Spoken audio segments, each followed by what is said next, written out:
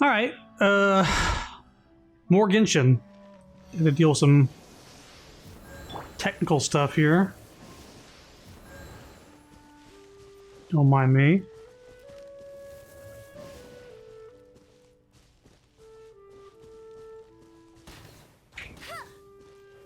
Ah. Tried to get two at once. Anyway, did I heal from that? Razor?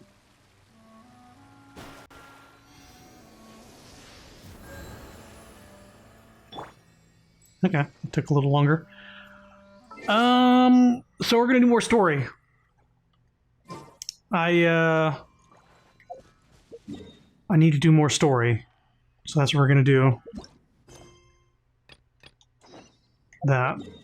First, I'm gonna turn in some expeditions. I've already done my daily stuff, so just gonna get this stuff out of the way, because apparently I'm locked behind a story wall for doing event stuff and some character story stuff. So I need to progress through the story.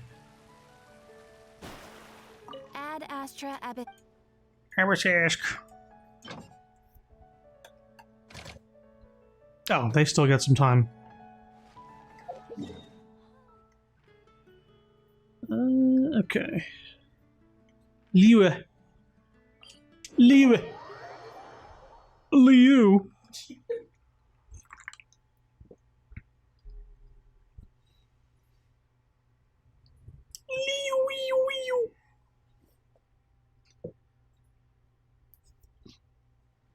So where did we leave off? We just did the teapot thing.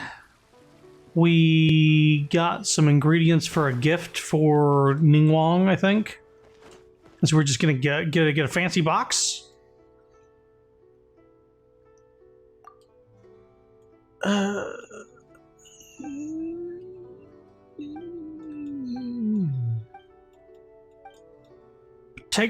Lay it on me. So he wants me to take toys to his daughter. Sure, I don't give a shit. It's a side quest, whatever. Doing that off stream though.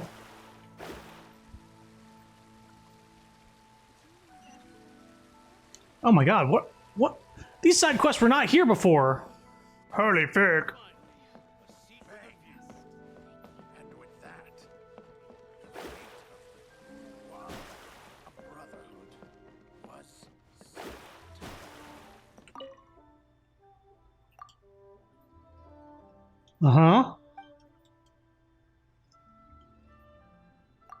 So passing out forms.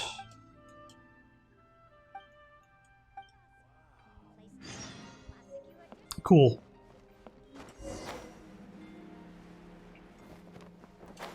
There was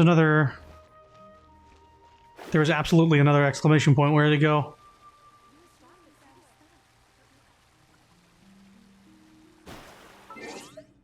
Is it a time of day thing?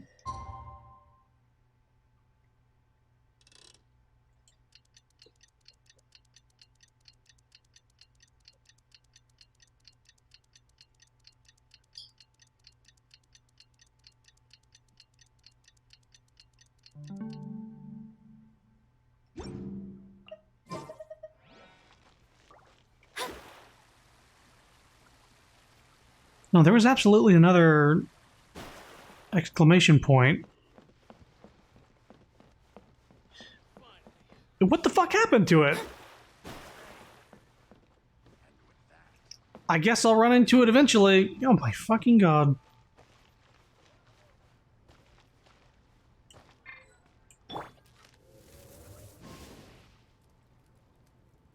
The pigeons know. Bad luck to kill a seabird.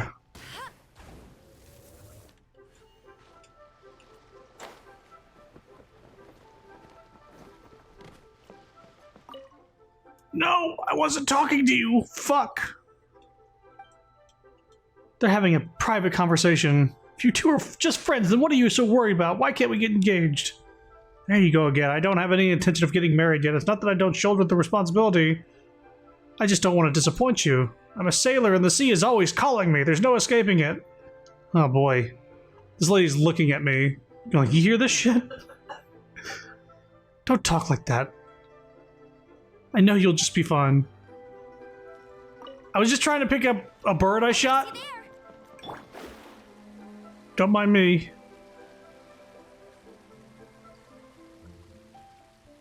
I want to know what happened to that fucking exclamation point, because now it's gone.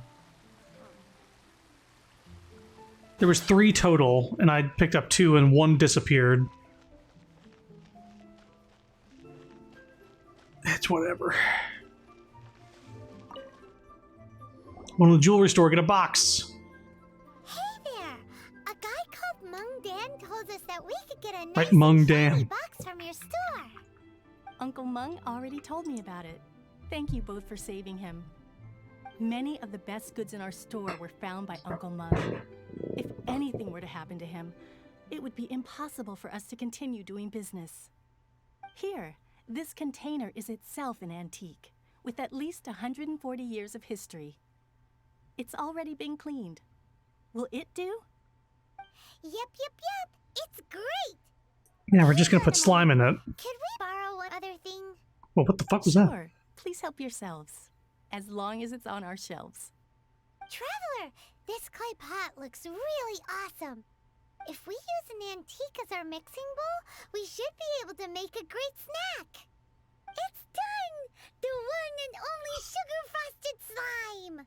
Carefully now. Into the box it goes and dust it over with a bit more powdered sugar. Oh, yes. You might want to use these 2 freshly picked flowers as decorations, too. Woohoo! It looks beautiful! I'm still not sold on this gift idea. Great! Now that we've put all that we've got into this box, let's go to the Jade Chamber to see Ningguang.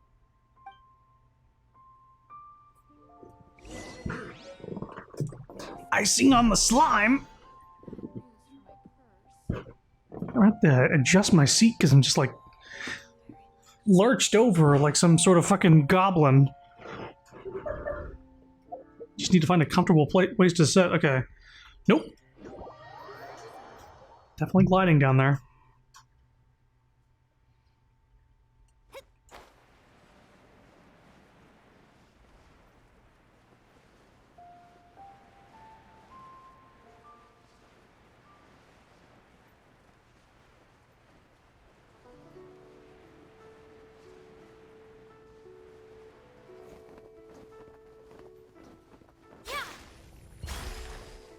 Hello. According to Kuching, this is what we should say. Excuse me, do you sell the moon here? Yes. How many would you like? It's not convenient to speak of numbers here. Ah, well said. Please, use this to ascend to the chamber. Yes, speaking of which, are you two the guests that Lady Ningguang has arranged to meet with today? Yep. And yet the code they used was not the one for guests, but for the Yuheng. What's going on here?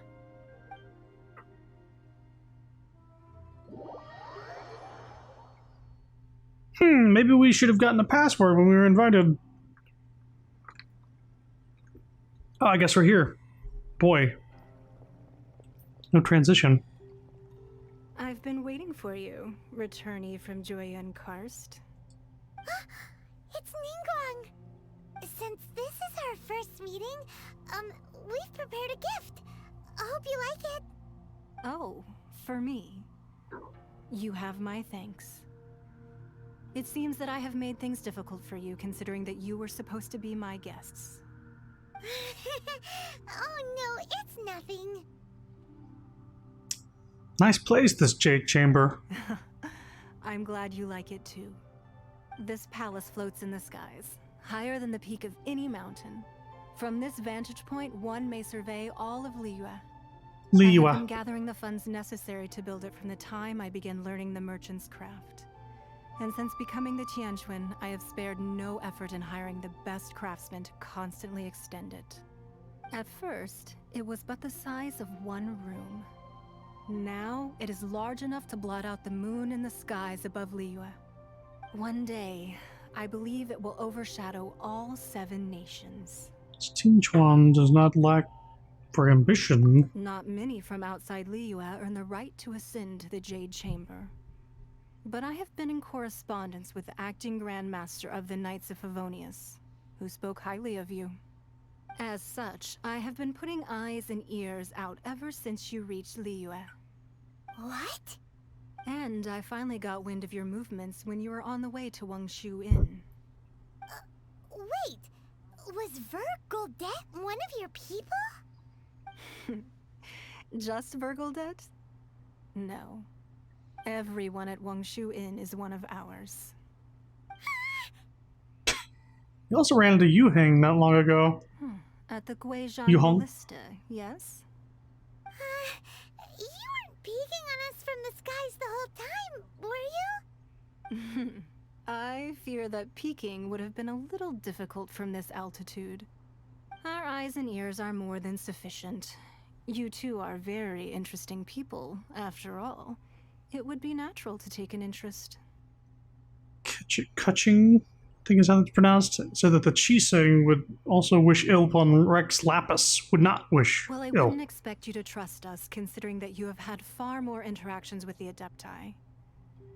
The reason I invited you here was to clear up some misunderstandings.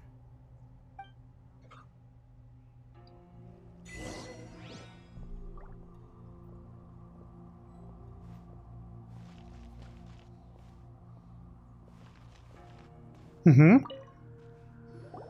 I believe that you've heard of the Archon War. Only in the broadest of strokes. Many gods used to walk this earth, and many long wars were fought between them that did not abate until 2,000 years ago. Much blood was shed, and many lives were lost. In the end, only 7 victors remained standing in Teyvat. They built cities and nations on the corpses of the vanquished, and thus began the era of the 7. You can see Goyun Stone Forest from here, I trust. It is no natural rock formation. Those are giant spears of rock hurled by Rex Lapis during the war. Beneath the spears lie those cast down by Rex Lapis in those days, gods that failed to seize the title of Archon. Not only is it true that gods may die, but so too has the membership of the 7 changed over the last 2 millennia. Rex Lapis's passing is an unimaginable disaster for Liyue, but the Order of the 7 will not collapse simply because of that. Another Lord of Geo will arise sooner or later. Yet, how are we to forget Rex Lapis? When that time comes, the relationship between the people of Liyue and the gods and Adepti will surely be different from before. Even in a new era, the Liyue Chiseng remain Rex Lapis's former subjects. Do you really think us capable of having played a part in his demise? Of lacking the foresight to see the certain repercussions? Why hide the exuvia then? That day at Yujing Terrace, it was also very sudden. Even I was caught completely off guard. You were there, you no doubt saw. But our enemy has long lain hidden within the harbor. If we do not act against them now, they will surely gain the upper hand. Hiding the exuvia was a necessary maneuver to take the initiative back, to play the spider while our foes scurry about. Who's this enemy you're talking about? What do you think, traveler? It's him, isn't it? Huh? What are you two talking about? Well answered. Huh? The scenery out here is fine indeed, but the wind is a little strong. Our preparations to receive guests within are complete, so please, this way.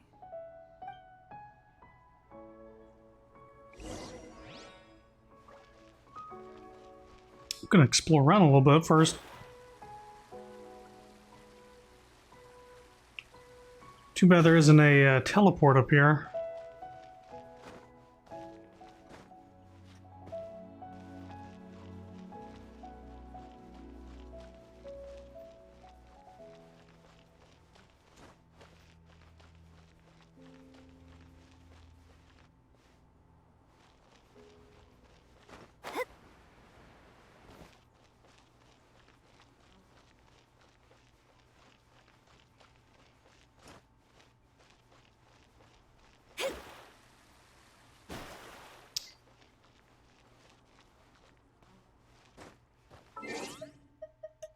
Right, I need to,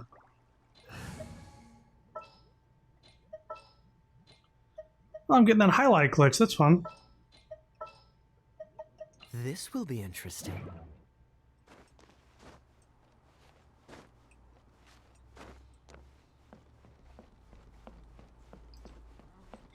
Any chests knocking about?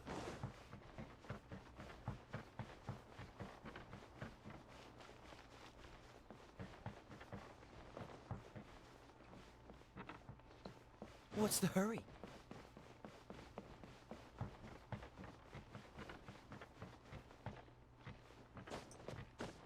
Surprised there isn't a constant music playing up here.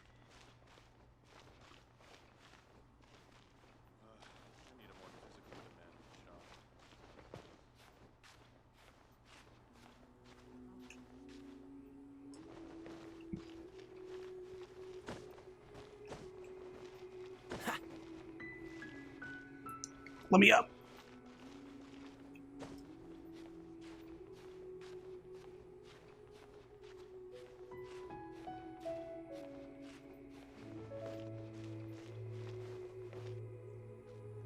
There's got to be something up here.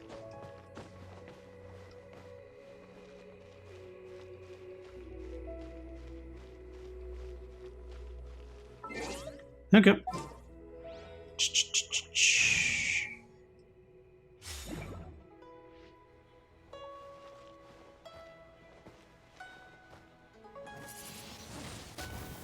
Oh, fuck. I don't have Geo equipped to her.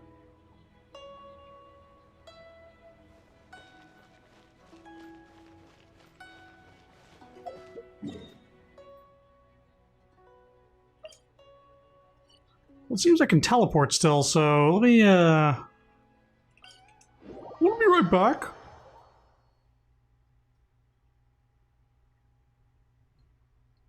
Just need to get some Geo element real quick.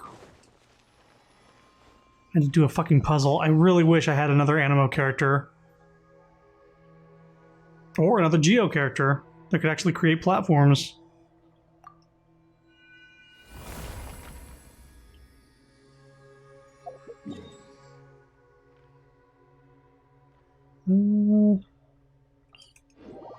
Now I know how to get up there. At least I hope it's still available.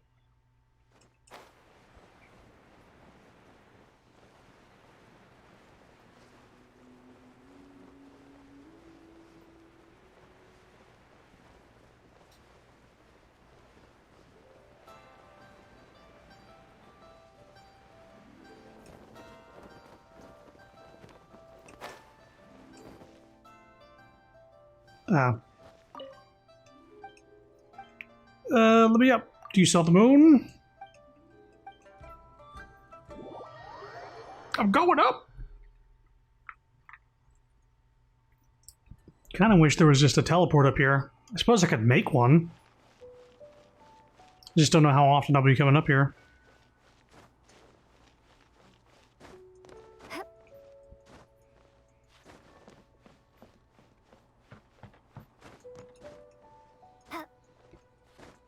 Excuse me, I invited you inside and you just started climbing my building?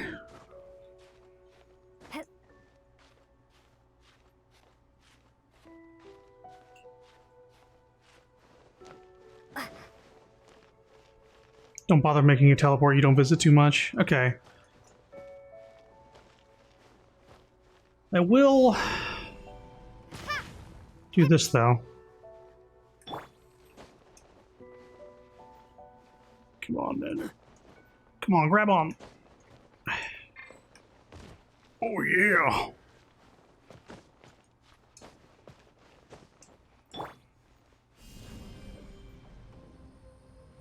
Starfall! Shit.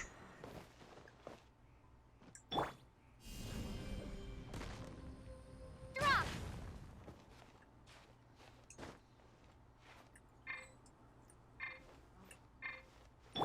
Couldn't switch to him because he's too tall. Holy shit.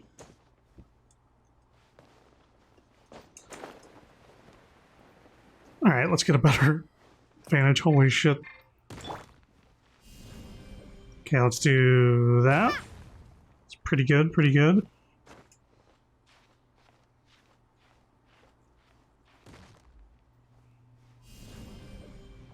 And that.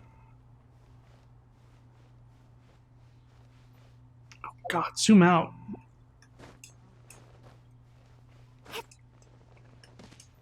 Shit.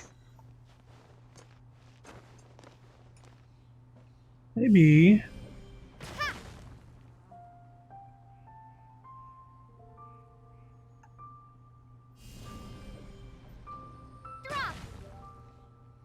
What the fuck is this nonsense? It is not poking from where I want it to poke. Poke from there. Starfall! Hmm? Who is making giant stone structures poke through the walls? Drop!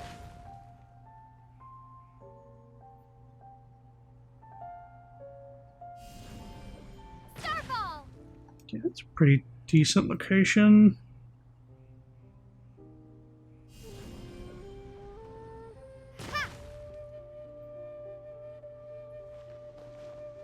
I want to get this.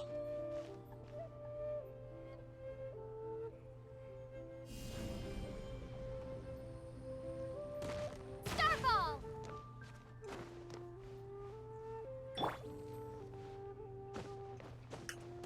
Yes. Okay. Holy shit. This would be much easier with Zhongli's Geo. He has these giant fucking pillars. Starfall! Is there something up there? Maybe. I don't know. Drop! Hmm. I have a feeling there isn't. I don't know. You never know. Although I don't know if I can actually get anywhere now. Unless I had Venti or something like that. Drop! Or like if I used an Animoculus in a bottle or whatever the fuck it's called to like boost myself up and have an air current here. You can't climb it normally, but they do give you geo powers. Let me just glide out here. Just take a peek.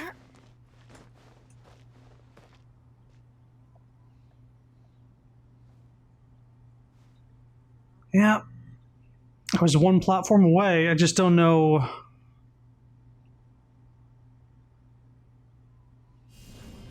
Actually.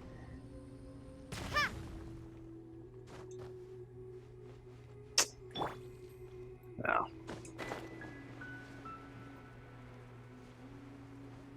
Nope. Doesn't look like it. I guess I could look it up. I guess I could be boring and look it up. I'm gonna look it up. Top of Jade Palace? It's me saying Top of Jade Palace is a spoiler or something? You know what? Is it? Can you look it up if you think it's a spoiler? Sure. Lord.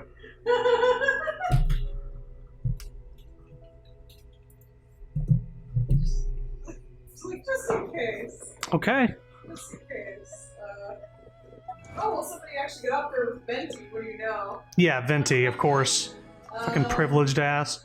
Yeah, privilege. I'm not seeing anything. I'm gonna watch a video with her.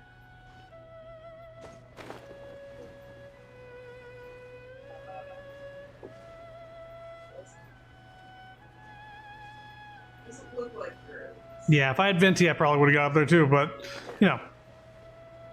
I know that I could probably craft something to make an air current. That is something you could do. So I could have used one of the main character's Geoculus rock things and then made a air current on the side and got up, but I'm not going to do that if there's nothing up there. Yeah, no achievement, no chest. Yeah, I was expecting maybe a viewpoint or maybe achievement. Wowee! What a huge hall! Paimon's never seen such a fancy place It's been literal hours since I invited you in here. What took so long? I was climbing the building. You were what? What? I was climbing the building, making rocks and stuff. You... Making rocks? What do you mean? Give me these books, though. Neatly stacked scrolls. Each sheet of paper is as thin as an insect's wings. Perhaps these are just calligraphy works? Scale? Oh. The mountains be raised and ground beneath our feet crumble. Never may the contract change. For it alone is the bedrock on which Mount Tianhong stands firm against the tides of ingenious machinations. Sorry, I'm just gonna explore around a little bit more. Might have a couple books laying about. Place looks cool though. Very fancy.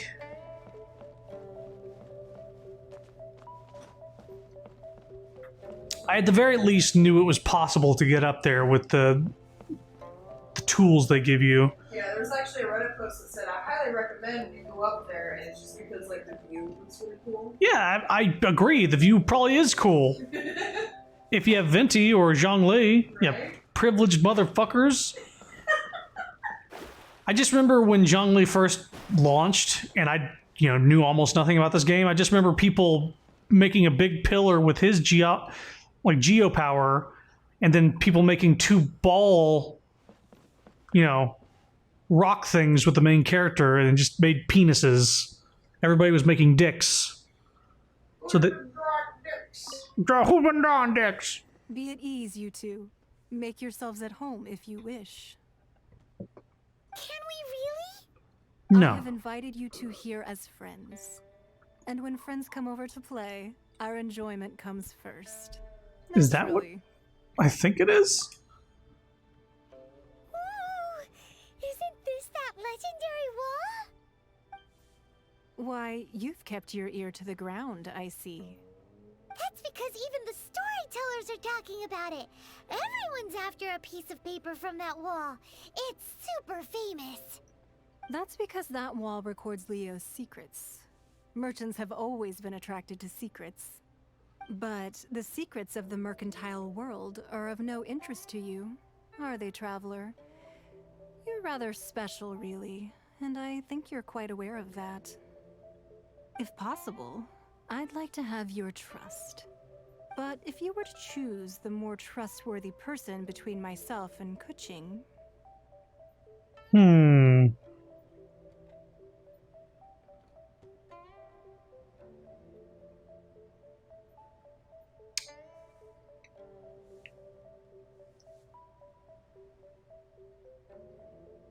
Orthodoxy and her heterodoxy. you'd pick Kuching? Nah, I had a feeling. I originally thought her a bit too hard-headed. With someone of her character on the Qixing, I've had some extra messes to clean up behind the scenes. But after she said those words, the time of the Adepti has long passed. If even the Liyue Qixing don't want to face that truth, then what future is there for Liyue? Well, I must say that quite a few of my doubts have been dispelled. I won't deny that Rex Lapis's passing seems advantageous to us.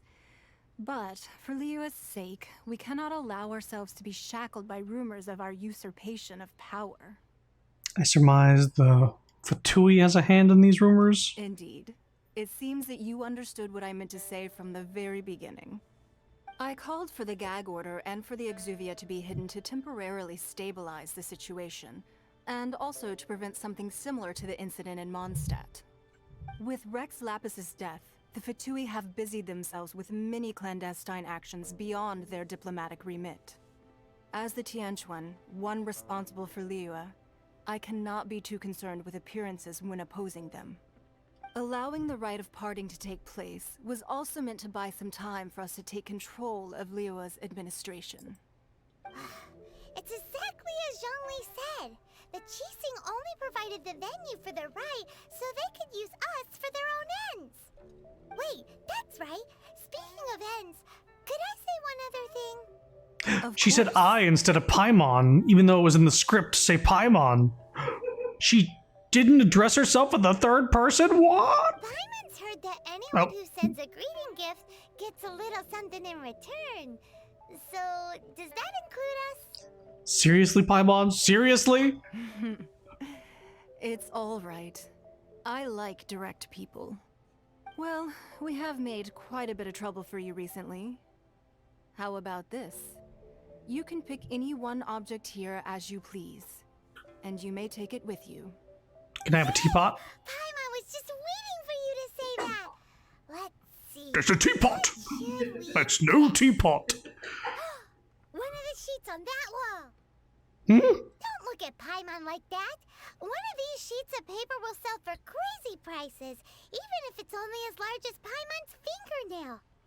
Just imagine how much more a whole untorn sheet would sell for. Yeah, I doubt she'll let us have that. Let's grab one, the biggest one. Pick a piece of paper snow. Did she say yes?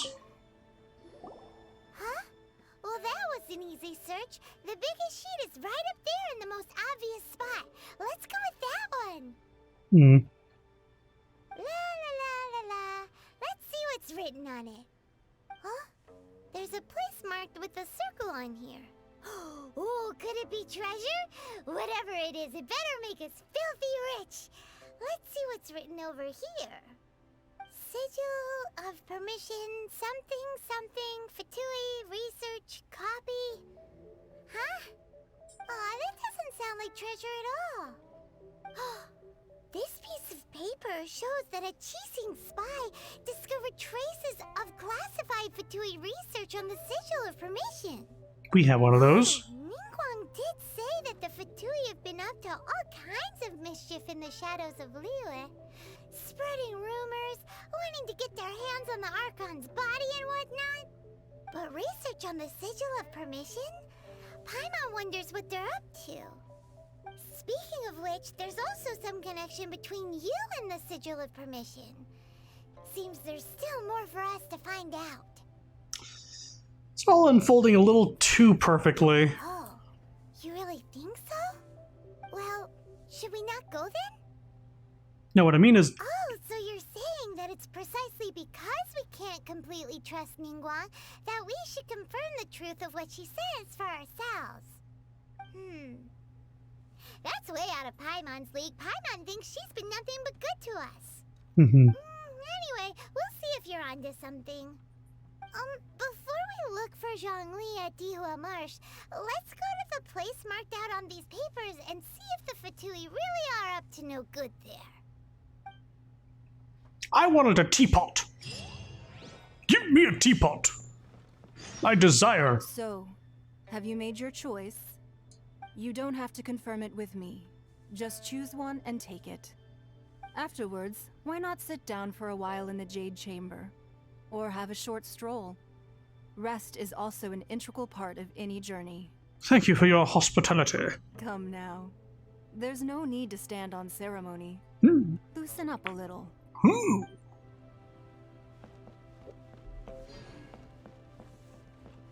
Oh, hey, hold on. Let me just check something real quick. Alright, so those characters switched in Paimon's bargains. So it's no longer Ningguang and the Water Boy, it's Razor and Amber. So for those blue seals that you can get a guaranteed character here, those are the two characters for the next month.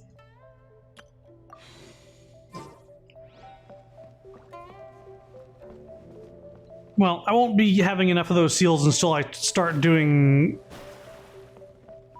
more draws, which I don't have any. Excuse me.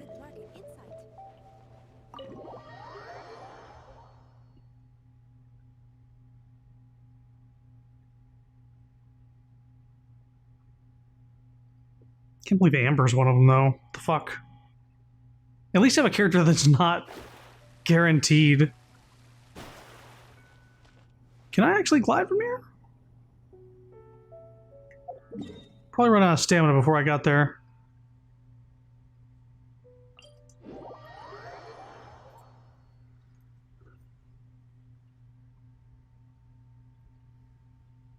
I think the amount of primo gems I have now, I could do 70 draws, something like that. Pardon me. There's no end to this. Another test subject. The hunter. The hunted. Damn, Razor, take it easy.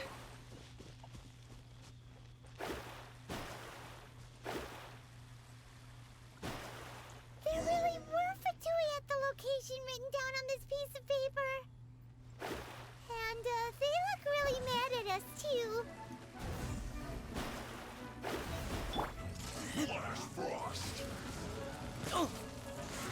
Keep back! Written in the stars. Freshness free. Chill to the bone.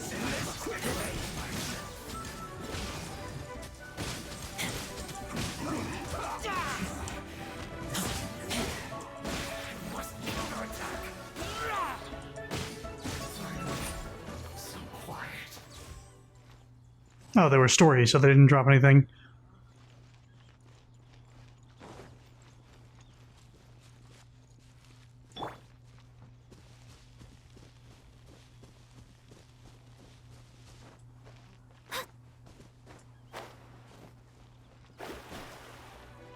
Hello. Let me scroll. Shouldn't get careless.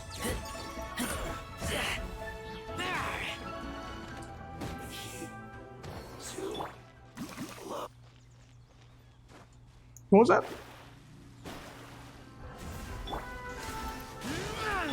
Let it rain. Bet you can't keep up with.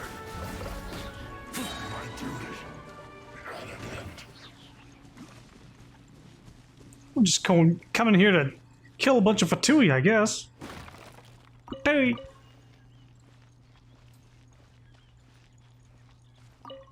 There we go.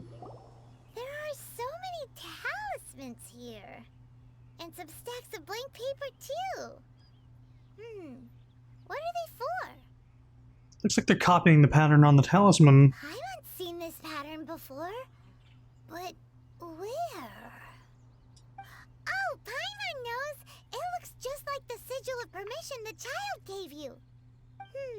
But how did a relic of the Adepti end up in the hands of someone like Child? Suspicious.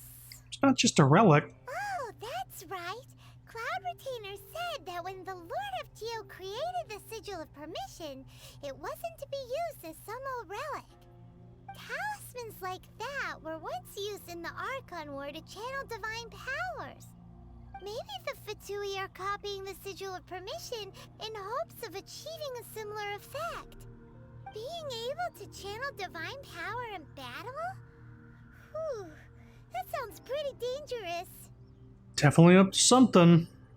Maybe this paper is only a snippet of a much bigger plan. And the plot thickens. We'll need to keep an eye on Child, that's for sure. Alright, that's enough sticking around here. We gotta go meet up with Zhang Li soon. The last stop on our rite of parting preparations tour is Dihua Marsh. Let's go! Paimon hates being late. Maybe we should snatch these things while we're here. Or maybe, you know, set it on fire. Ah, it's fine. Just leave it be. Hey, who cares, I guess.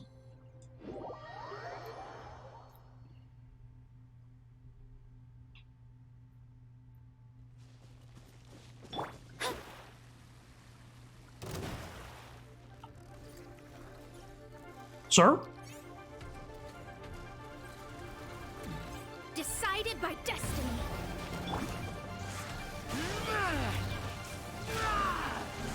Keep back!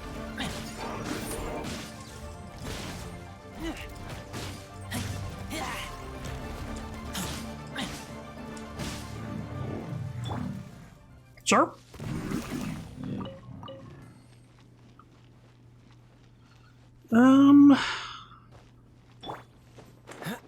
Actually curious as to what I said on the map up there, the exclamation point.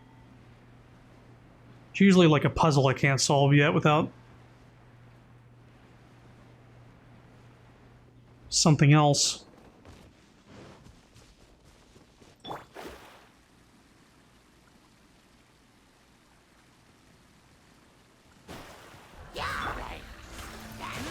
Yeah!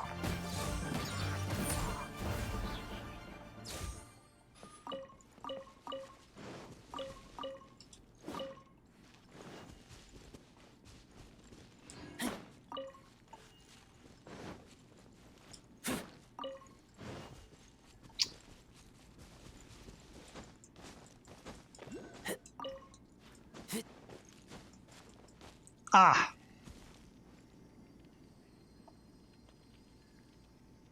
Ah. Well, I just switched my character away from fucking Animo.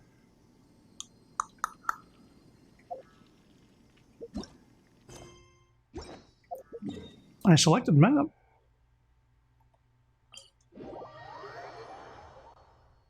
Boy, I really wish I had one other Animo character or one other Geo character that could create platforms.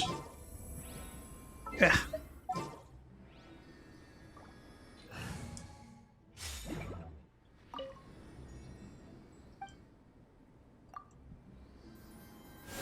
So I didn't have to do this every time.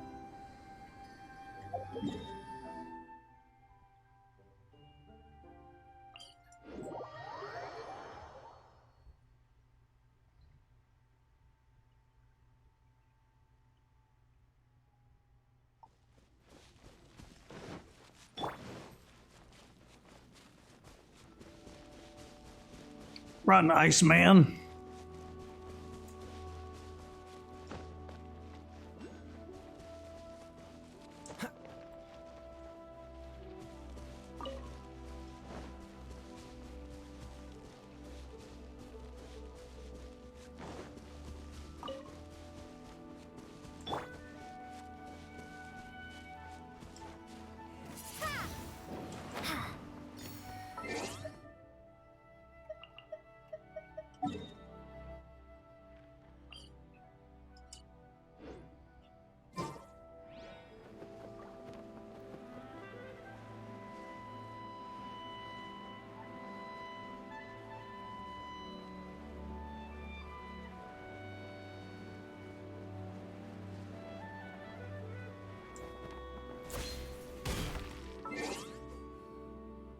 Right on time. I myself only arrived moments ago. Lie. Did you enjoy your visit to the Jade Chamber? It was so big and pretty and expensive. Paimon's never seen such a fancy schmancy place before. Indeed. It's second to none in all of Liyue. Then you met with Ningguang, I trust? What did you talk about with her? She's super rich and so generous. Paimon thinks she's very friendly.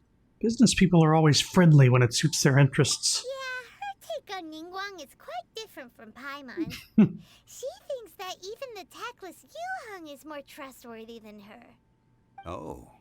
So you also met with Keqing then? What did she have to say? She said the time of the Adepti has long passed. If even the Liyue Qixing don't want to face that truth, then what future is there for Liyue? No respect for the divine. Indeed, contrary to the ever-bold Keqing, Ningguang is more of a businesswoman at heart, though they are both members of the Qixing. Although she's friendly, there's no way of clearly discerning her true intentions. Highly ambitious. Yes, she has only relied on herself to rise to her current position. No ordinary person could ever achieve that. It's said that she's the one behind the constant expansion of the Jade Chamber. It's the second most important thing to her. Even if she ever gave up the position of Tianquan, she would never give up the Jade Chamber. The Jade Chamber is only second. What's the most important thing to her then? Why, Mora, of course. Makes sense. All Ningguang talked about was the Fatui this and the Fatui that. She said that after Rex Lapis was murdered, the Fatui have constantly been trying to sink their fingers into Liyue, and that they aren't to be trusted. That is how the Fatui have always been. It doesn't surprise me in the least. And now they're trying to reproduce the sigil of permission. No matter what they may be planning, you must be careful when dealing with the Fatui. Always be on your guard. So, is there anything we need to get for the rite of parting in Diwa Marsh? Yes, as a matter of fact, there is. Today, we'll be gathering wild glaze lilies. Glaze lilies? Well, why did we come all the way out here? Doesn't the garden in Yujing Terrace have some? Even Chingsa Village has glaze lilies. Oh, right!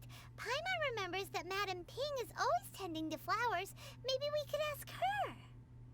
No. Those lilies have all been gardened by people.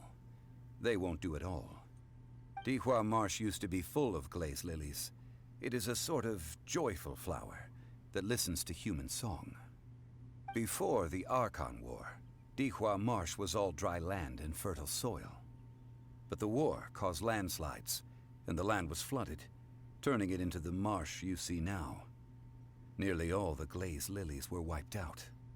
Of course, there are some kinds of flowers that have been preserved and gardened by people in the city. But very few people know that glaze lilies may still be found in the wild. Wild glaze lilies have the strongest fragrance. If we want to follow the true tradition of the rite of parting, we must grind up the wild lilies and place the powder in a censer of everlasting incense. But I'll need your assistance in gathering these flowers. You need me to pick them? No, I need you to sing to them. Singing to the flowers will make them more fragrant. So how good is your singing? I'm a pro. Just step back and listen. Really? Why doesn't Paimon believe you? We'll only know once she starts singing.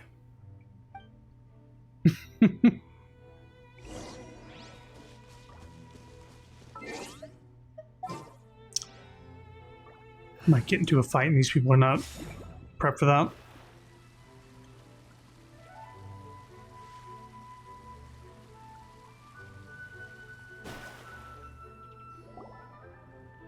It's time to sing whenever you're ready.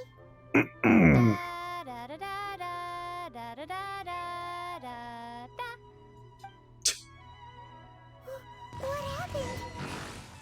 These Oh, cool. flowers are jumping. They look really angry. Is it because you sing a song from Mondstadt that they don't understand here in Liyue?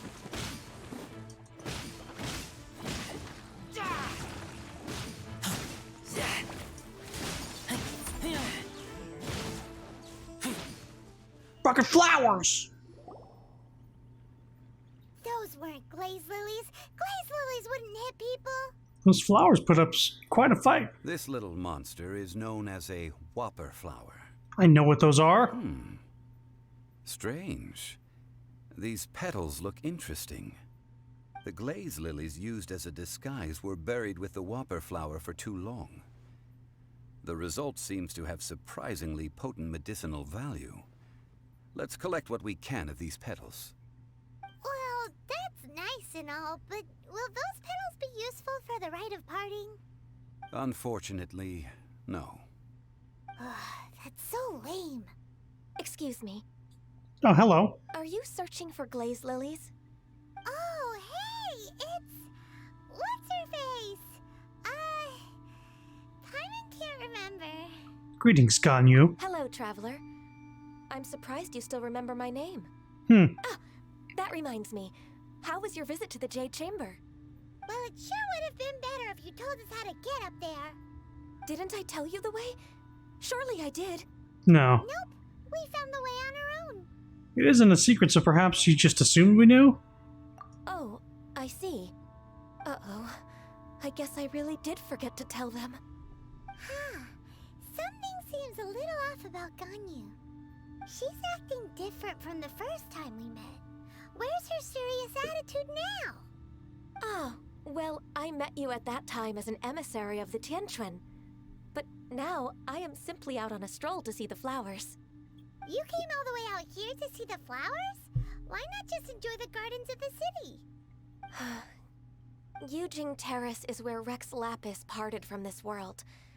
If I strolled through those lonely gardens now, I wouldn't be able to bear it. Whenever my duties take me near Yujing Terrace these days, I draw the windows to block my view of the gardens. Oh, sorry. We shouldn't have brought it up. No, it's quite alright. I just haven't processed my emotions yet. When the Archon War came to its end 2,000 years ago, the first iteration of the Seven would gather in Liyue and drink with Rex Lapis. But 5 of those original 7 had already passed before Rex Lapis.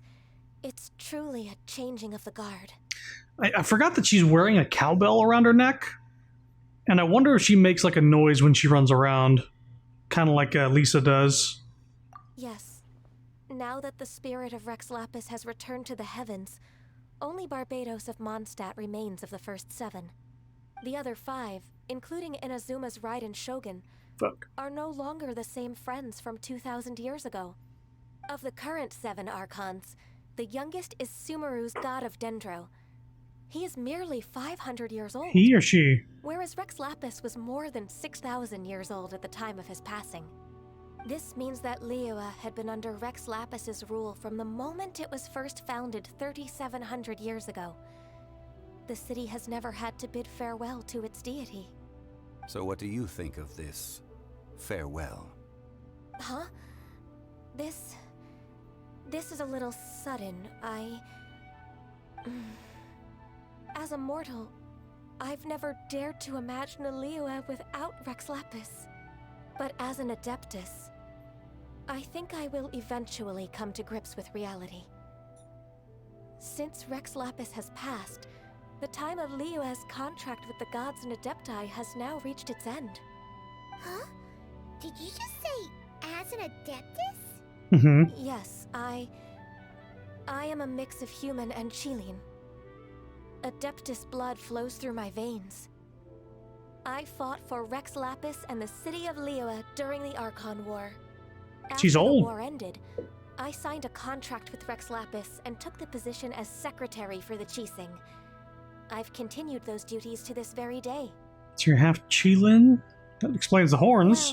Well, let's save that conversation for another day. You say that you are here looking for glaze lilies? I also know where wild glaze lilies can be found. See, I've just picked one myself. Here, you may have it if you wish. We dare not refuse it. Oh, so did you sing a song before you picked the lily? Keelan is a Kieran. Indeed, Gotcha. I did.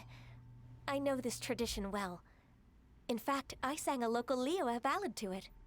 Wow, so you really know your stuff, too. Thanks, Gunyu. No, it is you who I should be thanking. If not for this chance meeting, I never thought that I would be able to contribute to the upcoming farewell for our ancient lord. If you would excuse me, I should return to my work now. Good luck. And that just about does it. Our preparations for the rite of parting Just are spelled mostly and finished. pronounced differently in Chinese. Given Yeah. the ease of picking glaze lilies, I think this was a fitting end to our tasks, in more ways than one. Zhongli, you seem suited to working in agricultural development. Yeah, Paimon can already imagine him starting a business in Liyue. I've had enough ventures in my life already. Beginning a new undertaking is always difficult at first, and requires no small amount of effort. And once business is at full steam, the stress of it all only wears away at you over time.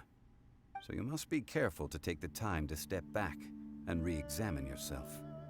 If left unchecked, the wear and tear on your heart may go well past mending. Wow. See? Charlie sounds like he's already seen it all. Alright, I think it's about time we head back to Liyue Harbor now.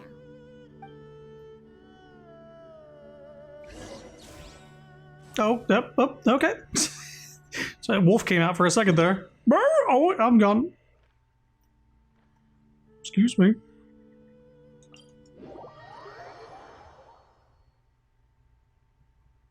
Half human, half Kieran.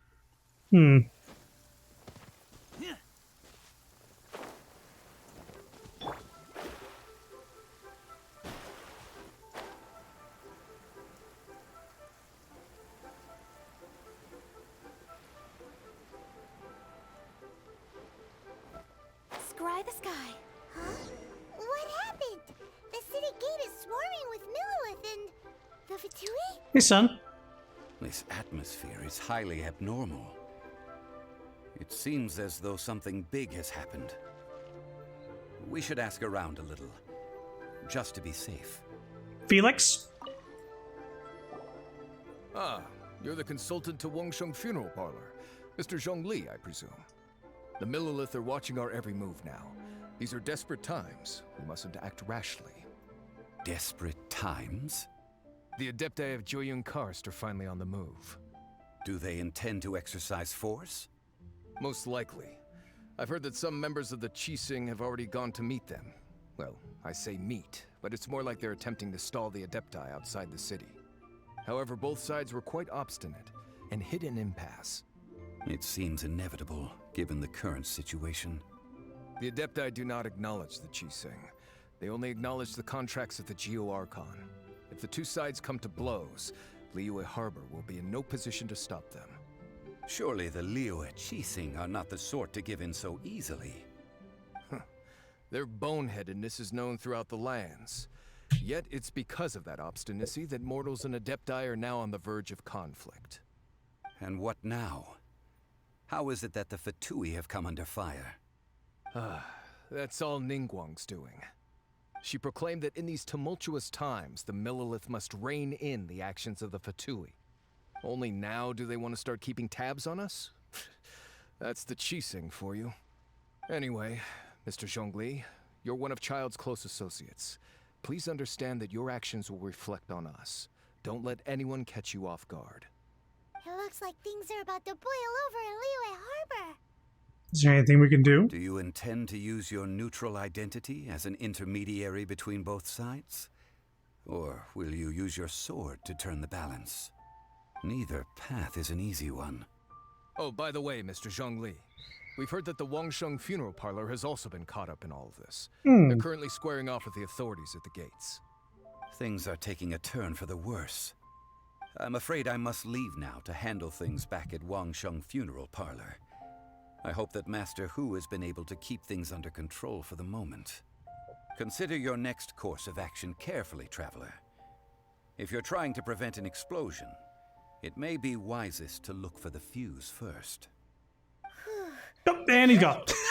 What the fuck? Seems to be quite the double-edged sword. So what does Zhongli mean by looking for the fuse? Child. Oh, Paimon gets it. If there's anyone that wants to see the whole city turned upside down, it's definitely him. He must be waiting for the moment when no one is watching to do something really bad. But where could we find him now? Where would he go at a time like this? Follow me. I wish I could pop out of existence.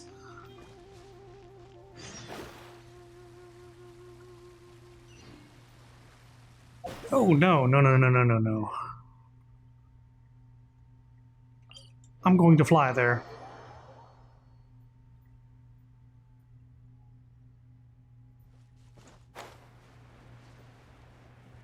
Kidding me? You want me to go through the entire city like that? No.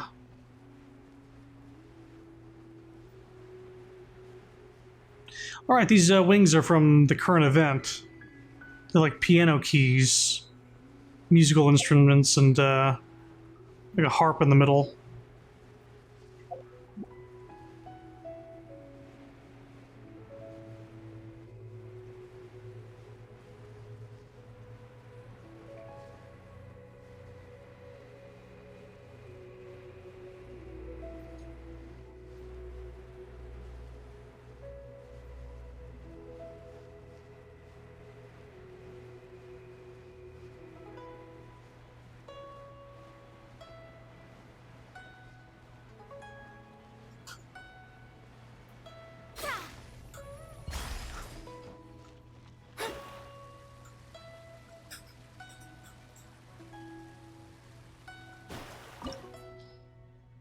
Ooh. The Golden House. I suppose we'll go in with these people.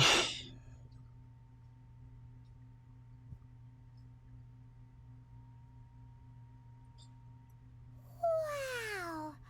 This is the Golden House? It looked impressive enough from the outside, but who would have guessed that it was even fancier on the inside? And so full of Mora. This is where all of Teyvat's Mora is minted, right? In that case, maybe they won't notice if a few Mora go missing. If it were that easy, this place would have been emptied long ago. Oh, so it's a trap! Tricky, tricky. Good thing Paimon's got you here. But even if we can't take any, we can still have a closer look, right? Or better yet, take a nap on top of a mountain of Mora. It's like a dream come true. Something feels amiss. Oh, right. Back to business. It's quiet. Too quiet. Surely someone's gotta be guarding something as important as the Exuvia. Huh? Look! What happened here? The Millelith. Uh-oh. Paimon smells trouble. Quick! We have to go make sure that the Exuvia is all right.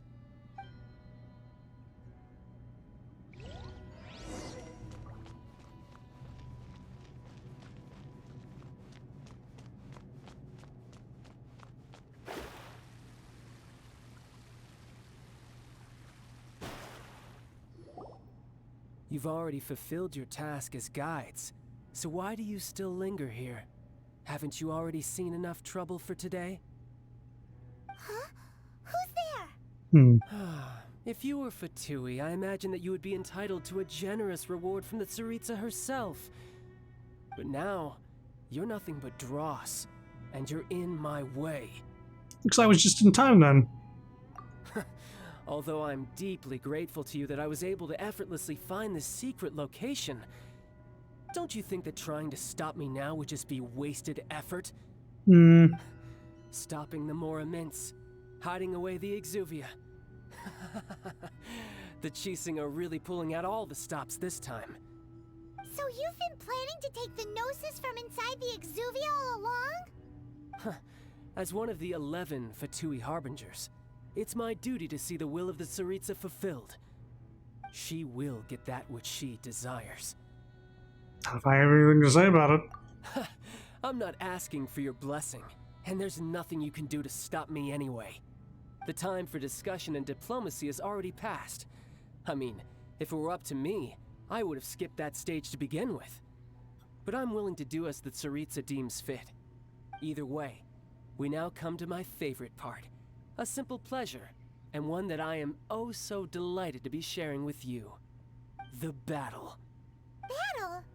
So you're the type that goes looking for trouble, huh? You could say that.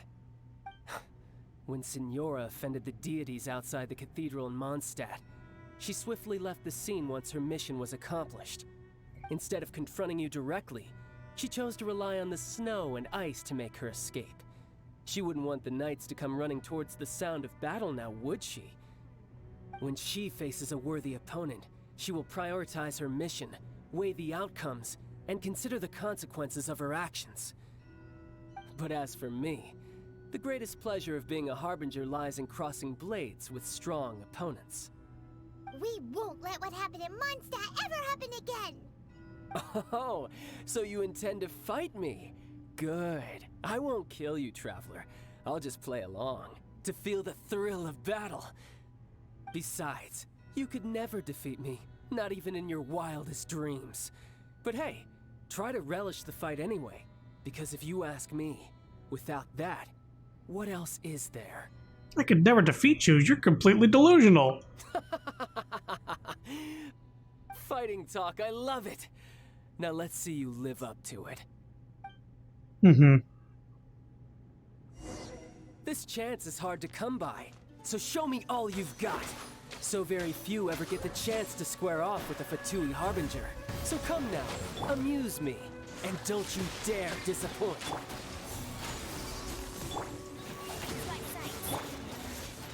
How unbecoming. Not bad, not bad, not bad. You've got it. Haha, good. No wonder Delusion Signora was so unleashed. wary of you. Well, that just means I can go all out. Brace yourself. This is about to get tough. Now, show me what you can do against the might of a Harbinger.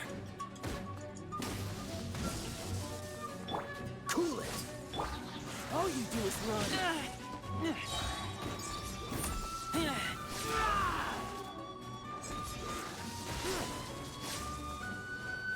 No use hiding back there. What? Not bad. Your swordsmanship is quite impressive. But that's about as far as you'll get.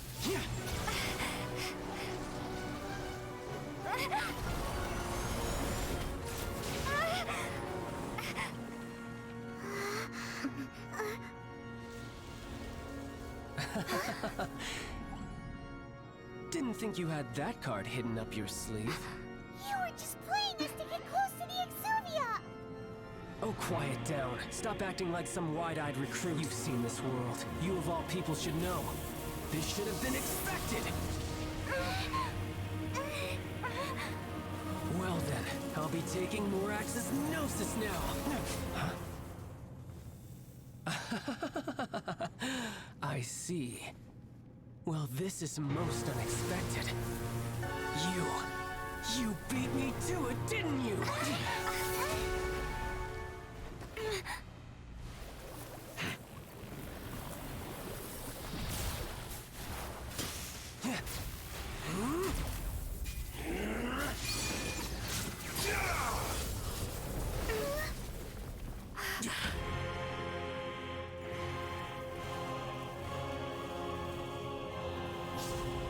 Tartaglia.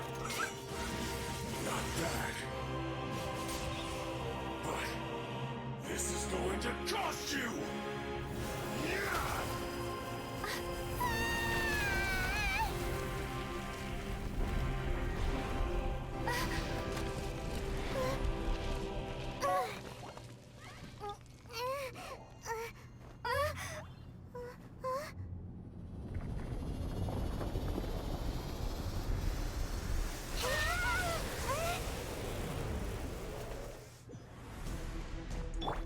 You got to the Gnosis ahead of me, didn't you?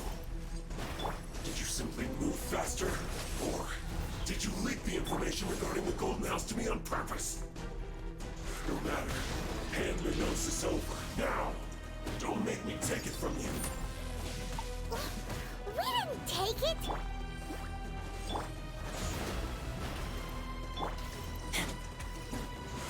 Keep back!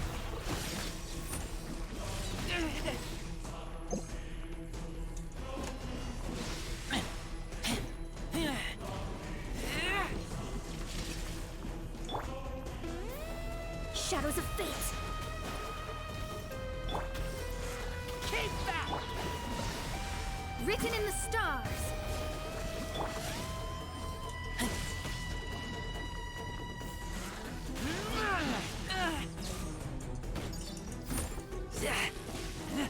Oh!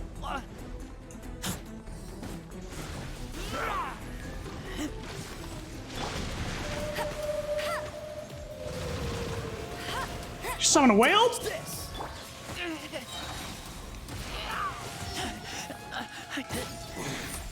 You're a cut above. I thought he said you're a cunt. He says you're a cut above. You're a cunt. Ugh. Look! Child's back to normal again! Well then, time to cool off. It seems the burden of the foul legacy transformation was too great for my body. I lacked the opportunity to think this through. And now that I consider the matter more carefully, you never had any chance of beating me to the Gnosis. You had no connection to the Gnosis, no matter where it had been taken. That's what we've been trying to tell you! We didn't take it!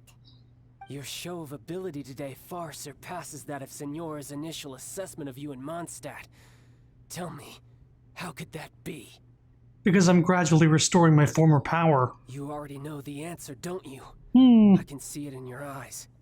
But if that is a secret you wish to keep, I guess I'll just have to curb my curiosity. This battle has already left me satisfied. Anyone who strives as I do to grow stronger shall be called a friend, even if our friendship can only be shown in battle against one another. Pretty sure that's not the normal way to make friends. Unfortunately, I must bring this amiable conversation to an end. My quest still beckons. Given that the Gnosis wasn't taken by anyone, then we must look once again to the beginning. Perhaps it was never in the Exuvia to begin with.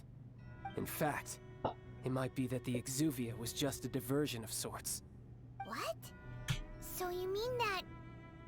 The corpse was fake? Yes, it appears so. Interesting to say the least. It seems that the guardian deity of the capital of commerce is also well versed in little maneuvers beyond the boundaries of contracts. As such, we must now look to our backup plan. backup plan? I had hoped it would never come to this, for the weak will be swept away in the process. The truth is, the world belongs to those who pursue strength. I seldom willingly involve myself with the weak. Unfortunately, we cannot be picky about our methods as Fatui Harbingers. Children must all learn to eat their vegetables sometime. So what are you planning to do? I will awaken the god that lies dormant beneath Guyon's stone forest. A god? Osial, overlord of the Vortex, who was defeated by Morax, the Geo-Archon in the Archon War, and who has remained pinned beneath the waves by the Geo-Archon's stone spears ever since. If such an ancient god were to be unleashed upon Liyue Harbor, defenseless without the protection of its deity, do you think the cunning Rex Lapis would just stand aloof and watch the ensuing destruction? But the Archon War ended 2,000 years ago. How can an ancient god appear in a world now overseen by the Seven? Simple. I've already prepared the means to awaken it. Hey, those are sigils of permission. Oh, Paimon remembers now. The Fatui have been researching them. Been trying to duplicate him. Indeed. The one that was given to you was just a byproduct of our research. With the power of so many sigils of permission concentrated in one place, along with that which was bestowed upon me as a harbinger by our Tsaritsa, breaking the subduing might of the Geo-Archon spears for a time should be no obstacle. Using the powers of ancient gods in such a situation fails to interest me, and is largely against my principles. But knowing that such an action will not only force the Geo-Archon to show its hand, but you as well, that makes matters a little more intriguing.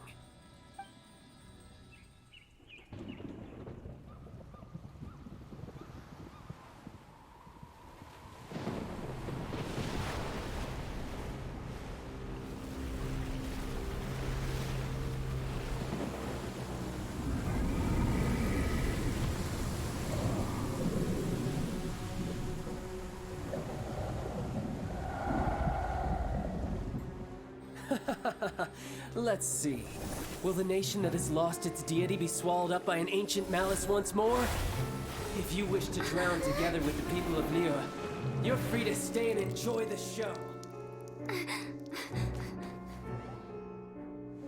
Huh? He's already gone.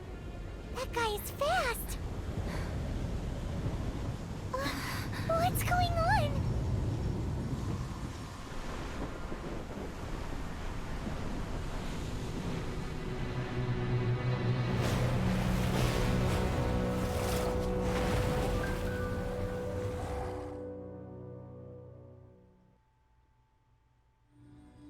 Well, we're in it now.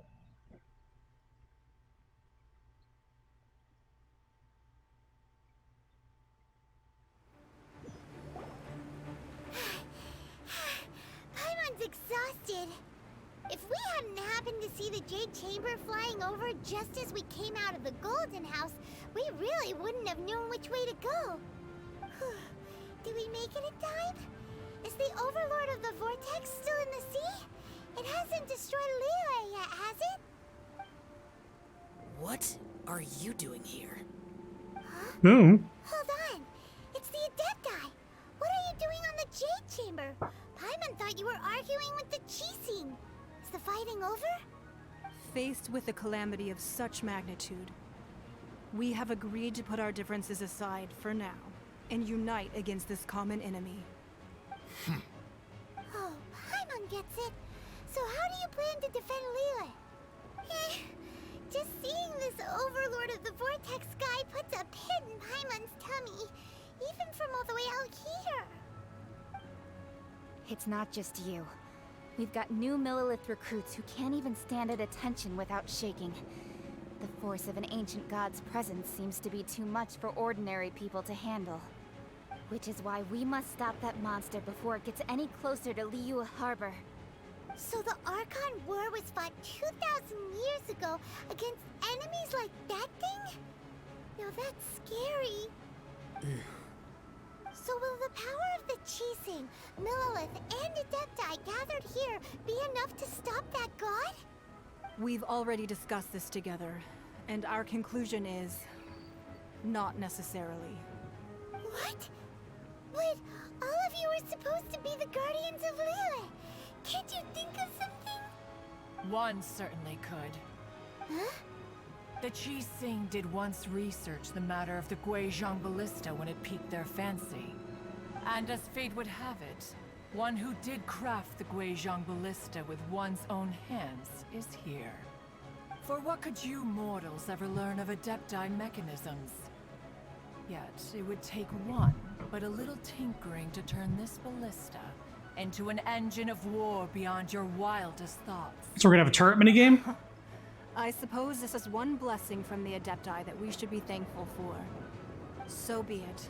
We shall use the upgraded Guizhong Ballista to fight off that god. All the Adepti here can lend their strength to man it. We haven't a moment to spare. Our battle begins now. Yep.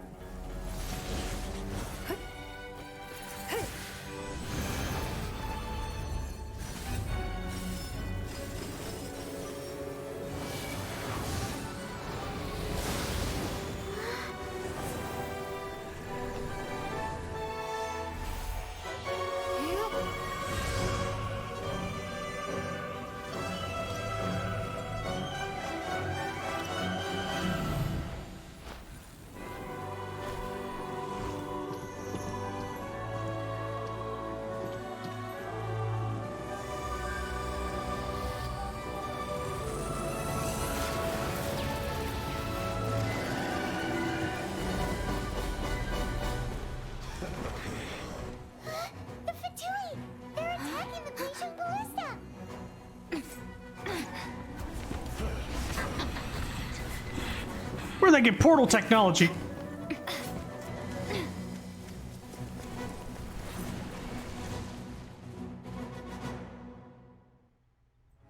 The three Adepti are manning the Guizhong Ballista. Do not let the Fatui disturb their work. All able Millilith, with me! Let's go help too! We Adepti have not faced a god in several millennia. Let one see what you're made of then. What strength remains within you, one wishes to witness.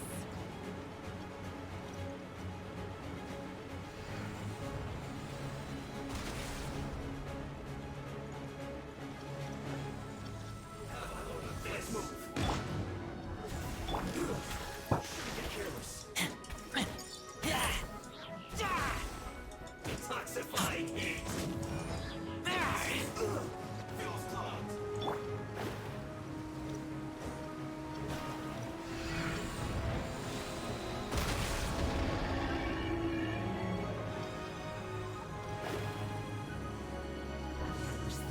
Let me scrap.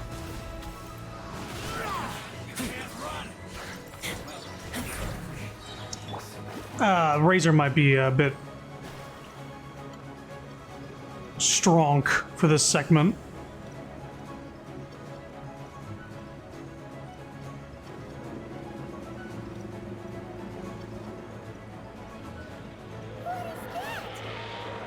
That is Osial's divine power. I am very familiar with it. Be careful not to get hit. Oh, I sure.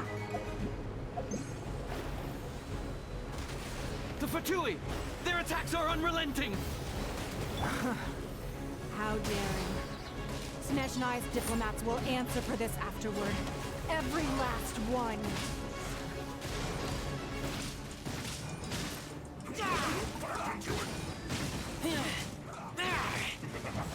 You need to go. The ancient god's attacking again!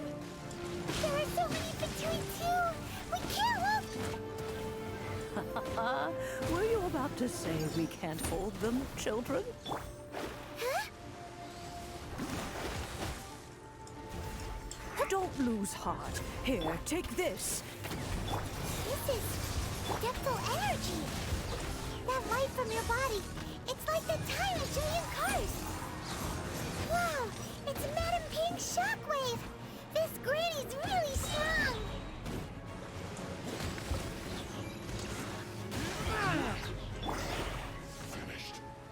Okay. Pardon me. Fate is upon you.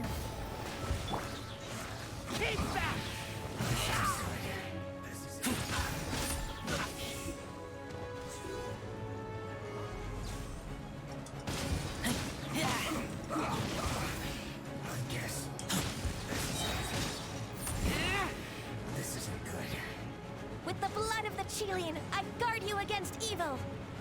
Cast your fear of injury by the wayside and fight with all your might. I guess they're giving us regen now. This during the Archon War. So this is what Ganya's like in a fight. Okay, so yeah, you can hide behind the turrets during that thing. My name means swiftness. Take my power and run as I do. We're going too fast.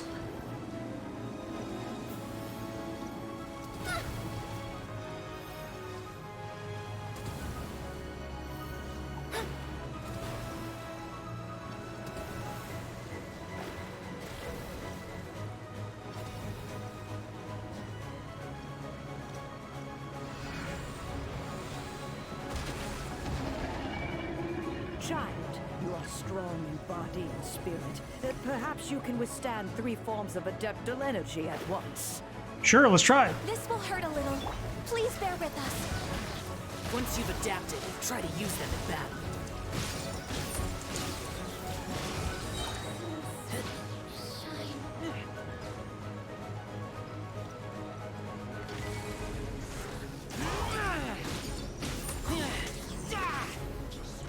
Decided by destiny.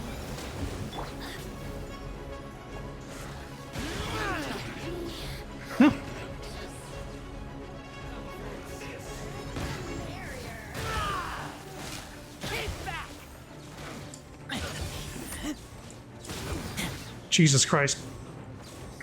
Sanic! Exercise caution. I fear that the god's power has reached its peak. In other words, if we hold here, there's nothing worse to come, right? No one escapes that sight. I'm coming!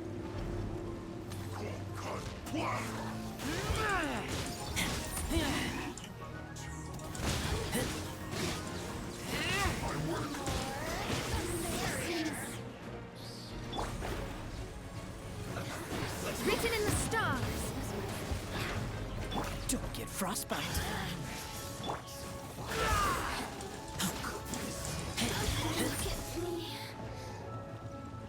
Boy, it sure is great that they have portals up here.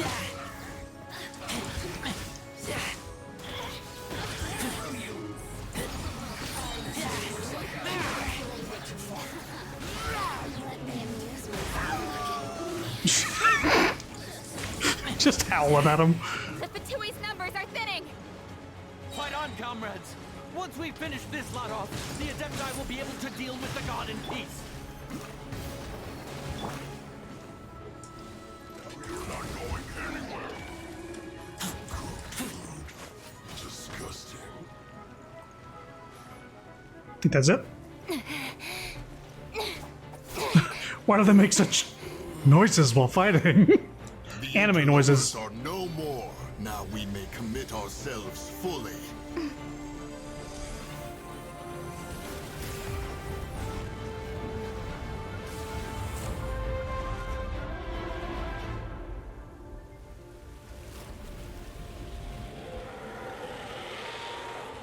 Scream! It's working! We just need to keep this up!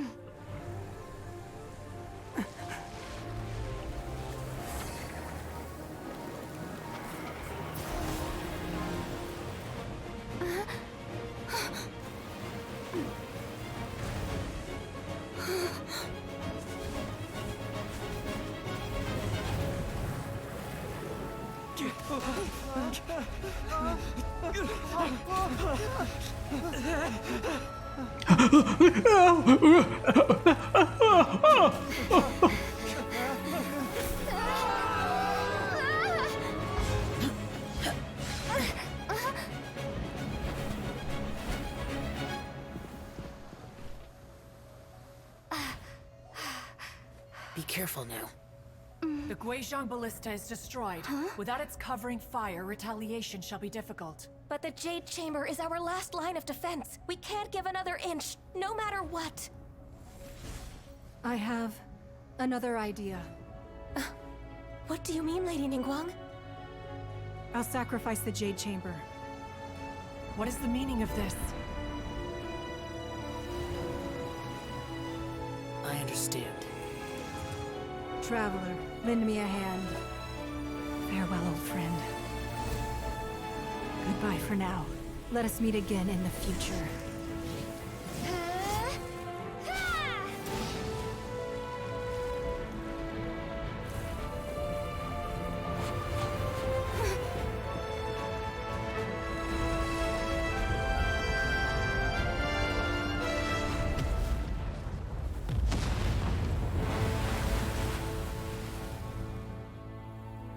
Sure, everybody got away fun.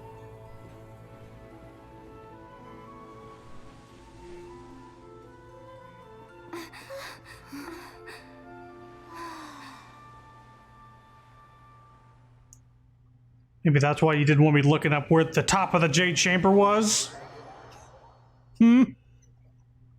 Perhaps. What if I had set a teleport point up there? What would have happened? Would I have just spawned in the air? Is it finally over? The ominous aura of that monster has indeed begun to fade. The effects of the Sigil of Permission last but a short time. It will be some time before the Overlord of the Vortex can make any waves again. We are indebted to you for your assistance. If the Adepti hadn't happened to be here, the future of Liyue Harbor would surely have been in great jeopardy. Save your flattery. We didn't just happen to be here. Surely you won't pretend to have forgotten the reason for which we came. Come now. There's no need for such harsh words, Cloud Retainer. I've heard that when Ningguang began learning to do business, she had already started setting aside part of her then limited income in preparation for building the Jade Chamber. At first, it was only the size of a small room, but with continued expansion, it has become the palace that lies before you now. It is a testament to Ningguang's entire life, both as a businesswoman and as the backbone of the Liyue Qixing. Seeing the Jade Chamber destroyed in the defense of Liyue means much to her. To me, such cooperation and sacrifice deserves at least some recognition, don't you agree? Well, I was really hoping you would say that such sacrifice could at least be used as some leverage in our negotiations. Thank you all for hearing me out. We know very well why the Adepti came here today. But please forgive us. We cannot yield to your wishes. Oh? 3,700 years. According to our records, the Adepti signed a contract with Rex Lapis to protect Liyue 3,700 years ago. Even to this very day, Liyue and its lands have stood the test of time, immovable as stone, just as it was thousands of years before. This is truly no small feat. But that does not mean that the Liyue of today is the same city as it was all those years ago. Do not merely cast your protective gaze upon the land. Instead, focus your sights on our city and each of the citizens that dwell within it. Are you questioning our means of protecting Liyue?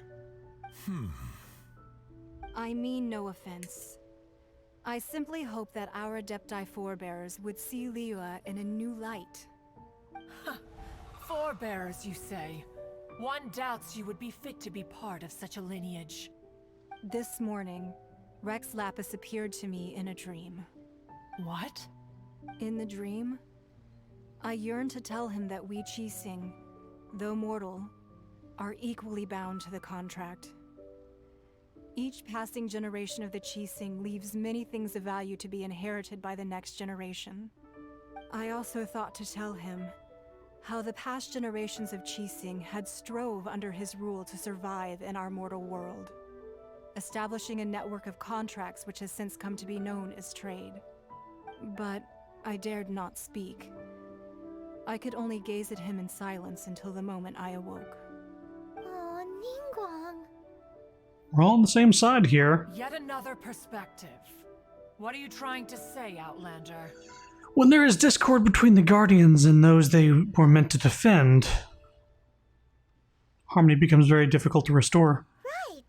That's something that happened in Mondstadt. It's a story about the Four Winds and the people of the Animal Archon.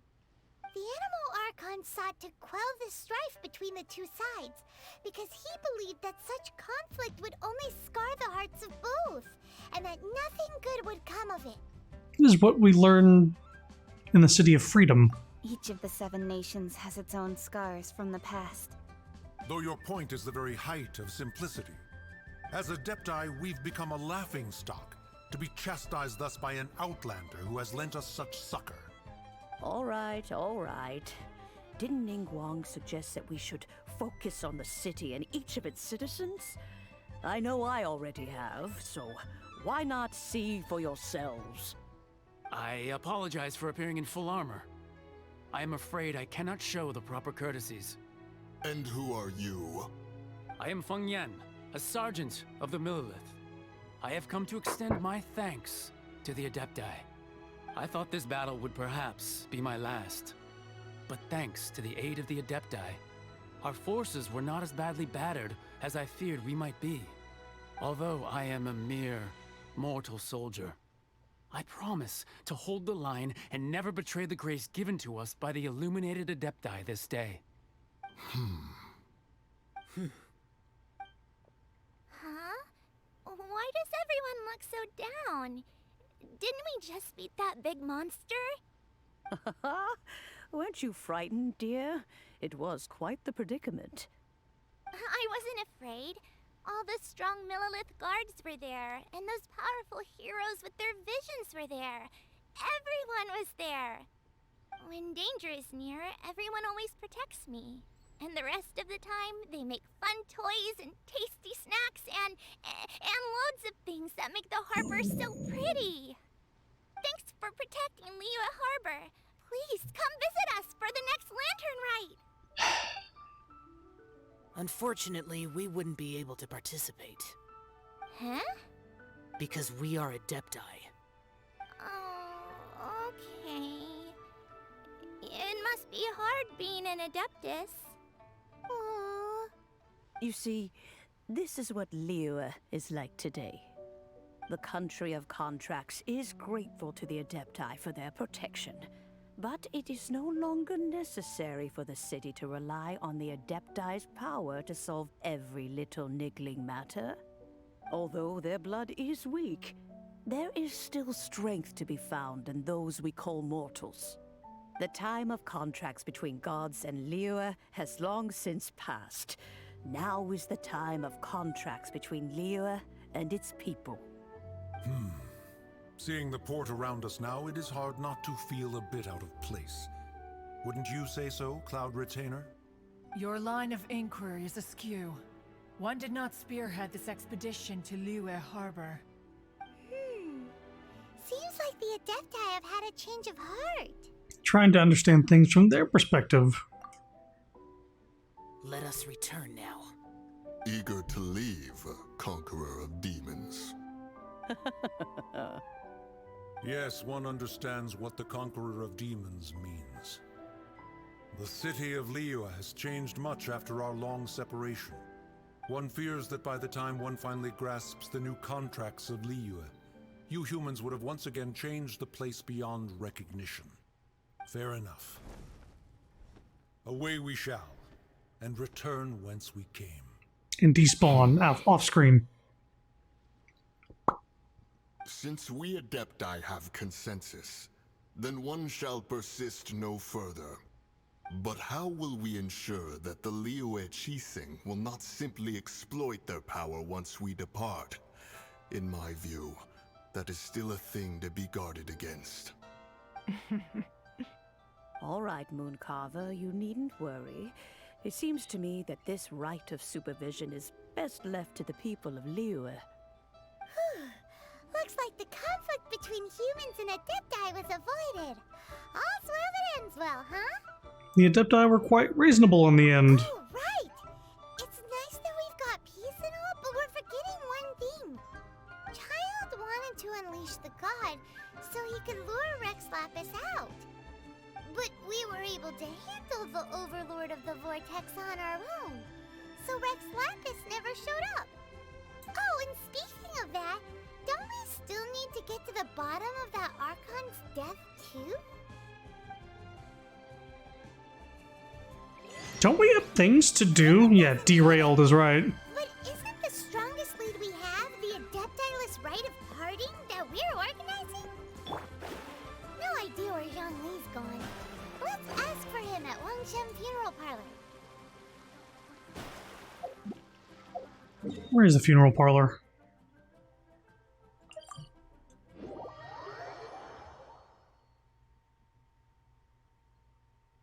We didn't take a single coin from that vault. And I'm broke. I think. Yeah, I've only got 200,000. I'm a pauper.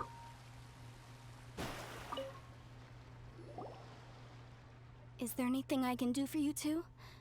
I'm afraid that Wangsheng Funeral Parlor isn't in the best state to receive guests. We've come to see Zhongli. Could you please tell him we're here? Unfortunately, Zhongli isn't here at the moment. It seems he went to Northland Bank. Doesn't the Northland Bank belong to the Fatui? Last time we saw Zhongli was before we went to the Golden House. Do you think he doesn't know about the attack on Liyue? Visiting the Fatui at a time like this could only mean more trouble. We had better go and make sure that everything is okay.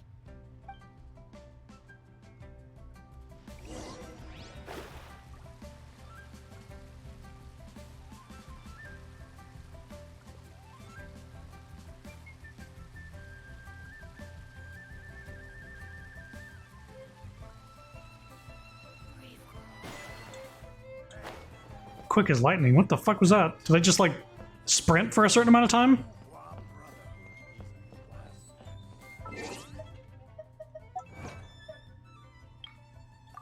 Sprint continuously or use an alternative sprint for over 15 seconds. Oh.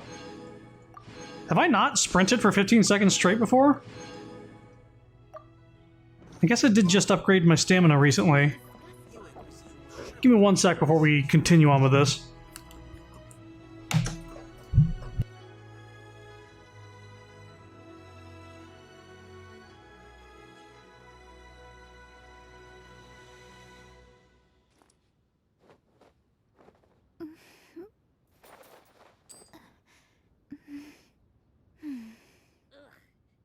Cuisine is disgusting.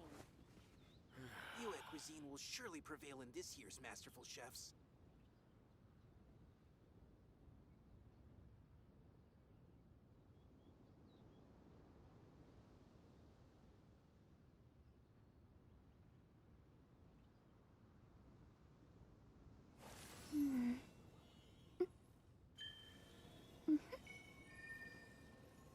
Yue cuisine will surely prevail in this year's Masterful Chefs. Yue cuisine is disgusting.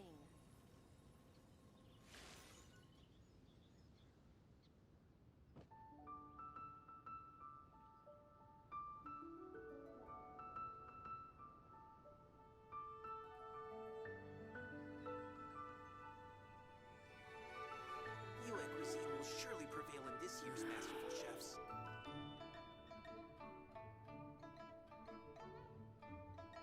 Divination is about precisely foretelling one's written destiny. Over-embellishing that fate only leads to misconception.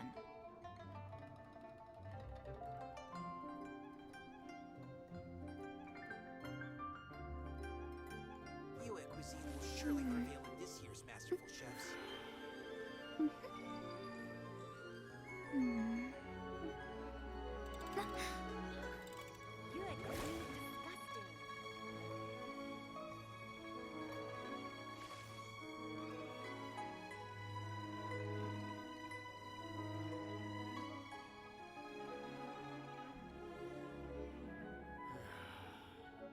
Yue cuisine will surely prevail in this year's masterful chefs. Yue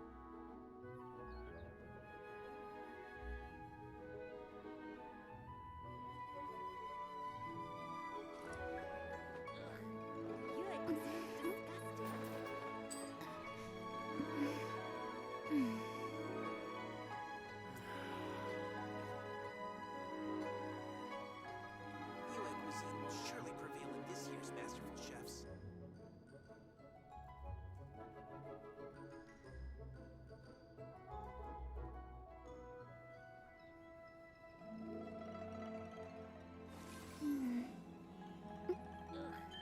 Yue cuisine is disgusting.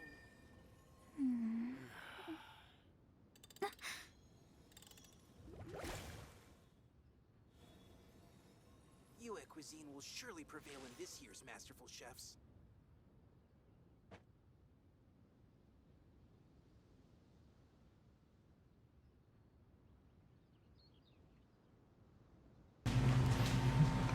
Ugh. Your cuisine is disgusting. Are you talking to me? I never want to talk to you, Vlad. I'm sorry. You're right next to the door. It is me, Vlad. I am meant to distract people from going inside bank. Hello, do you want to go into the bank or are you wishing to talk to me?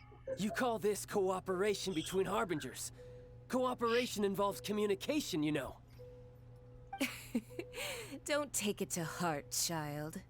Besides, aren't you happy that you got to skip the formalities and bring chaos to the land? I'm sure you must have enjoyed that. Is that the lady? Oh, it seems that some of your friends have arrived. Hey, it's Zhongli and Child. And you! You're also one of the Harbingers? Senora! It's you two. I believe we've met once before. In the city of Bards, was it? I'm glad you still remember my name. Ah, right. I imagine that it must have been rather hard to forget watching helplessly as something precious was snatched away from your friend. I still have time to take it back. No, don't let her get to you. You've yet to gather the powers of all 7 elements. And our last battle at the Golden House was almost more than you could handle. So it might be best to keep things peaceful this time, seeing that 2 of the Harbingers are here. Well, if it isn't you two. This is our first time seeing each other since Liyue was nearly wiped off the map. This is certainly a bit awkward, wouldn't you say?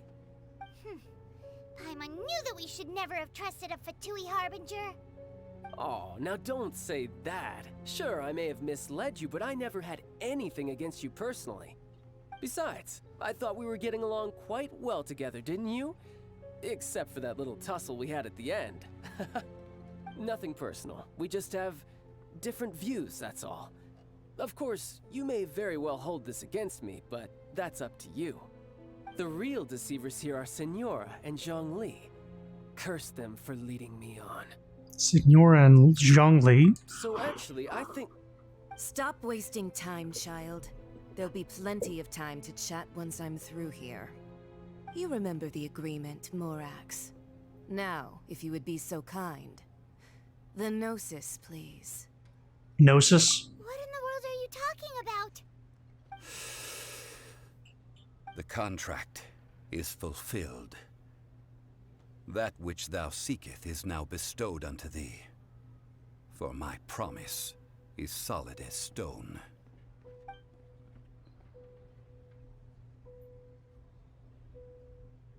Zhongli, why? How sanctimonious. So Zhongli is actually Rex Lapis? I mean, I did have my suspicions. What? So you're the Lord of Chiao? No, wait. That's an exciting twist. Why give the Gnosis to the Fatui I did actually. The second I saw him and how fucking knowledgeable about the land he was, I was like, this guy is probably the god in human form. I do not give it for free. I give it as agreed upon in the contract. For it is a matter solely between the Tsaritsa and I. Why did you feign your death? Yeah, you don't think you went a little bit too far with that whole fake death thing? Everyone was preparing the ceremony for you and splat! This big dragon falls out of the sky and all of Lyric goes into an uproar. Talk about a disaster. Gathering all the forces that had been bubbling behind the scenes, and then stirring them together in a pot that was bound to boil over. That's what he wanted to see, am I right? Wait, what? Perhaps it's best that I explain. As you know, I've dwelt upon this world for more than 6,000 years. It is now 3,700 years ago that I founded Liyue together with the Adepti. Even boulders that can withstand whirlpools will erode with the passing of time. I kept convincing myself that cracks had not begun to form, and that the end of my time had not yet come. Until one drizzly day, as I was strolling along the harbor, I heard a merchant tell one of his workers, "You finished your duties. Go ahead and call it a day." I stood motionless among the crowds, asking myself, have I already finished my duties? Oh, Zhongli. But as I began to consider relinquishing my divine role, I soon discovered that many reasons still remained to not hastily depart. Was Liyue, the city I had dwelt in for so long, already prepared to enter its next age? I decided that a test was needed in order to reveal the answer. So I feigned my own death, and gathered the cast of Child, the Adepti, and the Liyue Qixing to play their roles together on the stage that was Liyue. You had another plan in case it all burned down? That's right. Which is why I continued to safeguard the Gnosis until now. So you mean that if the chaos ever reached the point of no return, you would simply appear and use your divine powers to bring Liyue back under control? Of course, and it would have been all too easy for him too. Just as a child quickly matures after losing their parents, so has Liyue matured when faced with the death of its deity. In the end, the resolution to all that has transpired was even more satisfactory than I could have hoped for. Take the Adepti, for instance. Owing to their years of seclusion, they were the least informed. Yet when faced with a crisis, they commendably showed the greatest amount of restraint possible. Not only did they manage to cooperate with the Qixing, but in the end, they even made efforts to understand the hearts of the people. Credit is also due to Signora, the emissary dispatched by the Cryo-Archon to fulfill our contract. At my request, she kept everything she knew in strict confidence. This despite the eavesdropping ears of her colleague, Child. This meant I could remain as Zhongli, even having the chance to fulfill the age-old traditions of Liyue in this mortal form. Thank you for joining me on this journey, Traveler. Old dragon just wants to Things retire. turned out as I had planned. But why give it to her? There was only one thing that I had not anticipated, and that was the conduct of the Liyue Qixing. I had expected them to do no more than the Adepti, to come to the defense of Liyue. But when all was said and done, they seized the opportunity to supplant Liyue's divine protectors, and used the subsequent power vacuum left by my death to quickly gain complete control of Liyue. Huh? That doesn't sound good at all. On the contrary, I think it is excellent. I had always feared that it was too soon for them to take over from me. And it was also that which I longed for the most. As such, this is the best parting gift anyone could have given this god of old. Hey, what about me? Doesn't anyone feel the least bit of remorse for deceiving me? You've practically kept me in the dark. I think that thanks would be more appropriate. You certainly played no small part in all of this, wreaking havoc and turning the city upside down.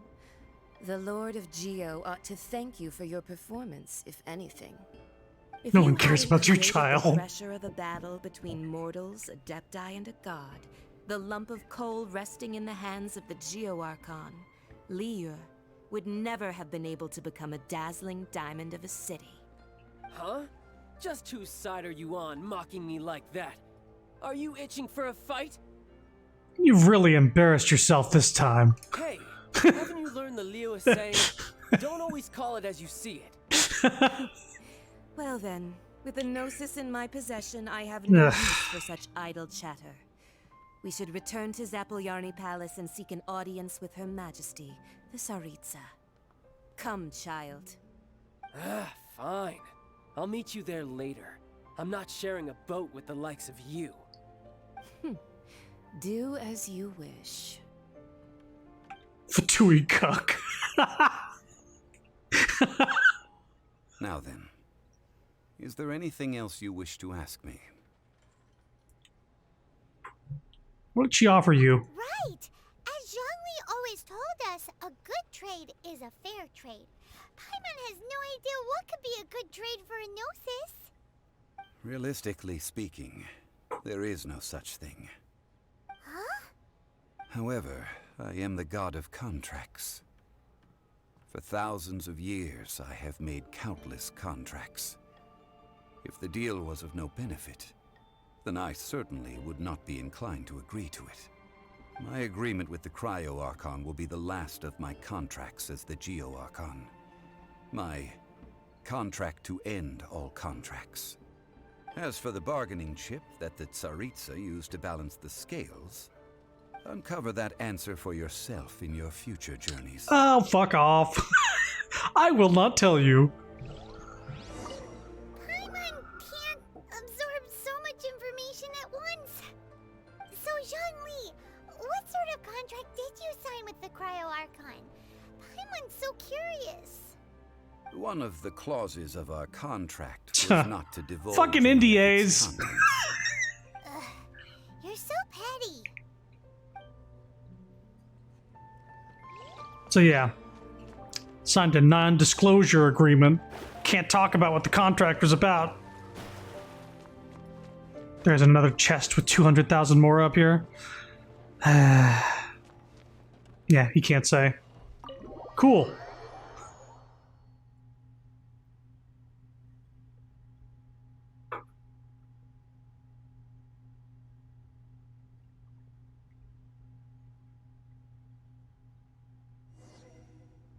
That text flashed by after the dust settles the date. Yeah, okay.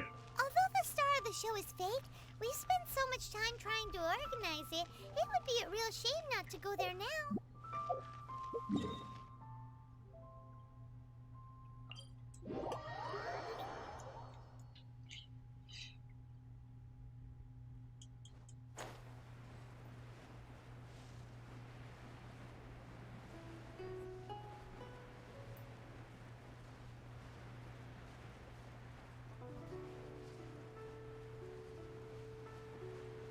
Wee.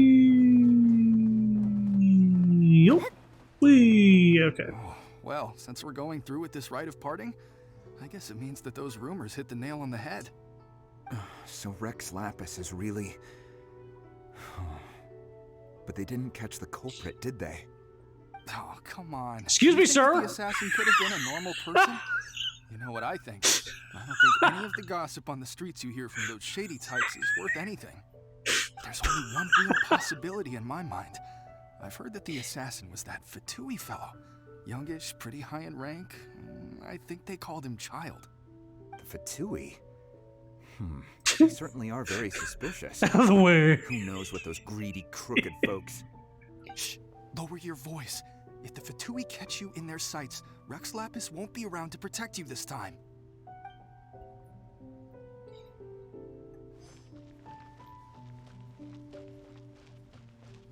You know that god from the ocean couldn't have just shown up out of nowhere. I mean, it's been 2,000 years since Rex Lapis subdued it. Yes, and to think that this happened right on the heels of the incident with Rex Lapis, too. Say, do you think the person who assassinated our lord and released that evil god might have been one and the same? Now that you mention it, that's very possible. Yes, it's very possible indeed. I mean, it all fits together. That person must have colluded with the evil god to harm Rex Lapis. Oh, that wicked, black-hearted scoundrel. Still, what sort of supernatural Also, look, son, must this person it's possess your to uncle. do such things? Uncle Son. I have never heard of such a person in all my years. Ah, forget it. Guessing's no use to us. Look, the Millilith over there looks like he's about to make an announcement. Let's hear what the Ministry of Civil Affairs has to say first.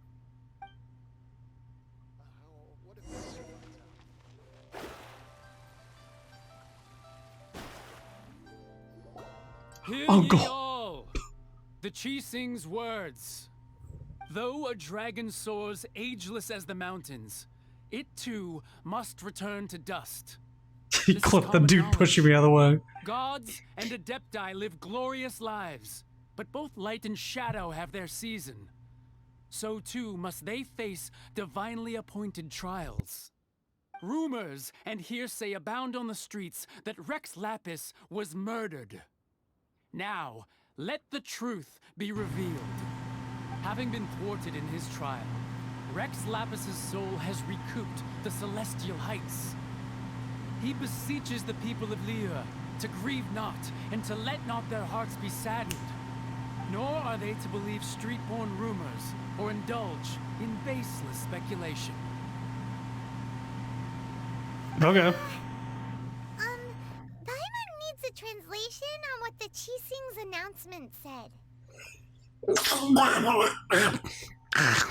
They said Rex Lapis wasn't murdered. So that's how they're spinning it. Something feels off. Why would they suddenly give up looking for the murderer? Not to mention how this excuse sounds like something they just made up on the spot. Could the Qixing already have known that Rex Lapis wasn't dead? But Zhongli said that neither they nor the Adepti knew anything. Did Zhongli tell them in secret after his gnosis changed hands? It's possible. Exactly, right? Ooh, seems like the rite of parting has been going on for a while now. Let's go have a look.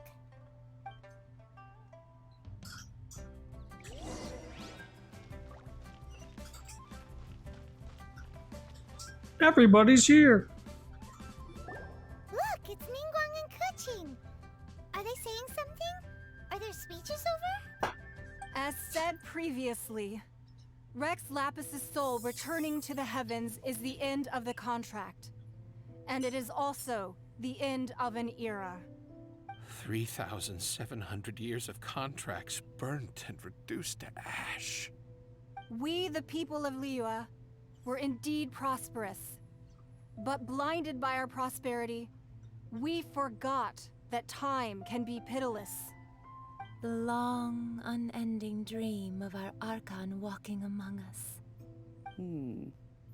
Now that we have awoken from our dream, we must learn to say farewell. Will you stand with us as we re-establish our contracts? As we build a new age of prosperity? So concludes the words of Her Eminence the Tianquan. Does Her Eminence the Yuheng have anything to add? Huh? Is she looking this way? Traveler. Hello. Yikes! She really is looking our way. Is that the traveler who they say defeated the ancient god? So young. The Liyue Qixing always repay their debts. And as you have heard, our eyes see far and our reach is long. Name your price. You deserve that much. 2 billion Mora. Whoa.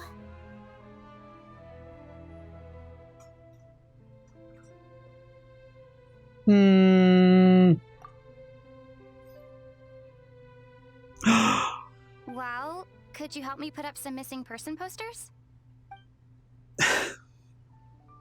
She spoke! For fuck's sake! She can talk! Oh my god! You can talk!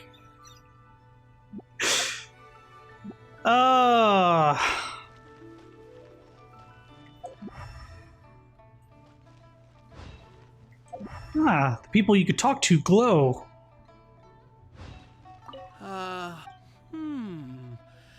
Perhaps mementos for Rex Lapis might be the best short-term business opportunity. Okay. And to think I'd put my best perfume on before coming here, thinking you'd like it. But it seems as if those perfumes really were meant to be offered to Rex Lapis. Well, that's fine. Suffer no rivals in love, they say. And that's 3 gone in 1 stroke. She is thirsty. As for the mortals and Adepti of Liyue, what shape shall our relationship take from now on? No. Observe the bell.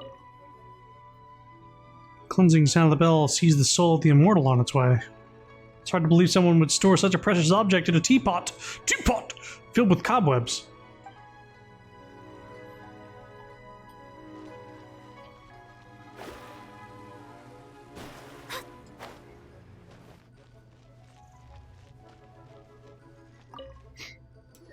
I'll say that I suspected Zhongli as being the god of this area the second that I found out the Venti was the god of the previous area. I was like, oh, well, I guess that's just a thing that's possible. He seems like he'd fit the part. Look at this. Everyone in Liyue is caught up in their emotions, thinking that they'll never see Rex Lapis again. And here you are looking all relaxed. Why would I not feel more at ease after laying down the burden I have borne for 3,700 years? Right. If the two of you can spare the time, I should treat you to a meal at the Xinyue kiosk. Ha! That sounds like big talk, Zhongli. Paimon might have believed you if you were treating us to some 3rd round knockout, but you'd have to pay out your nose just to stand inside Xinyue kiosk. Are you sure you can afford it? You're right. I do lack the Mora. But why would Morax lack Mora? As the Rex Lapis Morax, I can easily create Mora. Huh. But since I have chosen to walk this earth as the mortal Zhongli, I should abide by the same rules. I could just create money, but I'm not gonna. When I was journeying with you, though I still had the roses in hand, I knew that I must soon retire from my role as an Archon. So I had to rehearse a little for my new life. Oh, no wonder. Paimon gets it now. You didn't look at the price tags when we were spending because you've never had to. But since you weren't used to not being able to just make more Mora as and when you wanted to, you had to try becoming a parasite to society who lives off of other people's credit. Well, we were only spending Fatui money. You don't have to say it like that. In the City of Commerce, we do not merely exchange money or goods. We also exchange knowledge, memories, and foresight, as well as positions, roles, and lives. The Archon Morax could never experience life as the true mortal Zhongli could, no matter how many times he descended to be with his people. I must thank you for that. I will treasure the memories that I made as Zhongli, traveling the streets of Liyue with you. It was a fine journey. Why don't you show up in some gacha or something? That is true. But there is no journey that does not end. No meetings without partings. Paimon thinks that we should make a move and continue our search for the 7. I fear that continuing your journey may be difficult. The nation that neighbors Liyue by sea, Inazuma, is presently closed. Who's the god that rules Inazuma? The Electro-Archon Ball. And just as the people of Liyue preferred to call me Rex Lapis, she too goes by another name among locals in Inazuma. Paimon thinks we've heard that one before. Raiden?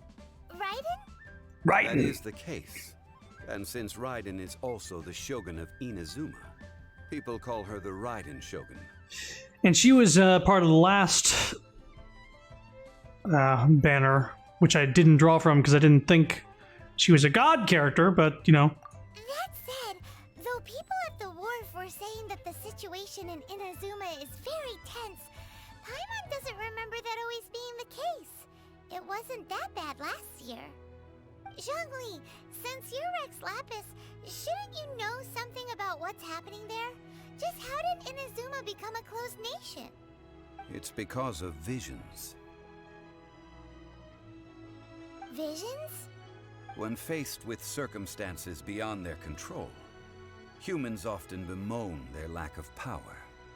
But if a person shows true strength of will at a desperate and fateful moment in their life, the gods will look upon them with favor. This is what visions are. Magical foci bestowed upon those who have been acknowledged by the gods. Uh-huh. That's how people in Teyvat see it.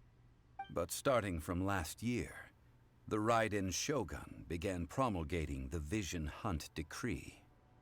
Vision Hunt Decree? Yes. It was an order to seize all visions within Inazuma's borders, and to inlay them upon the hands of the statue of the omnipresent god. They want to seize visions. But why? Aren't visions blessings from the gods? I should think that in the Raiden Shogun's eyes, it is precisely because they are divine blessings that they should be under the sole dominion of divinity. Whoa, that's harsh. The Anemo Archon is the god of freedom, and the Geo Archon is the god of contracts. For her part, the Raiden Shogun is the god of eternity. It seems as though she has finally decided to eliminate any unstable elements that could pose a threat to her eternal realm. The fact that even I, the oldest of the seven, have now passed away, will only strengthen her resolve to pursue eternity. Knowing her, she must have again quoted that adage she is most fond of when proclaiming that decree to her people. 7 ideals for 7 gods, and of these, eternity is nearest unto the heavenly principles. Heaven. All right then. Was there anything else you wish to know? Oh, we're talking to the god of the land, and we're getting some things just like with Venti. It's about the trial. Ah, that was a good one. Failing a divine trial. How they came up with that excuse, I will never know. That said, the reason why the Qixing were so eager to resolve the incident and stop pursuing the culprit was indeed because they received news in secret that Rex Lapis was not dead. I hinted as much to the Adepti as well. How did I accomplish that, you ask? Have you ever heard of this particularly convenient Adepti art known as gifting dreams and visions? All right then. Was there anything else you wish to know? What about child? Yeah, about that. Before the Qixing made their announcement, we listened to a lot of people talking on the way. Most of them put the blame for everything on Child. These are indeed false accusations. But it remains undeniably true that Child did send people to the Jade Chamber to prevent the Adepti and the Qixing from defeating the ancient god. I've heard that Ningguang is busy milking that for all it's worth on the foreign relations front at the moment, browbeating the envoys of the Fatui. Ha! Those poor Snezhnayan diplomats. If it were not for Child's exalted position as a harbinger, I'm certain that they would have shifted all the blame to him and called for his dismissal by now. All right then.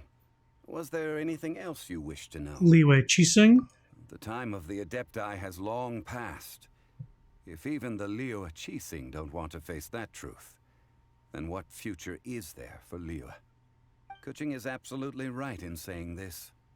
Now, though I did laud Ningguang's desire for power, believing this to be a good thing, and thought as a matter of course that she must have been behind the Qixing's plan to take governing power over Liyue from the hands of the gods and Adepti, could the original person who brought up the idea of seizing power have been... All right then. Was there anything else you wish to know? About Mora. That's right. Zhongli, now that you don't have your gnosis, what's going to happen to all the Mora in Teyvat? Since Morax is dead, are they all just gonna disappear? Also, isn't the Golden House the only mint in the entire continent? Will it even continue to work? The Mora present now will not vanish. But the Golden House will indeed have to cease operations for a lengthy period of time, since creating Mora requires the use of the Geo-Archon's power. This is terrible! We're all about to run out of Mora! The world is coming to an end! Yes, this is indeed a major issue from a financial standpoint. Well, I suppose we'll just leave such troublesome matters to the Liyue Qixing to Oh, debate. I didn't think of this through, did I? Did you at least set some private funds aside for yourself? Oh, a private fund. This does seem like a good, logical, common-sense idea. Yes. It's a shame. What's a shame? You didn't do it. It's a shame that I didn't think of it at the time. All right, then. Was there anything else you wish to know? I didn't set aside a few billion Mora for myself when I couldn't create Mora anymore. I'm, bit stupid sometimes. Well, then. I suppose you'll have to find a way to get inside this closed nation. He's the smartest dumb bitch. I suspect that some serendipity must first come into play. Himbo extraordinaire. Well, this is starting to feel like chili pepper weather. I'm hungry for some fresh and fiery, spicy foods that let your taste buds have a blast. And if there's one dish that fits the bill, it's blackback perch stew. Why am I behind the screen? What the fuck? Oh. Because that's where we were. Hello. All right, then. Was there anything else you wish to know? Well, then. I suppose you'll have to find a way to get inside this closed nation. Have patience. I suspect that some serendipity must... So this is why all these lanterns were around the city when I was visiting your world for a little bit, Sapphire. I assumed it had something to do with the story, I just didn't question it at the time. It's like when I popped in the world and I saw some lanterns on the step, I was like, where the fuck am I? So now I can do this quest thing. And this teapot thing. And a few character quest things. Let's do this one, I guess. Oh boy. 1 for the foodies, 2 for the show. 3 to get ready, and 4 to go! Is this right? We,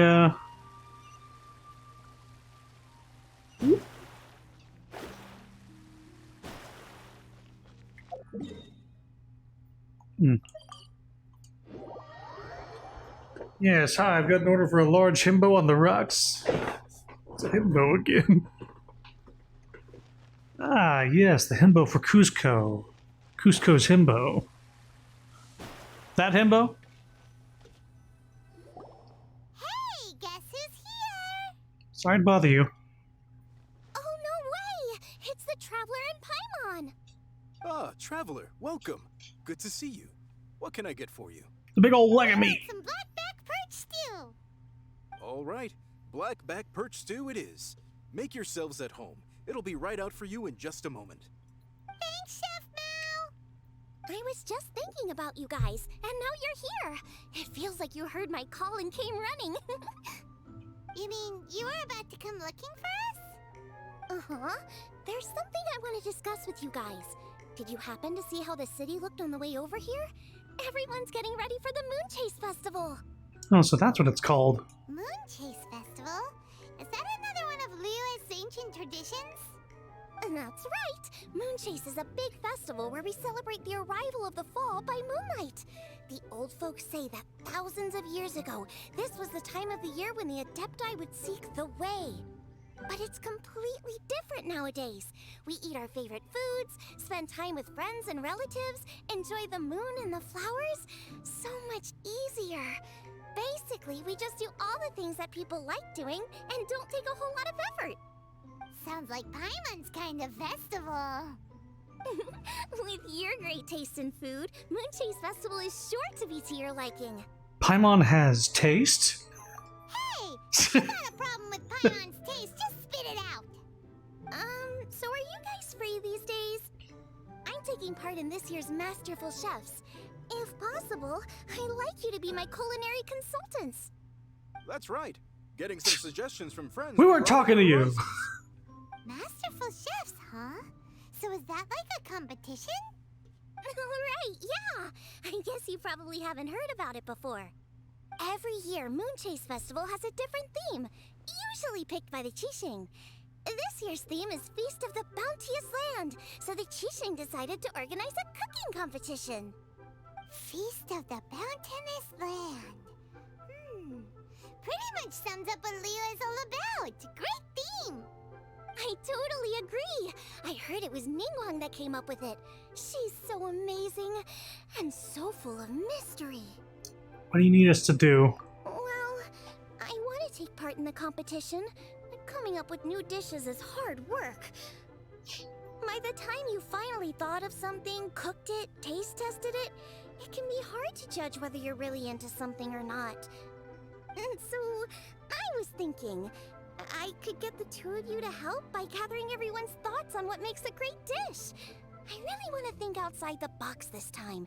And to do that, I'm gonna need lots of different ideas from lots of different people. This'll be a piece of cake! We've got friends from all over the map, haven't we? We certainly don't lack contacts. You sound pretty confident. Well, you know, not to brag or anything. But first things first, let's have a delicious one-man meal. After that, we can go around to all of our friends in Liyue and get their ideas one by one. Okay, great. Also, Golba should be back soon, so we can all go together. Here's your black-back perch stew, folks. It smells so good. Thank you, Chef Mao. It's my pleasure. It sure was a delicious meal. That was so delicious.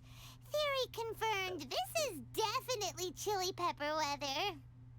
Xiangling can be a bit of a handful, so please look out for her while you're out and about. Come on, Dad. Why would you say that? Because I know you all too well, my dear. That's why. You mustn't be quite so reckless when you're out in the wild, you understand? You do well to be a little more cautious, like our traveler friend. Don't worry, we're all friends here. Let's all look out for each other. Ah, and Guoma's back. Roly-poling around as usual. All right, let's pack up and head out. Try the winning dish of this year's Masterful Chef. Wonder if Paimon ever paused to taste the food. What? It's gone! Some monster.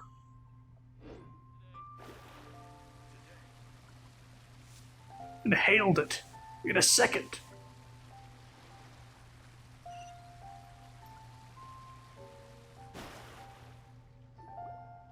So, it's outside the box thinking that we're looking for, right? Hutao always seems to have a unique perspective, so let's make this our first stop. We haven't met them before. What? My ears are burning. Did somebody say my name? Anyways, Genshin Funeral Parlor has a very old name in the funerary business, and its directorship is now up to its 77th generation, with the current director being a young lady named Hutao. She's apparently really good. This young director is known for her sharp intellect, but in some people's eyes, Hutao might be a little too smart for her own good. Indeed, the quirky and eccentric Hutao is not what people expect from a solemn title like that of Wangshen's Funeral Parlor's director. However, Hutao has a unique outlook on life and death, and though she is surrounded by death every day, her optimistic outlook has never changed. Quite an odd duck, this one. Yeah, it's Paimon and the Traveler. Oh, and Xiangling, too. We've come to hang out. Of course, Hutao! Way outside the box. Meaning you're here for some other reason, right? How might I be of assistance? Well, Hu Tao, I wanted to ask you, what kind of food do you like? What food I like? Off the top of my head, I don't really have an answer. Wow, so even Hu Tao gets lost for words sometimes. Paimon sure didn't see that coming.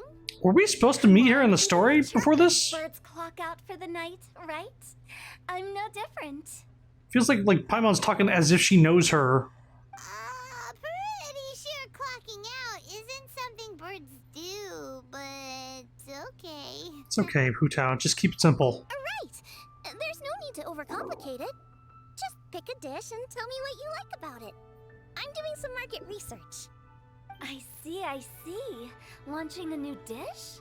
Well, let me say right off the bat, nothing weird, okay? Some poached fish, a side of shrimp dumplings. That is all you need. Poached fish and shrimp dumplings? That's a bit ordinary, isn't it? Well, it is and it isn't. Think about it. Poached fish is hot and spicy with a powerful aroma. It's a dynamic dish. Add a side of shrimp dumplings, and there's your static component. Got it? Dynamic? Oh, I can do dynamic. Mushroom slime stew it. No, not that kind of dynamic. A dish is more than substance, it's a mood. Poached fish is red and spicy. It elicits a response from the eyes, ears, nose, and mouth. That's why I call it dynamic. Shrimp dumplings are more subdued, clear and smooth with a pure and subtle fragrance. I call that static. Combining dynamic and static is how you create a perfectly balanced meal. A union between opposite but complementary features coexisting in perfect harmony. Paimon didn't follow that at all. But at the same time, it kinda sounded smart, so... Okay, dynamic and static. Opposite, but complementary. So is this just another way of saying you should keep everything balanced? You know, a little meat, a little veggie, a little salt, a little sugar? Bingo! Except I don't think you need to have a sweet dish for it to be a complete meal. Personally, I always skip dessert. Okay, I think I got it. At first I thought you were just goofing around, but actually you make a really good point. How did I ever doubt you, Hu Tao? Thanks. When it comes to telling tales, the storytellers have got nothing on Hu Tao. Sounds suspiciously like a compliment to me. I'll take it. You're clearly a keen philosopher. Uh-huh. Well, at least one of you gets it. Everything in this world runs on its own set of principles, be it the circle of life or sugar and spice. You either get it or you don't. Since the Traveler seems to approve, I'll make sure to factor it in. Paimon thinks we're pretty much done here now. Let's head to Boo Boo Pharmacy next. Boo Boo Pharmacy? Yeah, you'll definitely get some interesting responses over there. Is that a joke? Am I a joke to you? Just a quick...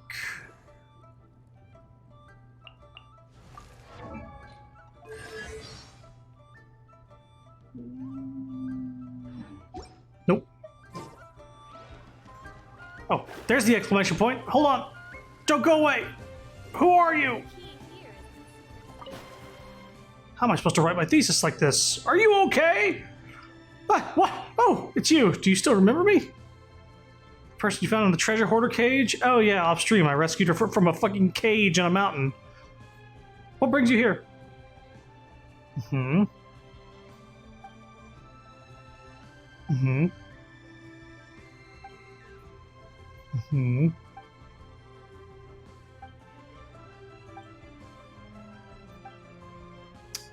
I don't have a vision.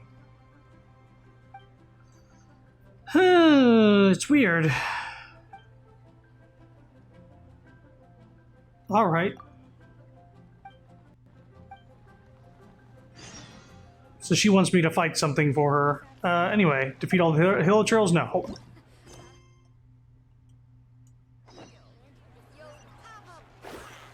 To have a blast! It's another fucking exclamation point. Give me a sec. It went away. It went away. Did you see it? Now it's back. Guess everyone's interested in history now, huh?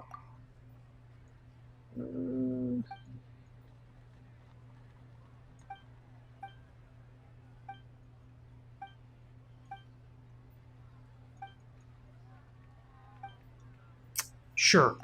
I'll get a book for you.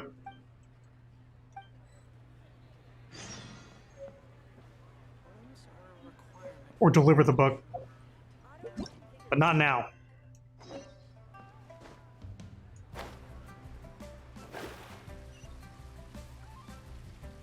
Time to go to Boo Boo Pharmacy.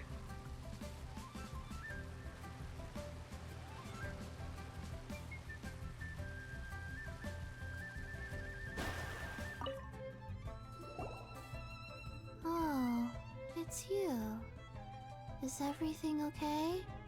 Why, if it isn't the special guest who seldom visit. Less busy than usual, I see. Yikes! Oh, what happened to Baishu's voice? Excuse me? The neck. Oh, it's just Changsheng. It's been a while. Welcome, welcome. Here to procure an herbal remedy, I presume? No. We actually came for the conversation this time. We're here to talk food. I'm entering this year's cooking competition, so I wanted to ask you both. Oh, wait, there's 3 of you. I wanted to ask the 3 of you what kind of food you like. Most astutely self-corrected, we shall surely supply our assistance. You need to know what food I like? It's all the same. No flavor. Chi-Chi has some gustatory dysfunction and can't taste any food. Make no mistake, she's not being uncooperative. Oh, I understand. That's fine. Still, I'd expect Chi-Chi to have some sort of dietary preferences, though. There must be some dishes that you like the sensation of. Sensation? Yes, there's one. Coconut milk. Nice and cold. Well, that doesn't help us. It's not a dish, it's a drink. How about you two? Any thoughts? I like bite-sized morsels of meat. I agree with Changsheng. Many of our patients are the elderly and young children. They find large chunks of fowl or seafood difficult to swallow and digest. Dishes where the ingredients have been finely chopped, on the other hand, are far more suitable for them. We also see plenty of people with colds and sore throats who find it difficult to eat rich food. From a purely pharmaceutical perspective, I tend to recommend soups and stews. Got it. Would that be medicinal soups and stews? Medicinal soup. I don't like it. I must apologize for having such a one-track mind. It's a little difficult to think about food without worrying about the health implications these days. We've had quite the endless stream of patients recently. If you ask me, I think the changing weather is to blame. That's okay. Everyone's input counts. Keeping it seasonal and suitable for all ages sounds like a pretty good idea to Paimon. Important considerations for any chef. Medicinal dishes have higher demands in terms of nutritional balance than the kind of food I normally cook. I don't usually focus on medicinal properties, but since this is for a competition, maybe I can score more points by taking both flavor and function into account. Food with substance. Always better. Everyone will like it. It's a great suggestion. Thanks, everyone. You're welcome. As long as we could help. It's great to have a doctor's unique perspective. I'm feeling inspired. Oh, how you flatter me. Receptivity to sensible suggestions make for a savvy chef. Oh, she is! Creating new dishes is Xiangling's favorite thing to do. You can be sure she'll put lots of care and attention into it. Everyone's got their hobbies, and mine is cooking. Usually I just go with my own ideas, but having a whole new perspective this time is sure to make a big difference to the end result. Great! That makes this whole trip worth it! Alright, time to move on to the next. So we've got an independent thinker's perspective and a health perspective. Next, Paimon thinks we should probably talk to some picky eaters. Also, I think people found out that this guy's like a Dendro vision user because he has a green talisman. Well, everybody sort of has a talisman tied to their element, like Mona has a blue one. He's got a green one. And unfortunately, he's not able to be drawn right now, and there's no Dendro users. It's just a fucking tease.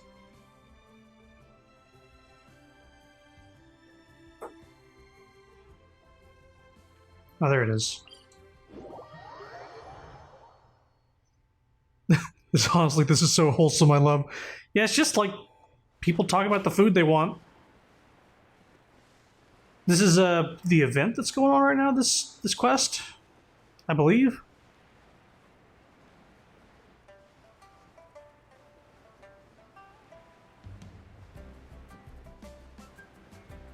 And drop.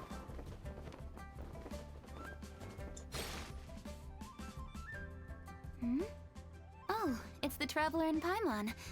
And Xiangling. Greetings, friends. It's been a while. Just all girls. Hey, everyone's a girl. you here? It's Beidou! Huh? Everyone's gathered together here. Uncrowned Lord of the Ocean. Beidou, known as the Captain by many, is the leader of the Crux, an armed fleet from Liyue. She is a heroic character who values righteousness. Her many great deeds have earned her the love of the people. Her many subordinates are proud to sail under her flag, and the children have turned her experiences into song. Yes, Beidou is a very famous character indeed. Of course, with such fame comes folk sayings and rumors, and people even saying that Beidou can perform such superlative feats. Oh boy, it's that time of night. Being able to split the mountains and seas. As to how much of these tales are true and how much are an exaggeration, it is likely that only the legendary Captain Beidou herself knows the answers. Has something happened? What's with this great big stone on the ground? Long story. So, just to confirm, I will assume responsibility for handling this stone of unknown origin. Any objections? None here. You know how to get things done, Kuching. As long as it's with you, I can rest easy knowing that it's in safe hands. Should I take this to mean that you doubt the relative safety of leaving this in the hands of the Tianquan? Huh? Well, for starters, Kuching is the one who's always out running errands, rain or shine. Besides, you don't seem to give a wooden more about this whole thing anyway, so what's it to you? I was merely joking. You, meanwhile, seem only too ready to pounce when an opportunity to publicly lambaste me arises. Even when it means giving our poor mutual friend here the cold shoulder. Is this a bad time? By no means. You wish to know about the stone, I presume. Then let me invite the great seafarer Captain Beidou to tell the story. Beidou. If she would be so kind. You... Fine. Well, it's a big one, right? And such a smooth surface, too. Makes you think there's gotta be a good chunk of jade in there. It was found by a fishing crew, not far off the coast. It must have been underwater for years, so the erosion will be what's given it that smooth finish. Finds like this cannot be kept as private property, and must be submitted to a holder of public office. Placing it into our custody will also give them peace of mind. So, what's inside it? Well, we've hit it with just about every weapon we could get our hands on and haven't managed to even dent it yet. Clearly there's more to it than meets the eye. No weapon could smash it open. Wow. Paimon doesn't think we've ever encountered a stone like that before. Kuching has taken an unusually keen interest in this giant stone, which is why we are leaving the matter in her capable hands. Let's put that aside for a second. Traveler, what brings you here? Were you looking for someone? Actually, we were looking for all of you. We need all hands on deck here. I don't think anything's gonna outdo the last thing. Oh my god, a giant rock! Oh? Hopefully not. It's a because there's rock been and it's some sort of giant! cataclysmic event. No, nothing like that. Paimon's just getting carried away. I just wanted to ask everyone about their food preferences. Food preferences? That's a little unexpected. I have rather simple tastes. Precise, pure, smart, and sophisticated. That is all I require. That's your idea of simple, huh? I summed up my culinary requirements in 4 words. Is that insufficiently simple for you? A few weeks out on the open ocean would fix your flawed definition of simplicity, let me tell you that. What about you, Beto? Me? If it's freshly cooked and piping hot, that floats my boat. If it's got a little chili pepper in there too, I'm one very happy captain. Paimon thought you would have said bar food. Oh, bar food works too.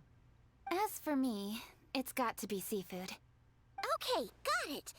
So, seafood, piping hot, and, simple but sophisticated. Not a lot of overlap. And that's where I would disagree. Traveler, surely you've heard of golden shrimp balls. Oh my, they're my favorite. You need to wash and devein the shrimp, wrap it in finely sliced potato strips, then deep fry it to perfection. There's no room for cutting corners. They're very precisely put together. They taste pure, the presentation is smart, and the skill needed to cook them is highly sophisticated. It fits Ningguang's forward summary to the letter. Huh. So what you're saying is, for all the frills and trills, good food is all the same at the core? I heartily agree. Golden shrimp balls are a prime example. Their essence lies in combining art and nutrition in a single package. It is a dish of true value. Okay, got it. So Kuching loves golden shrimp balls. I didn't say that. Did I? No, at least not outright. Alrighty. Thanks for all your input. I'll be sure to take it all into consideration. Traveler, Paimon, do you have anything planned after this? No immediate plans. Good. I'd like you to help me investigate something. It's about this stone. You picked the right people for the job. We investigate stuff all the time. My thoughts exactly. The Qixing has a public duty to deliver our final verdict to the fishermen, but there are also some things I would like to investigate on a personal level. I'm sure you've become acquainted with the general background of the Moonchase Festival. However, I have my own understanding of this festival's roots. My grandfather was a researcher of Liyue's traditions. In his notes, he indicated that there was a deity called the Stove God in ancient Liyue, which people paid tribute to at a certain time of the year. Very few written records make mention of the Stove God, and those that do are notoriously confusing. Some scholars believe that the Stove God was just another title held by the Lord of Geo, but others suggest that this was a different deity altogether. One folktale even claims that the ancients found the Stove God's shrine, but there was no statue. Only a huge, smooth slab of stone. Shortly after it was found, the stone was lost in transit, and it hasn't been seen since. This stone here has all the same features, so I suspect it could be the one that went missing all those years ago. After many years of researching ancient texts, my grandfather came to believe that the practice of paying seasonal tribute to the Stove God may be best described as a festival. He called it the Stove God Festival. That would make it the forerunner to the Moonchase Festival we know today. But this is all just theory and conjecture. To prove any of it, we'd need to start by identifying who the Stove God really was. Now that Rex Lapis has passed on, and Liyue has entered the age of humankind, his successors should continue to respect our nation's culture and traditions, just as he did. That's why I think the responsibility for this situation should fall to me. It's a chance to shed light on our history, revitalize an ancient tradition, and possibly prove my grandfather's hypothesis along the way. With any luck, we'll nail all 3 in one fell swoop. It was just a couple of days ago that we received this stone. Right after we decided to use food as the central theme for this year's festival. It makes me wonder. Maybe a divine will is at work behind all of this.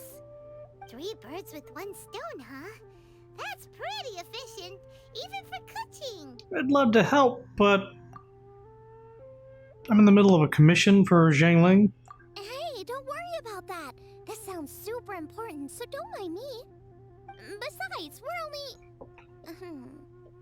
Wait a second. I got it! What? Why are you shouting? Ka-ching, can I tag along for your investigation? But...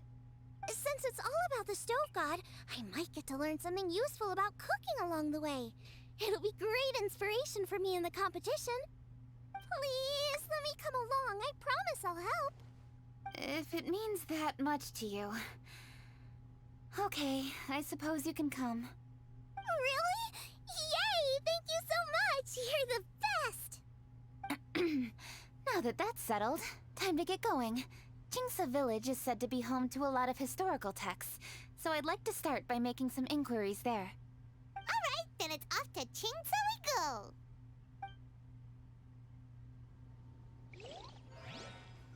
Boy, that tanuki in the background sure was built to distract from anything else going on in the scene. Where the fuck do we go? First of all, I guess I have a reputation reward here. I'm doing some quests.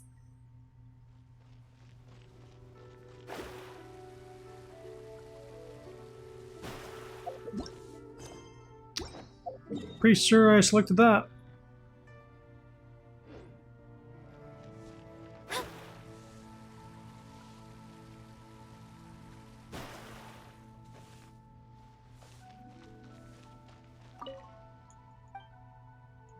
What's my reputation like?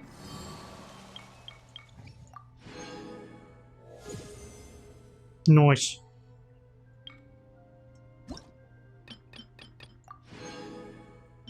Condensed resin. Oh, so now I can craft those. Gotcha. As long as I actually learn it.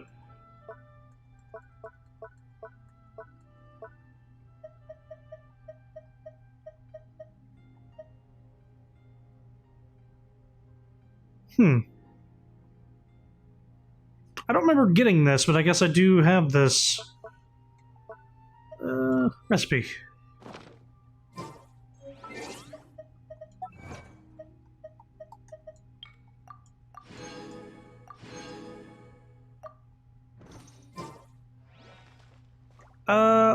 Actually, now that I've unlocked, I need to actually do this quest before unlocking that one. Gotcha.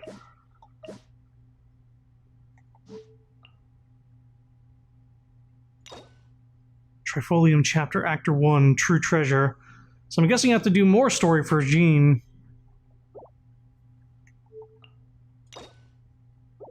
Right, now I already started that quest. I suppose we'll just unlock him.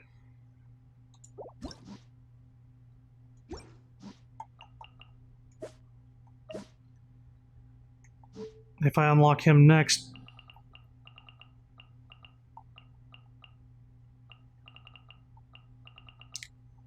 Wow, Zhongli, you get 2 hangouts? Raiden Shogun, Hu Tao.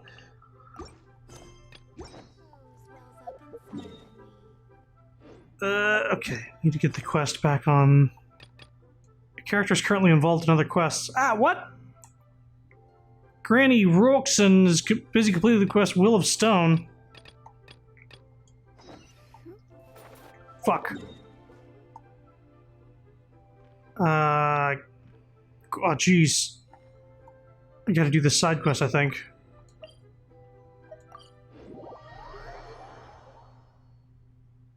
Or at least talk to her to make her move from her fucking spot.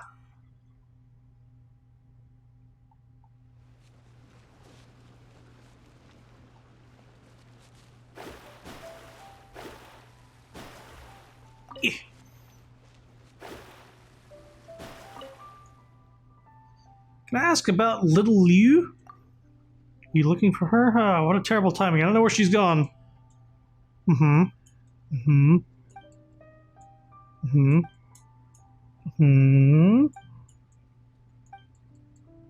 I'll give it a go.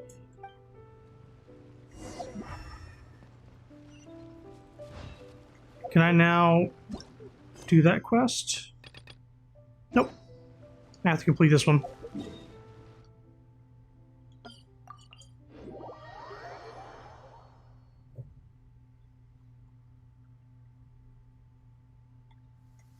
With rain this heavy, not only are the stars clouded, so too is my scryglass hazy.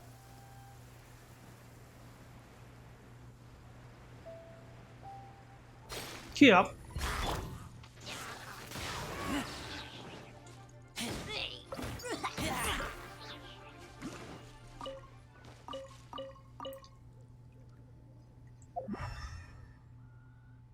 Hmm.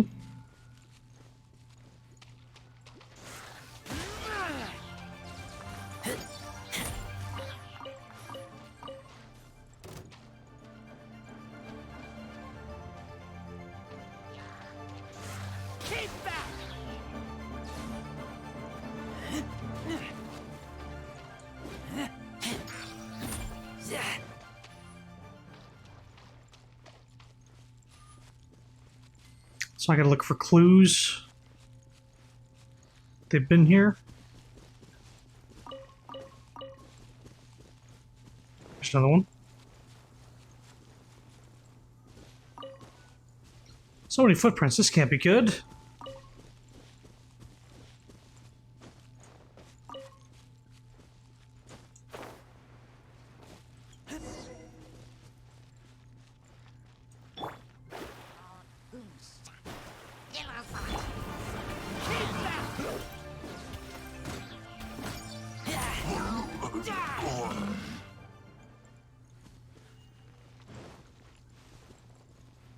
Hello. Here to catch me and take me back to the Chinksa village? Granny Roxon is worried sick about you. I have something for you. I don't need anything from you. You're just trying to bribe me. Go back and tell the villagers that I'm going to Liyue Harbor to look for Daddy. You don't have to worry. Once I find him, I'll just talk to him for a while and then I'll come back. If she gets more than 30 feet away or meters away, the quest will be failed. Oh, good.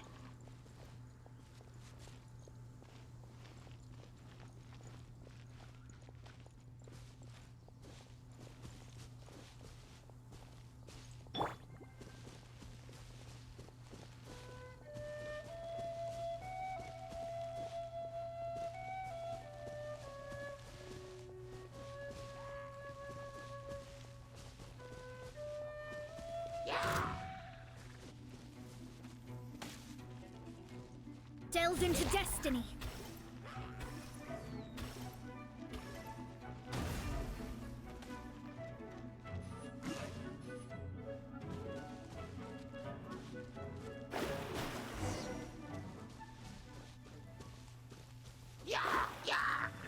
Oh, hello. Shadows of fate. Decided by destiny.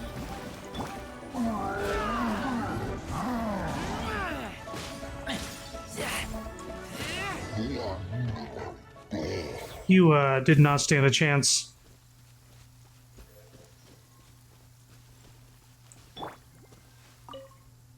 What are you following me for anyway? I said I'm going to Liyue Harbor. I'll get around these monsters myself. They won't find me. Don't treat me like a kid. I'm a grown-up now. This is from your father. From Daddy? Did he ask you to send it over? I'm sure it's more things for children to play with, not kites, it's dolls. If it's not kites, it's dolls. You don't like them? I do. It's something Daddy gave me. How could I not like it? But if I always like these things, that doesn't mean I'll always be a kid. If I keep playing with them, I'll become an adventurer, get my own vision. What do you want a vision for? If I had a vision, I'd be able to do so many things, whether it be making money or something else. Then Daddy wouldn't have to work in Liyue Harbor all the time. He could come back and spend time with me. Right now, I can't even go to Liyue Harbor by myself without a vision. Since Daddy has already sent you here with some presents, might be just giving him more trouble by going to look for him. I had presents ready for him too. Wanted to give him a surprise, but I can't take them to him now. If only someone could help me do that. It's alright. I'll go back. No need to follow me. I know the way home. Maybe I should deliver our presents for...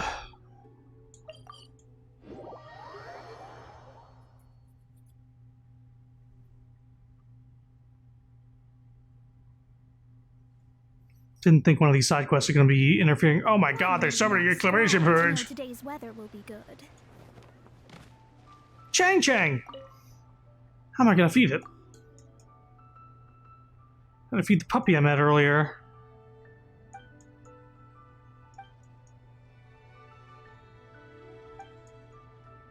Gotcha. Fowl, I think. So I need to go feed a dog. Sir? Ivanovich.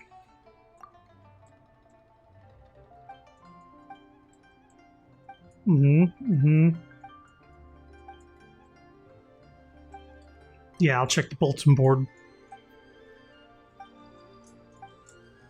For permits. But not now.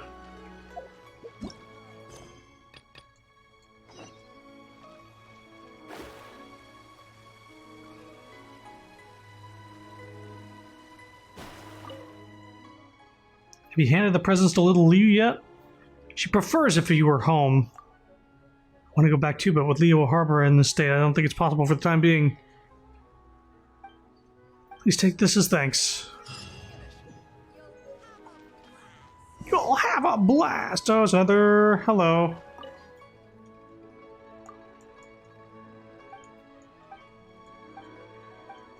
Boy, all these side quests are here. Okay.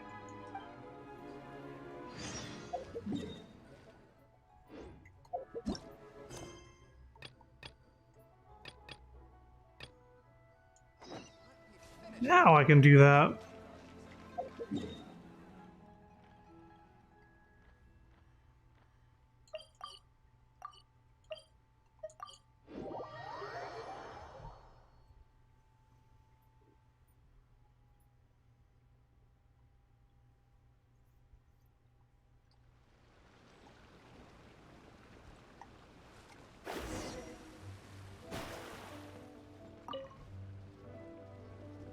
Hi, Granny. We need your help with something. Are there any old books around Qingce Village? You know, from a really long time ago? Oh, looking for ancient texts, are we? Let me think. There is an old warehouse over there, property of the Feiyun Commerce Guild. Oh god. Many books are stored inside. Those that they have no room for at home. In fact, their youngest comes over this way to read sometimes. She's reading her lines as slow as some people in Shenmue talk. The Feiyun Commerce Guild's youngest? You must be talking about Xingqiu. Paimon didn't know they had a warehouse here. Let's go take a look.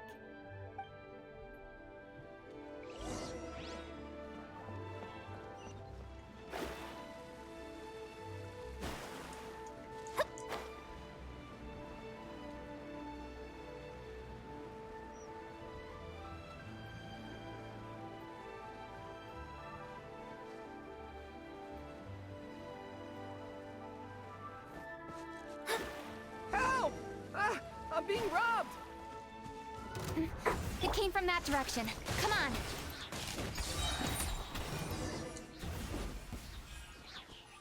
Whoops. Grab some berries real quick. What happened? I've come here to clean the book warehouse plenty of times before, but this is the first time I've run into these crooks. Are you alright? I am, thanks to all of you. Hey, wait a minute. You're the Traveler, aren't you? And you're with... Lady Kuching. An honor. Truly an honor. We'll try not to take up too much of your time. I understand that this book warehouse is the property of the Feiyun Commerce Guild. Could you advise whether we might find any text relating to the Stove God in this collection? The Stove God? I heard that's the Lord of Geo, right? Huh? Really? Yeah. A friend of mine who conducts research mentioned it once before. We use stoves for cooking, and stoves are built from rock. Some people think that the stove is a gift from the Lord of Geo. And that's why they call him the Stove God. Seems logical enough. But Do you have any books on the topic? I'm sorry, I'd have to ask the young master about that. Oh, any questions? Please, ask away. Look who it is, Book Boy. Hey, it's Chongyun and Xingqiu. Hello, one and all. You've never seen him before. The young thaumaturge, Chongyun was born to a clan of exorcists. He travels the land working to exorcise demons. He's an honest and serious lad by nature and is both hardworking and persevering, never shrinking from any sort of hardship. However, he has one problem that no amount of work can solve, and that is the pure Yang spirit he was born with. This pure Yang spirit is capable of repelling demons to a point where Chongyun has never had to lift a finger to stop them. As a result, he has almost never seen a demon in his life. This troubles Chongyun greatly, of course.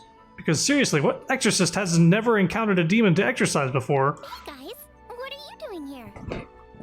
I was bored with nothing to do, and thought I'd come out this way for a bit of reading. And then I thought, why not bring Chongyun along too? Yes. I'm just along for the ride, really. I see the Yuheng Kuching is with you.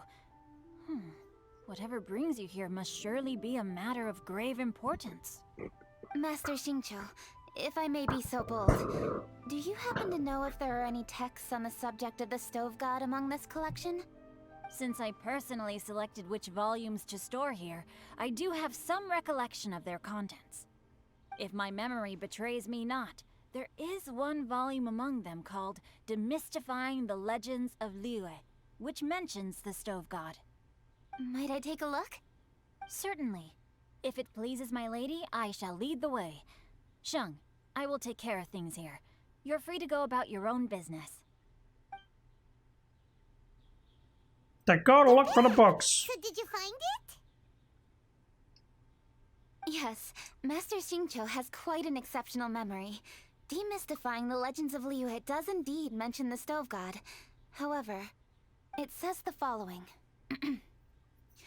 The body of the dragon wielded a tail that could eclipse the sun, and claws to command fire and teach the ways of wisdom.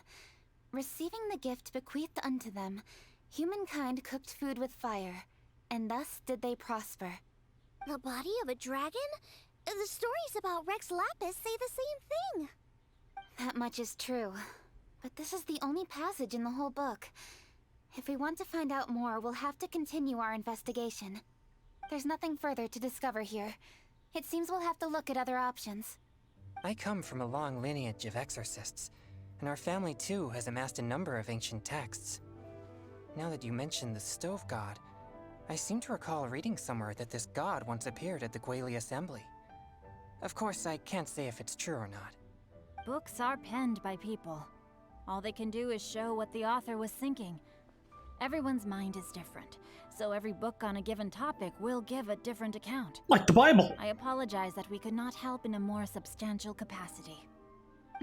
Your help thus far is quite ample. Liyue is a vast and rich land. All things that existed here in the past have left their trace. So long as we do not abandon our search, it is sure to bear fruit eventually. That Tanuki thing running around during these like wide shots reminds me of any time they'd be talking in Pokemon and then it would just cut away to the Pokemon playing around doing something just like completely unrelated. Like they're just like, we're animals and we're being cute. Just so the kids would like stay tuned in because they don't care about what the people are talking about. They just want to see the Pokemon. That's what that reminds me of. Like here's a shot of this thing running through the grass. Don't you like it? Thank you all. We will continue our investigation elsewhere. Oh, hold up. I had a question too. Xingqiu, Chongyun, could you tell me what kind of food you like? Food? Oh no. Squeaky You're not chair. Thinking of taking part in the Masterful Chefs, are you? Yeah, I totally am. What's wrong? You look like you've just seen a ghost. Xiangling, this is a major event. I beg you, please don't cook anything strange for this competition. What do you mean, strange? Mushroom slime stew, to give one example. Okay, fair enough. That dish isn't my most popular. But that's why I'm doing all this research, so I can create some really special dishes to win everyone over. Well, in that case, I like cold food. That's because you can't handle hot and spicy, right? Yes, you're absolutely right. My tastes are on the mild side. I prefer gentle dishes with minimal seasoning. Soups and stews, vegetables and broth, seafood or freshwater fish, either boiled or steamed. These kinds of dishes I am most partial to. No surprises from the Guhua Geek. Okay, another mild child. Got it. These are just personal preferences, and everyone's are quite different. Are you sure this eclectic mix of opinions will be of any use? Of course! You're my customers, and putting a smile on customers' faces is my calling as a chef. Though Xiangling's market research blade stabs often into the dark, her heart never strays from the noble path. If anyone can win hearts and minds with their cooking, it's gotta be someone like Xiangling. She's got pure intentions and really cares about the customers. No, where's all this praise coming from? Knock it off, guys. You're embarrassing me. Sorry for holding you all up. That's all I needed to know. Shall we carry on with the investigation now? Over to you, Kuching. Where to next? So we've learned the Stove God allegedly made an appearance at the Guili Assembly. But today that place is largely a wasteland with few traces of human activity. Wangshu Inn is close by, so let's stop off there on the way over and see what we can find out. Forgive us, for this is where we must part ways. May your journey be a smooth one. Yes, best of luck. If you run into any difficulties, come and find us. We'll be only too glad to help. Thanks, everyone. Let's go! Next stop, Wangshu Inn. Is this... I wonder if this is the quest that Sapphire was talking about. Is this actually the fucking... It seems completely unrelated. Hang on. Just want to make sure. I mean, this is... Yeah, this is the quest. This is a current event going on.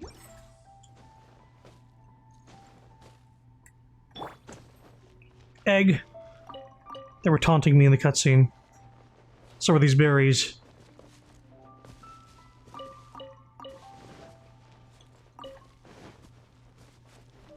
Now, which book to read today? Aha! How about this? Chongyun, pick a book, any book, and read it out loud to me, will you? That way, I can give my mind a rest. Huh?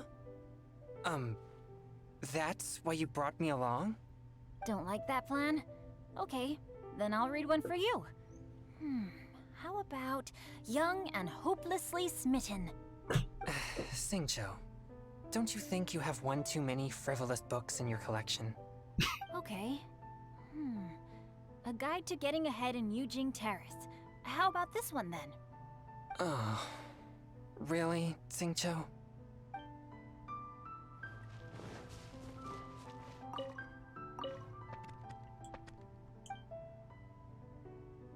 Not telling you.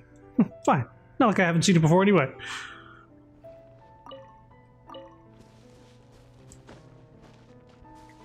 How far away are these?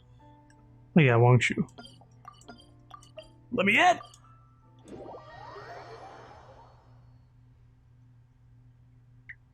Well, good news is we've done the story quests to unlock the current event stuff, but the event stuff seems like it's more story. So I should do this on stream. There's Yanxiao! Smiley? Huh? Oh, Traveler. Who are all these people? Friends of ours! Allow Paimon to introduce Xiangling, Guoba, and Kuching. Kuching? Of the Chishing? She's the, Hi. No need to be so nervous, Yang Xiao. It's not that. It's...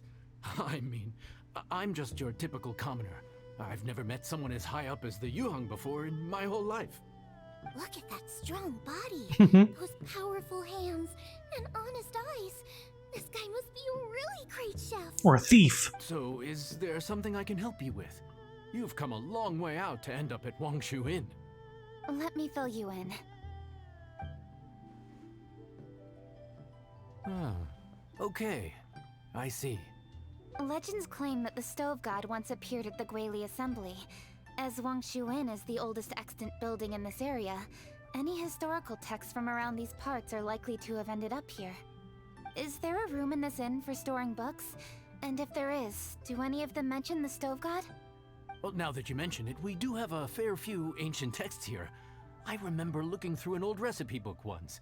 I just need to remember where they're all stored. If you are happy to wait here for a few minutes, I'll go have a look right away. Oh, Traveler, there's something I need to discuss with you. What is it? We need to pay up or something? What? No, I wouldn't take your money. We're all friends here. I just wanted to ask if you had the time to make a satisfying salad for me. A satisfying salad? What for? A certain person comes to mind. Yeah, guy who hangs out on the roof terrace, you know? Good-looking fella, not too tall. Shh! Don't you think he can hear you? Oh, right. Yeah, maybe. Anyway, you know who I mean. The boss told me to take care of him, but this guy, let me tell you, he is one tough nut to crack. He usually turns his nose up at everything that isn't almond tofu.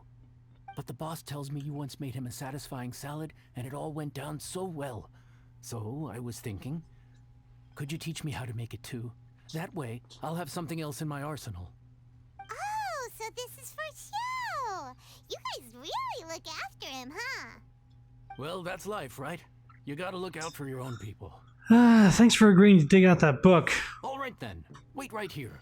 I'll be just 1 minute. Clock is ticking! 59, 58... Sorry for the trouble, Traveler. Don't mention it. Okay. Here you are. Thank you ever so much. While Kuching's reading her book, let's make that satisfying salad.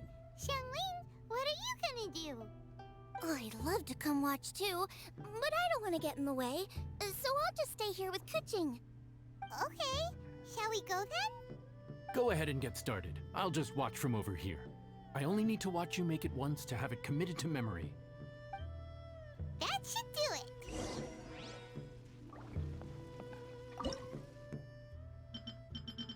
I think because I've already got some in my inventory, I should just talk to him again.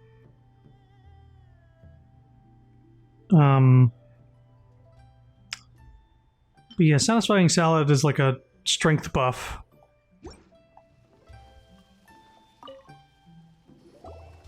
All right, thanks for that. I think I've got it now. You got all the steps down, right? Of course. Don't forget, I am the best chef around these parts. Let's go see what Kuching and Xiangling are up to. Kuching! Xiangling! We're back! You finished cooking? Good timing. We finished our reading too. In the dark? And? Useful? Or no? Useful. There is a passage concerning the Stove God, and it's not what we were expecting. It's a lightning storm outside, Jesus Christ. 60 miles to the northwest is the Guili Assembly. Many were settled there, where they hunted in groups, farmed the land, and made their living from what the soil yielded. When the Stove God descended, one god became many, all of which were the height of children. As does a star when it descends into the world, so the Stove God went out among the common folk and taught them to create fire. With fire, the people at last learned to make hot food, and they dined on rice congee and cooked meat thereafter. This is a radically different account from the one given in Demystifying the Legends of Liyue, and also a conflicting one. One god became many? Does that mean there was more than one Stove God? Taking the text at face value, that is what it says.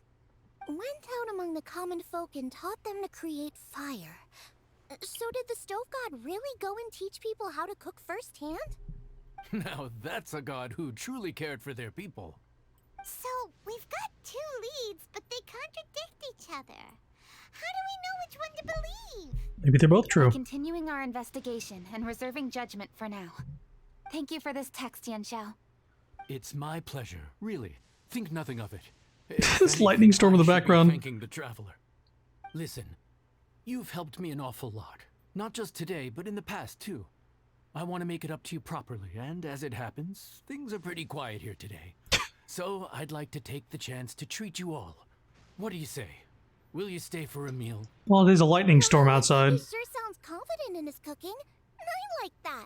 Confidence is one of the best ingredients a chef can have. I really want to try his cooking. I say we take him up on his offer. Kuching, can you spare the time? It's hard to refuse a generous offer like that. Yes, I think we can fit this in. Yanxiao, we await your culinary creations with great anticipation. I won't disappoint.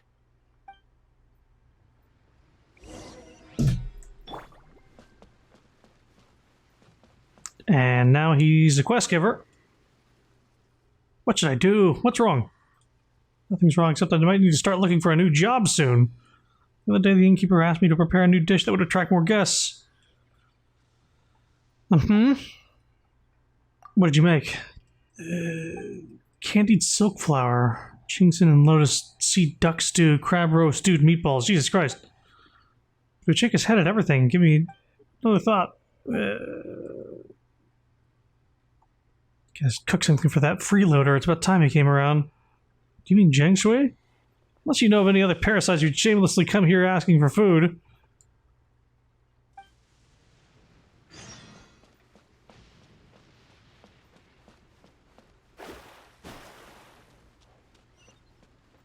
Dog, it's not safe to go outside. It's thunderstorming. Lightning could strike at any point. Boy, there sure are a lot of quests now. I wonder if I just reached a point in the story where a bunch of side quests got unlocked. How unexpected. What's unexpected? I originally wished to enter the mountains to seek the Adepti, my liege. Uh-huh. Still, though my heart is burdened with words, they're too scattered and lack a central spirit of poetry to rally around. I was just puzzling over the matter. Whatever do you mean, my liege? Ah, but you are no poet. It is normal you do not understand. The flow of a poet's words is a mystery unto itself. Rather than words, the poetic spirit is fraught with many... Yeah, hold your horses. What favor? I need a favor? You need a favor now? Do not fret, my liege. Just like this. Uh-huh. Mm-hmm. Yeah.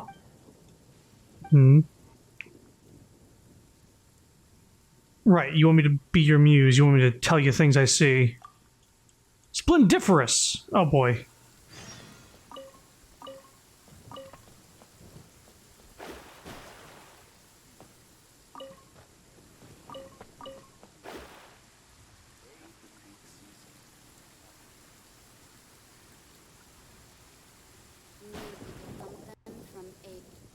Sure is a... Oh, they cleared up the rain for the cutscene. I was like, this is a great day to sit outside, huh? I think you own the place. I'll sit here with Goba. The first time I've heard him. Here we are. That's everything you ordered. It all smells amazing. I think I've met my fellow finalist. It smells beautiful. Strange. I never would have guessed that such a gifted chef worked here. This inn isn't particularly known for its food. Everyone likes a good meal, whether they're staying the night or just stopping by for a bite. We call it an inn, but the fact is it's much more than that. We have to cater to all aspects of daily life to make this a true home away from home. Please enjoy your meal at your leisure. I should get back to work now. Yanxiao, are you taking part in this year's Masterful Chefs? Huh? You too? Yep, I've signed up already, and I've got my eyes on the prize. Your cooking's delicious, Yanxiao. I'm really looking forward to seeing you in the final. Huh. Interesting. All right, I'll see you there. What was that? Some kind of power move? No, it seemed more sportsmanlike than that. Yep, he's a really talented chef. Also, that duck in front of us has not had the head cut off. It's still on. That's the kind of chef that could be a match for me. I haven't had any competitive cooking experience. It's smiling at us. Oh, okay. When the heat is on, you'll rise to the challenge. You're too kind. Groba, what are you doing? Yeah. Guoba's eating the... Those were Kuching's! How could you steal them while she wasn't looking? Oh, my golden shrimp balls. She didn't say bad. You ate every last one? Ugh, Guoba, we've been through this. When we're with friends, you gotta be on your best behavior, okay? I'm so sorry, Kuching. I promise I'll make it up to you. What's the big deal? We can just get another plate. After all, it's Yanxiao's treat today. It's not the same, though. The moment's gone. Sure, you can eat something else, but you can never go back and change the feeling of despair as your food is snatched away from right under your nose. The dining experience is a trinity of emotion, food, and atmosphere, and you've got to have all three to make it work. I have to say, now that you mention it, that is a very accurate appraisal of the situation. I'm gonna make it up to you, Kuching. Is there anything you want to eat? Anything at all. Whatever it is, I'll make it for you. I don't have high hopes for this, but equally I don't want her feeling guilty. Okay, I'll let her do this for me. If you insist, there is one dish that perhaps you could try making for me. It's an old recipe from my grandfather's notes. No problem. May I see it? I'll get it to you when we're back in Liyue Harbor. Everybody enjoys Smiley Yangchao's personal cooking. Traveler, have you finished eating? Yep. Before we do anything else, let's head back to Liyue Harbor. I need to fetch something. I want to steal these fruits.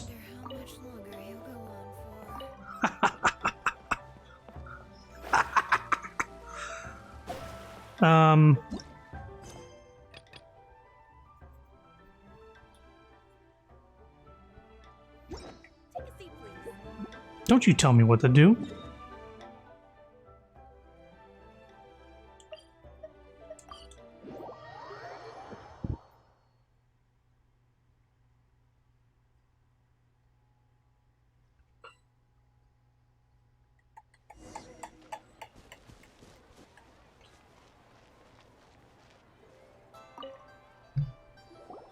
I need to go home to fetch my grandfather's notes.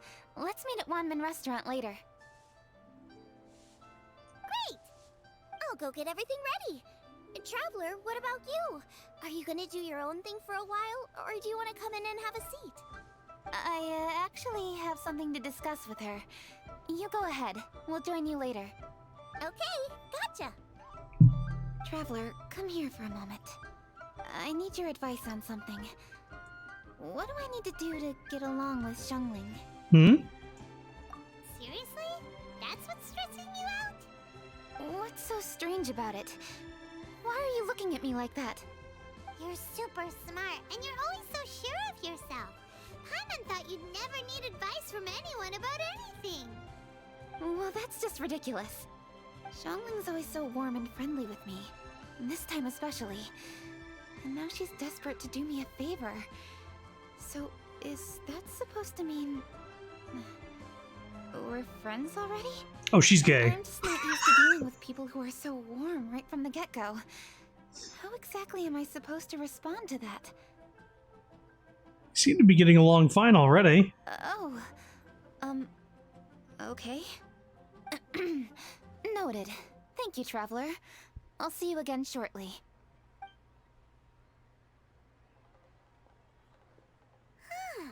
What's making Kuching so self-conscious? Paimon thought nobody would be able to get under her skin. I'd like to think what Xiangling thinks. Everybody's gay! It couldn't be that all the important characters are mostly girls. And all the guys are himbos. And they're gay with each other. Usually. Hey, grab a seat. I'm just running through my The gaydar's off the charts. Charlie, can I ask you a question? Oh, we're gonna do this now? What is it? Paimon can explain. This is your idea! Why you gotta dump it on Paimon? Okay, so back at Longshu Inn, we noticed you and Kuching were getting along pretty well. So you really like hanging out with her, huh? Yep. Keqing's good-natured and easy to be around. The kind of person everyone wants to know, right? You're a braver person than Paimon. The first time we met Keqing, Paimon found her pretty intimidating. She does have a formidable presence. You think so? I remember thinking straight away that she was really easy to get along with. Didn't you see her sneaking treats to Goba back at Wangshu Inn? Yeah, she's great. We know that now. We're just talking about first impressions. First impressions? Oh, okay. Hey, have you guys eaten grilled shellfish before? They can be hard to crack at first, but they taste amazing that way. We've eaten shellfish before, but I don't think we've ever tried eating them grilled. Oh, you're missing out. I'll grill some for you another time. But anyway, Keqing's like a shellfish. Maybe a little closed off at first, but once you get to know her, she's got a soft and squishy side too. Not to mention that even after her favorite food was stolen away, she was still happy looking after Guoba. I'm really grateful for that. You make a good point. You know, Xiangling's intuition for people seems really spot on. Is that why she took a liking to Keqing so quickly? I think so. Alright, let's see. We're okay for carrots and crab, and we still got some ham and mushrooms. I wonder what Keqing's recipe is gonna be. Huh? What was that noise? What's going on? What's going on? What the? That bird is huge! Ah, it's the ladybird! Excuse me, one shall not be addressed in such a manner. One shall be known as Adeptus, whose name, should you care to mention it, is Cloud Retainer. Cloud Retainer. That does sound like an Adeptus name. Well spoken. One shall let this young lady's enlightened words atone for the ignorant ones of her friend. It's been a while. A while it has indeed been, traveler. Does one surmise correctly that you hasten hither to partake in the Moon Chase Festival? You could put it like that, yeah. Ah, so even the illustrious traveler has been summoned to attend the Moon Chase Festival. As expected, this year's theme stands proud against the test of public scrutiny. The theme? You mean Feast of the Bounteous Land? The very same. Moon Chase Festival falls during the season when many cooking ingredients are ripe. Hence, it is a fitting time to enjoy the finest of foods. One noticed the relative pomp and ceremony with which this year's affairs are being conducted, and could not abide to stand idly by. Let it be known that one's culinary proficiency and ingenuity is uncontested in all the world. Thus does one now appear in this realm, that those who inhabit it might witness one's latest creation, a supreme cuisine machine. A supreme cuisine what? What's a supreme cuisine machine? A new invention? Patience. One's purpose here today is to meet and to greet. Nothing further. All shall be revealed before your very eyes when the time arrives. Traveler, you are one who has witnessed much of the culinary world. When the day comes, one would be most pleased to see you in attendance, offering your most vociferous ovations. Oh, so we're officially invited? That which is implicitly understood needs not be made explicit, let alone official. I shall say no more and dwell here no longer. Await my word. Be there or beware. This bird always disappears just as quickly as she shows up. Wait, not bird, Adeptus. Hey, wait! Isn't she technically an illuminated bird, though? She seemed like someone very prestigious and very talented at cooking. She definitely loves her food. What are you all huddled together over here for? The Adeptus left already. Yay! Keqing's back! Sorry I kept you waiting, Xiangling. This is the recipe from my grandfather's notes. They're not in the best condition, so rather than bring them Illuminati out of the house, bird. I just transcribed the recipe. Unfortunately, the texts my grandfather worked with were very old. Usually faded, damaged, or both. Some parts are missing from this recipe, too. Do you think you'll still be able to work with it? Oh, okay. Let me take a look. Give me some time. I need to look into it. Sorry for the trouble. You're all here? That voice sounds familiar. Ganyu? Sorry to interrupt your conversation. I was in the area buying a few things, and I heard the disturbance, so I felt compelled to come take a look. You mean Cloud Retainer? I saw her too. She just suddenly showed up right in the middle of the street. Whatever adeptal power that was, she certainly knows how to make an entrance. Lady Kaching, you saw her too? Yeah? Do you, have a moment? I need to discuss something with you. What is it, Ganyu? Has something urgent come up while I've been out? No, it's nothing work-related. I wanted to ask about, something personal. Is that okay? A personal matter? Involving me? Surely I haven't done anything improper recently, have I? Please, Lady Kaching? This is really important to me. Oh, okay. I noticed Cloud Retainer was here for quite a while. Did she say anything about... me? When I was young? About your childhood? No, nothing at all. What? Really? Thank goodness. I was getting really worried. Once she gets talking to people, she tends to go off on all sorts of tangents.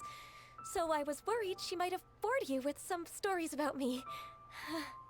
Your name didn't even come up, so you've nothing to worry about. Kaching, how are you not asking a bunch of questions right now? There's obviously some juicy gossip here. Aren't you curious to find out what it is? Please, no, don't do that to me. Of course not. Whatever it is, I'm not curious and I'm not going to ask. If Ganyu has a secret and she wishes to keep it that way, nobody should make it their business to try and get it out of her. That's just basic decency, is it not? Yes, ma'am. Paimon will never bring it up again. Kaching, thank you. You're so kind and considerate. I've always seen that in you. What's that got to do with... Honestly. Go on, you should be getting back now. Everybody's gay! You're right, I should. Okay, everyone, please excuse me. I should get back to work now. Take good care of Kaching for me. Hey, what are you trying to say? Don't worry, Ganyu. We will. Thanks. Hope to see you again soon.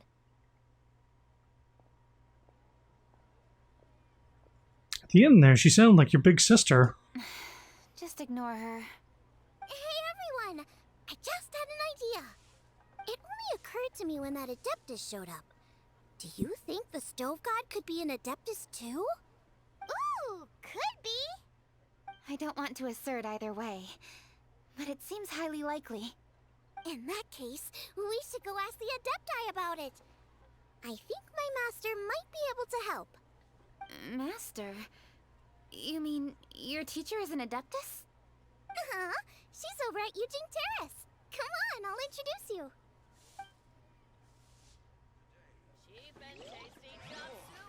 Cheap and tasty chop suey. Characters involved in other quests. Oh, for fuck's sake. Madam Peng. Teapot to... Oh, I gotta do the teapot quest. Well, I suppose that's important. Yeah.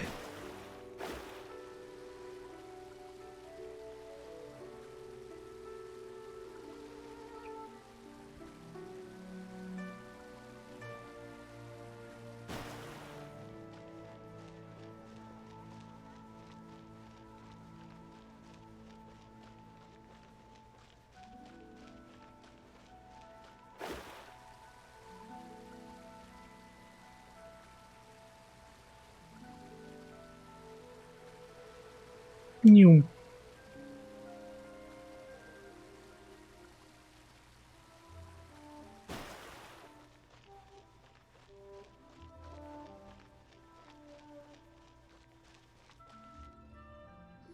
Alright, lady.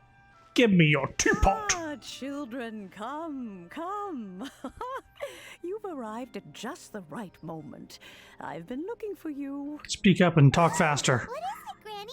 Need any help? Oh, no. You've done so much for Liyue Harbor already. I could hardly ask for more. In fact, my old friends and I have been putting our heads together to think of what sort of gift we might give you in return. A gift? For Paimon? You're too kind. Oh, child, you are so very modest. Uncommonly so, even.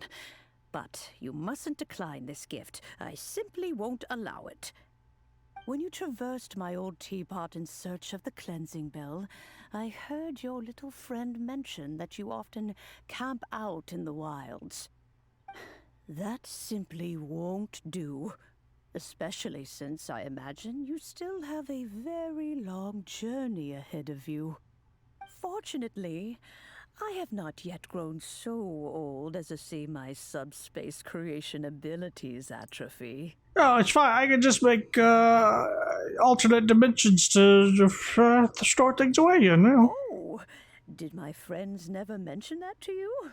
Well then, it is a blessing we old folks once received from Rex Lapis, part of our illumination, if you will. I will not go into too much detail, but subspace creation is the ability to create a small, autonomous pocket world. The teapot that you entered previously was a little trinket created using that ability. A trinket, you say. So, in the eyes of an Adeptus, creating a magic teapot world is just child's play, huh? Oh, indeed, the teapot is nothing to boast of.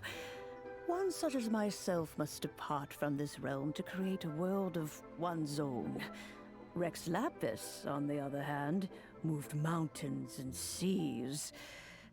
That is what one might call an exercise of true power.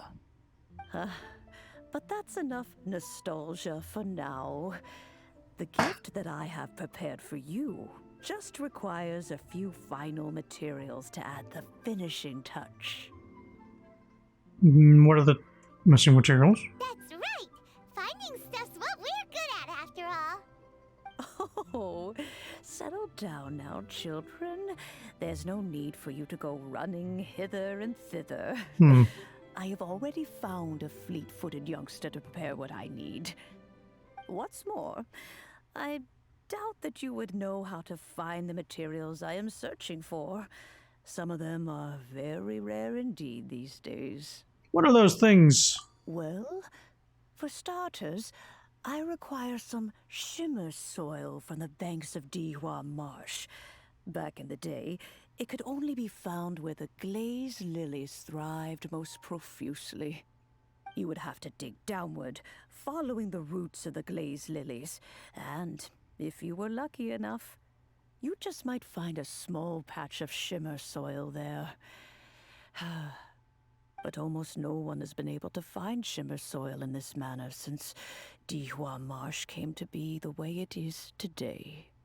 Even more difficult to find is smaragdus jadeite, which must be chiseled from the rock of the chasm. Or so it used to be. Ever since the Blackcliff Forge opened for business, they've slowly but surely stripped the mines all but completely bare of it. In any case, smaragdus jadeite Squeaky is chap! an adepti treasure, and the adeptal power within is not something that most humans can withstand. Extended contact with it is, in fact, harmful to humans. Goodness knows if that child will succeed in finding these items. Who's this child? Well, since you're an Adeptus, Granny, the person you asked for help, they must be an Adeptus too, right? Yes. I suppose she does count as an Adeptus. She counts?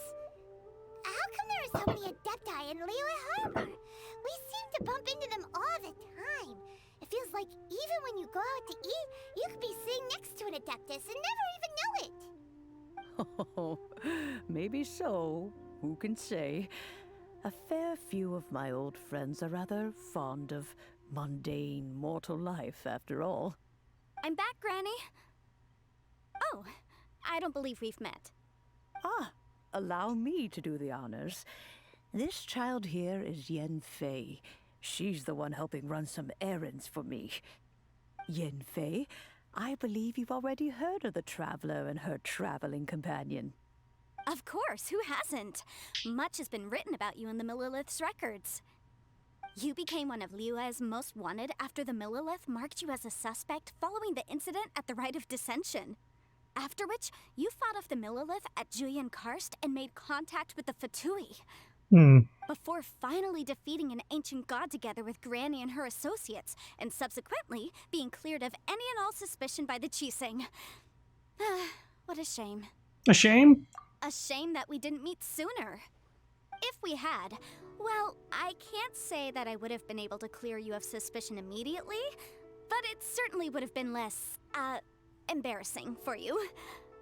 Allow me to introduce myself once more. I'm Yenfei, a legal advisor. Got a legal problem? You can come right to me. Oh, yes, here's my business card.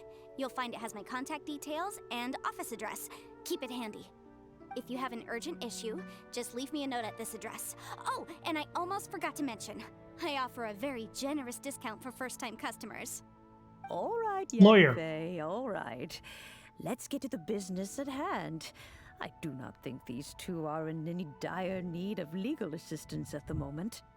You'll have to excuse Yenfei. She's always been like this. Ever the talkative one when it comes to her own affairs. Waiting for someone to think that the Traveler is Paimon. Like in Full Metal Alchemist. Like, oh, you must be Edward Elric, the big metal man. The Full Metal Alchemist. I guess the problem was that he had metal in the name and he's traveling around with a big fucking metal man.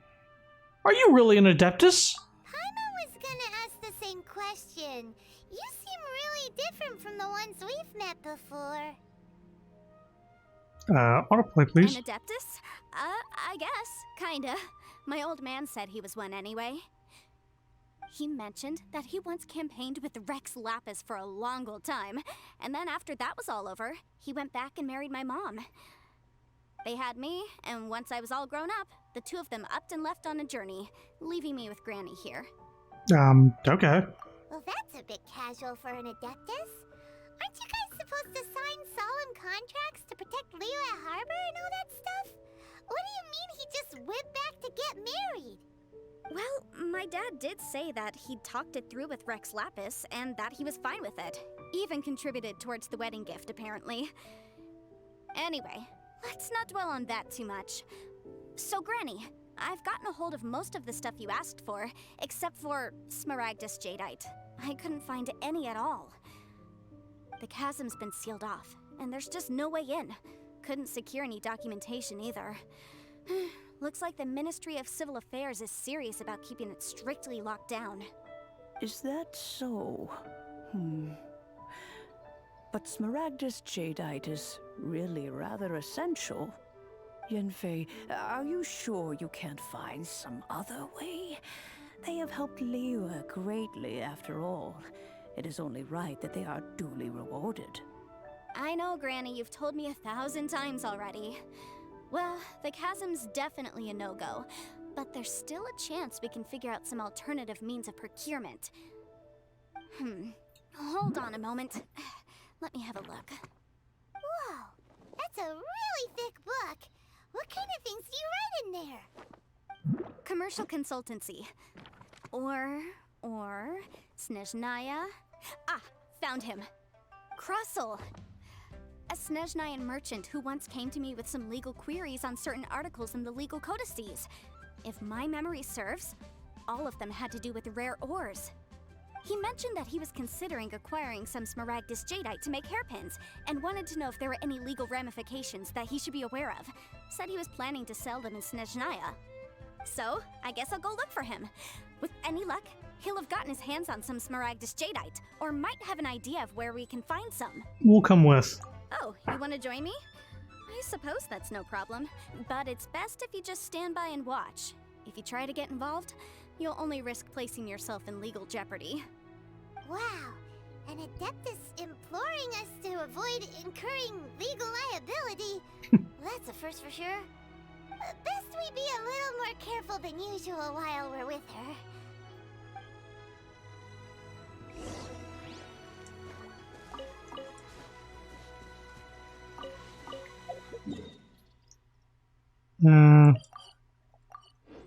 It's fine. It's just down there.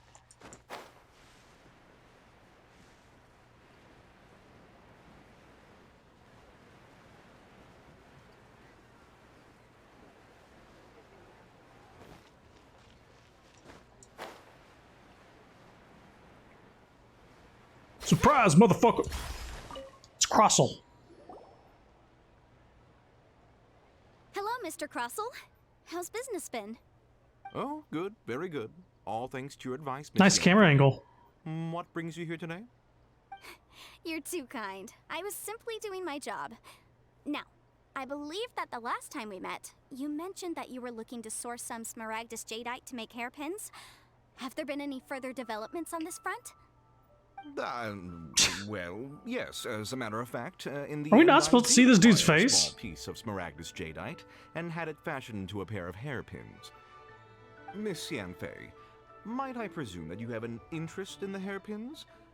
I must apologize. I've already rented them out to a lady named Zhiqiao. If you'd like to inspect them, you may have to wait quite some time. Wait, isn't Smaragdus Jadeite really rare? Aren't you worried about the hairpins getting damaged or lost while they're being rented out? No, I'm not worried in the Oh, there we slightest go. because I signed a contract with Miss Zhiqiao before renting them to her. The contract makes it quite clear that if she loses or damages the item in question, she must compensate me for its full original value. In return, I included a clause that guarantees the Smaragdus Jadeite is genuine, with a penalty of 10 times the item's value payable by me to Miss Zhiqiao in the event that it is shown to be a fake. No ambiguities there. Guaranteed genuine, with 10 times the value payable if this claim is shown to be false. Yes, these terms are very clear indeed. Of course. This way, both the client and I have the assurance we need. To ensure fairness, each of us has retained an original copy of the contract. In that case, might you know where Miss Zhiqiao lives? We'd like to pay her a visit and have a look at the hairpins. Oh, of course. She wrote her address down when we signed our contract. Here, I'll mark it on your map for you. Thanks a lot, Mr. Crossel. We'll be off now.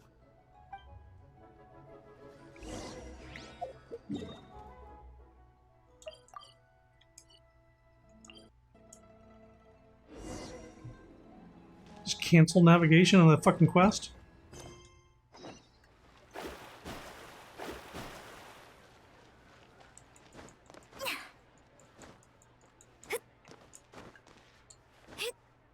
I'm here. Oh, whatever shall I do? Excuse me, are you Jitro? Yes, that's me. Is Is there something I can help you with? How do you do, Miss Zhiqiao? We understand from Mr. Crossel that you recently rented a pair of hairpins from him. My associates and I are very interested in them. Would you mind letting us take a look at them? The hairpins? I can't lend them to you right now. I've lost them. I don't know how it could have happened. I always kept them right by my side, and I hadn't even worn them yet. I spent so much money on them. If I have to pay their original value, there's no way I could come up with that amount of money on such short notice. Why did you need them in the first place? My family is in the ore business too, but business has been suffering ever since the chasm was sealed off. We now have a backlog of paid-up orders just sitting around, so we've been having to purchase some stock from other ore merchants to complete them. A big banquet is coming up in a few days, and several ore merchants I know of will be there. I need this opportunity to mingle and discuss prices. That's what the hairpins were for, to keep up appearances. I can't have them looking down on me. But now that I've lost the hairpins, what will I do? Why does Paimon have a sudden strong sense of deja vu? Maybe because this is the part where we say we can help. Would you really? I sent a commission to the Adventurers Guild, but I haven't heard anything back from them yet. Hold on. Don't run off looking for the hairpins just yet. Miss Zhiqiao, Would you let me have a look at the rental contract you signed? Huh? Well, I mean, sure, I have it right here. Here you are. Let me see. That's right! Yanfei said she's a legal advisor, didn't she? Maybe she can help Juqiao somehow. That would be a little unfair to Crossel. True. Though surely there must be a win-win solution. Right. I finished reading the contract. The terms are very clear, and they do indeed stipulate that you must pay Mr. Crossel the original value of the hairpins as compensation for the loss. Furthermore, the contract also expressly states that the amount of compensation must take current market prices into account. And given the rarity of Smaragdus Jadeite, I fear that the final amount of compensation may end up being significantly higher as a result. Even higher? Oh, no. Uh-oh. Juqiao looks like she's about to faint. However, all of this is assuming that it is indeed genuine Smaragdus Jadeite that was inlaid into the hairpins. Did you really have to pause before saying that part? Anyway, the hairpins are lost, so how exactly would we be able to find out if the jadeite is genuine or not? Whichever way you look at it, we've got to start by finding those hairpins. Except that if we found the hairpins, there'd no longer be any need to check whether the jadeite is genuine, would there? Seems right. Please. Please, don't trouble yourselves over this. The fact is, I lost the item and I should pay compensation per the contract. It's a huge sum of money, though. However much it is, I will have to pay it. My family are merchants, after all. It's vital that we keep our word and respect our contracts. Now that it's come to this, I really shouldn't keep Crossel in the dark any longer. I'll go and inform him of the issue and then negotiate the amount of compensation. Yes, legally speaking, it seems this is the most sensible course of action. But before that, I have some questions about the hairpins. So hold on a moment, Mr. Chow. When you first touched the hairpins, what did you feel? What did I feel? Well, I remember that the gemstones set into the pins were perfectly smooth to the touch, like the finest quality jade. My family has seen much jade pass through its hands in the past, so I am quite certain of my judgment in this matter. Smooth to the touch. Finest quality jade. Something the matter? No, it's nothing. I just need to re-examine a few things. Let's head over to Mr. Crossel's. And back down we go.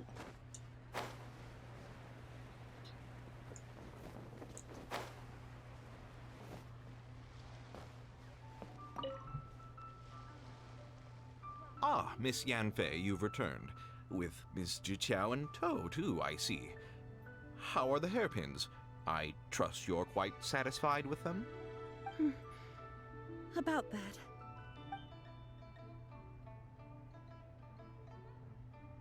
You lost them? Are you serious? Do you have any idea how expensive they were? I'm sorry. Truly I am. I'll pay the compensation as per our contract. Every last mora. Mora? Do you have any idea what I had to go through to get my hands on that Smaragdus Jadeite? I just don't... Forget it. Talking won't bring them back. Since Miss Yanfei is here, I suppose we can just have her estimate the amount that needs to be paid. No problem.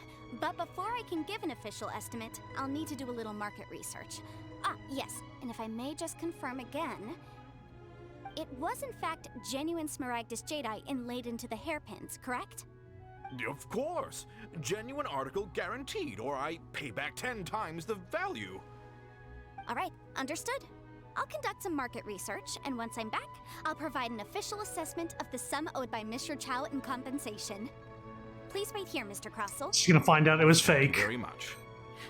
How could she lose my hairpins? She'd better pay every last mora that they're worth.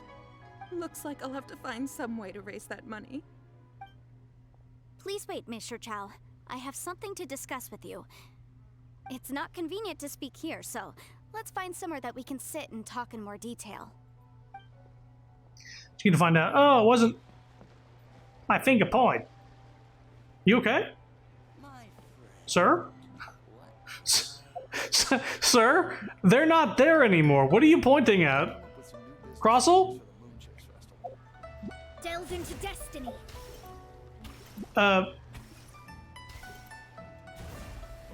You okay?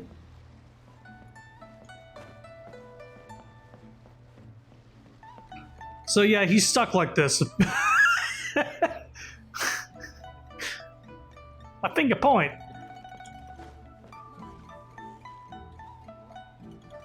It's objection. As soon as the lawyer shows up, everybody's in pointing mood.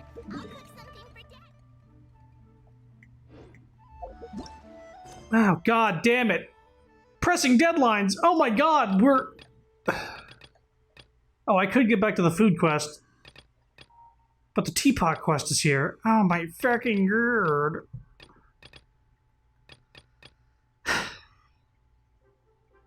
And I've been going for 4 hours.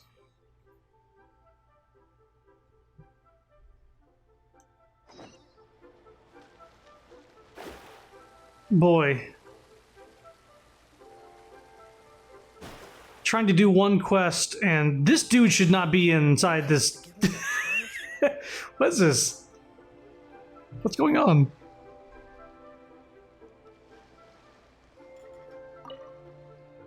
Oh boy, now I'm in trouble.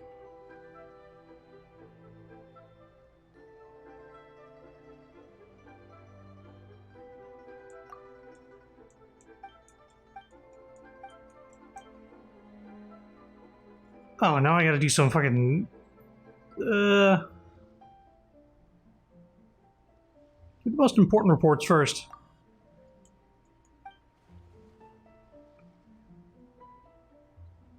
I can help out.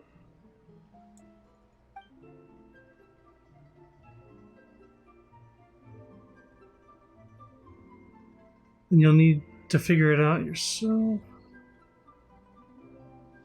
Still going to put it off to later?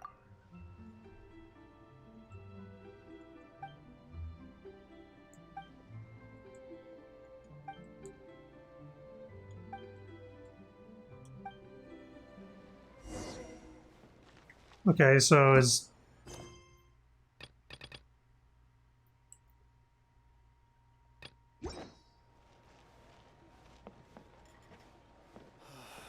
Why'd they have to give me that transfer?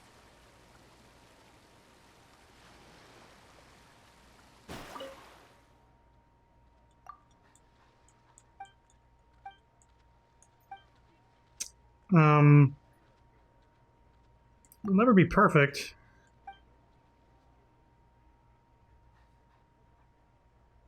There's nothing wrong with your plan.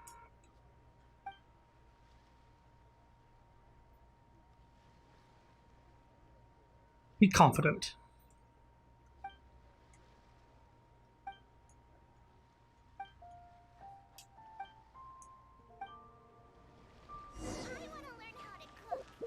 We good now?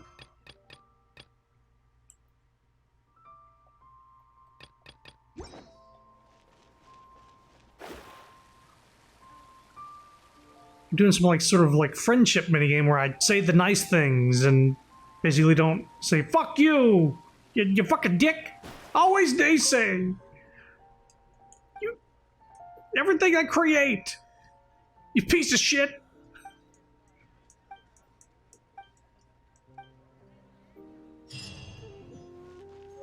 Okay. Hey, I got food. I got golden crab.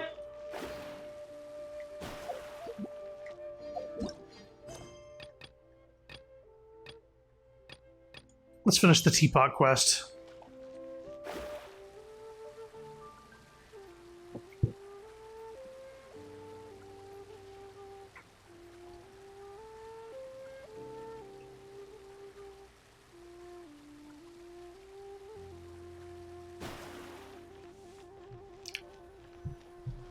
Didn't you say that there's like a daily thing for this current event going on?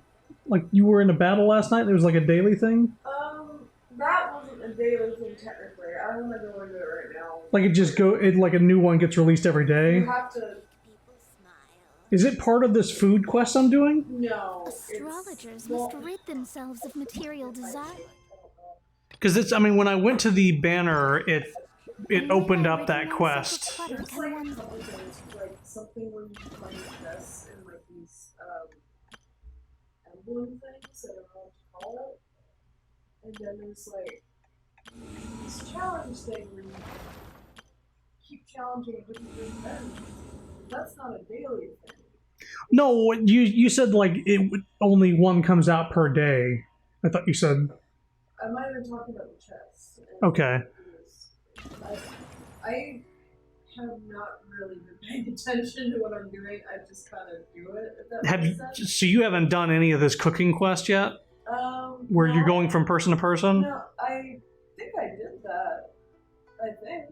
Is that what I'm guessing? You need to do that before you do the chest thing. Maybe. Because I don't see. I'm just wondering how long that took. The true world around them. Miss Yunfei. Because I didn't realize it was a full-blown fucking story. Are you here to tell me how much I owe? No. What I wanted to talk about is, there is a chance that the Orin laid on those hairpins may not be Smaragdus Jadeite after all. Not Smaragdus Jadeite, really? What do you mean? Are you implying that you already sneaked off and found them? Obviously not. I'm no adventurer, let alone a member of the guild. I don't run thankless, time-consuming errands for a living. Let's just say I made some deductions. I don't know if Granny told you this, but Smaragdus Jadeite is found deep underground and contains very concentrated elemental energy. If mere mortals come into contact with it, well, they'll be sick in the best case. And in the worst case, they could even experience a dramatic change of personality. They most certainly would not be smooth to the touch. Mr. Chow, did you at any time feel unwell while the hairpins were in your possession? No, not at all. I felt perfectly fine the whole time. Not even the slightest bit unwell. I didn't feel anything special at all, in fact. Now that is strange. I noticed earlier that there were elemental traces in Mr. Crossel's vicinity. If I have deduced correctly, he may still have the Smaragdus Jadeite in his possession. If that's the case, we should go confront him right now and expose his dirty scam right to his face! Absolutely not. If we were to confront him now, there's no way he would admit to it. Eventually, he would find some argument to compel us to leave. And then, he'd throw the Smaragdus Jadeite into the sea the moment we were gone. After that, he would simply insist that Mr. Chow pay up per the contract. He would lose nothing. Meanwhile, we would have to look under every stone in Liyue, hoping and praying that the hairpins do actually still exist somewhere in this world. A very vivid description. So vivid that Paimon thinks it might be experience talking. Oh, it certainly is. I've seen my fair share of situations like this, and brute force methods are certainly one way of resolving them. Fortunately, I have far more elegant solutions at my disposal. I'll share them with you in due course. Well then, since you're so experienced in dealing with problems like this, perhaps you could help me, Miss Yunfei. Oh, that won't be a problem. But first, Mr. Chow, could I ask you to please sign this contract? I need money. Huh? Does there have to be a contract for everything? Paimon can't even keep track. If I had a Mora for every time I heard the word contract, I'd be fully leveled up by now. It feels like Yanfei is even more concerned with them than a certain someone else we know. These are my formal terms of engagement. Everything prior to now has just been pro bono advice. But for me to investigate any further, I require a written contract. Any work commissioned but not bound by a contract cannot be relied upon. I understand. Then I will be glad to place this matter into your capable hands if you will take it, Miss Yunfei. No problem. Just sign here, and I'll sign too. Okay. Now write your address here, and then sign on this page as well. And I'll also need your signatures on pages 5, 7, and on the very last page. Finally, if you could just use this ink pad to make a handprint over here. This is like signing a lease agreement. This contract has so many pages. Paimon's all out of brain juice again. Such an ordeal. All right, that should do it. My fees are the same as always, and they're written in the contract. Have a look through and let me know if you have any questions. I've had a read through. Everything checks out. Well then, here's your copy of the contract. I will retain the other copy. Need me to do anything? Not for now, no. Despite how intractable this problem might sound, it will actually be quite straightforward to resolve, once we've got some things squared away. I don't believe you have been part of an investigation like this before, in which case, hopefully this should be quite the experience. Miss Yunfei, I have to ask, why are you helping me? Because you're gonna get 10 times the amount of the value, and she wants some of that sweet moolah. Because, as it happens, I'm currently trying to acquire some Smaragdus Also Jadeite that. myself. I noticed strong traces of geo-energy around Mr. Crossel, so perhaps he has, in fact, secured some. Whether he actually made it into an item of jewelry or not is a separate matter, but either way, it's a lead. As long as we follow it, who knows? We might just be able to get our hands on some Smaragdus Jadeite. Also, the idea of someone abusing the law to their advantage, I won't stand for it. But again, let's not dwell on this. Let's go to... where can we find someone who processes ore? Ah, I've got it! Let's pay a visit to Chateau, the boss of the Jade Mystery. He's a professional when it comes to working with stone and ore. If Mr. Crossel had his ore worked on at all, Chateau would undoubtedly have been his first choice.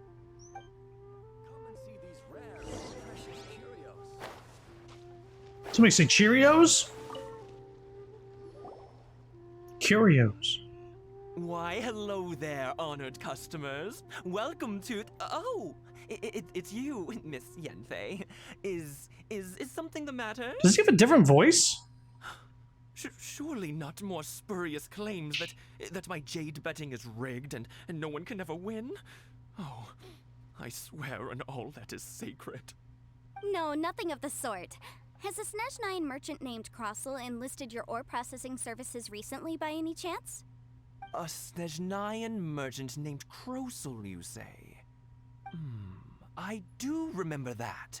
He brought me a piece of ore, claiming that it was Smaragdus Jadeite. That was the first time I'd ever encountered it, so I had no way of telling if it was really Smaragdus Jadeite or not. But if a customer insists, far be it from me to contradict them. He was quite generous with his money, too, so I didn't give it too much thought. I processed the ore as per his request. Do you have any leftover debris from your work on it? Why, yes. It was my first time encountering this ore, after all, so I kept a few loose shavings to study myself later. They're right over there, in fact. Thank you, sir. We'll take a look at them.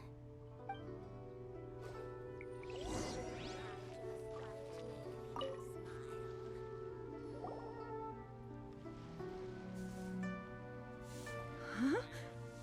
If my eyes don't deceive me, the cross-sections and patterning suggest that these are Smaragdus nephrite shavings. Smaragdus nephrite? Yes. It's not particularly rare, nor is it especially valuable. It's used to make jewelry all the time. I've heard it said that Smaragdus nephrite is in fact the outer layer of Smaragdus jadeite, though no one's ever proven it. A thin layer of separation, huh? If you must see for yourself, try examining these shavings for traces of elemental energy. Smaragdus nephrite is an entirely ordinary ore. That guy's just containing spawned from no nowhere? elemental energy whatsoever. Is that so? Well, we might as well give elemental sight a shot. So, did you find anything? Not a trace of elemental energy. So they really are different. But wait, how come Jichao was able to tell what it was just by looking at the shards? That's pretty awesome. There's nothing special to it. It just so happens that I've come across a great many of these in my time. Why couldn't Shito sell them apart? These two stones actually look very similar. Someone without a deep understanding of them would find it very difficult to tell them apart. There may be only a subtle difference for the casual viewer, but that translates to an astronomical difference in terms of the market price. And, I'm sure, a significant difference in the cost of having them carved into shape. All right, let's focus up. We're going off on a tangent. But never mind, Shirto. Why would Mr. Crossel... Unusual actions have unusual reasons behind them. Let's take some of these shavings back to Chateau. 2 steps over here. Miss Yenfei, might I be so bold as to inquire, If you could just confirm for me once more, sir. Mr. Crossell did indeed claim that the ore he brought to your store was in fact Smaragdus Jadeite, did he not? Yes, that's right. I still have a record of the job with me, in fact. Here. It says quite clearly, 1 chunk Smaragdus Jadeite, uncut. Then I have no further questions. But could I borrow the processing record and these stone shavings? Of course. But might I ask why you need them? Oh, I have my reasons. Yes. Please sign here on this affidavit. This document shall serve as signed proof that these stone shavings originated from the, ore that Mr. Crossell brought to your store. Please read it carefully. Yes, I see. Forgive me for asking again, Miss Yanfei, but might I know the nature of the incident on this occasion? I wouldn't say there's been an incident, just a minor issue. Thank you, sir. I'll take these with me. With this hard evidence to back us up... VA sounds super gay. He didn't sound like this before. We encountered him in the story, and he did not sound like this. Sufficient to build a case. We need to find something a little more compelling. He definitely has like a more flamboyant cadence to him right now, and it wasn't that way earlier on. If you want to make jewelry, you need a professional jewelsmith. Let me think. Jewelry.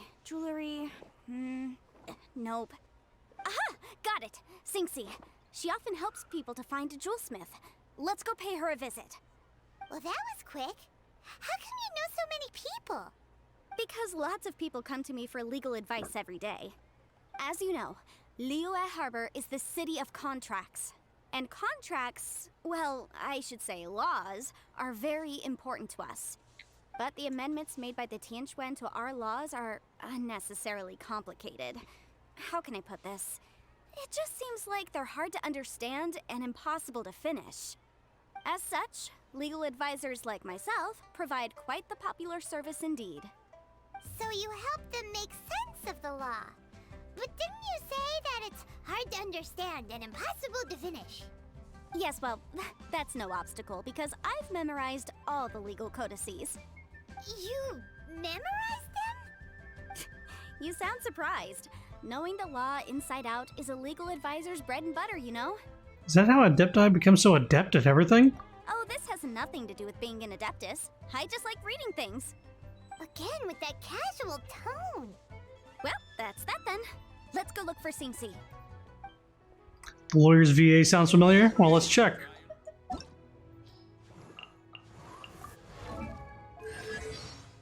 Lizzie Freeman. Off the top of my head, it doesn't ring any bells. She's probably done some stuff.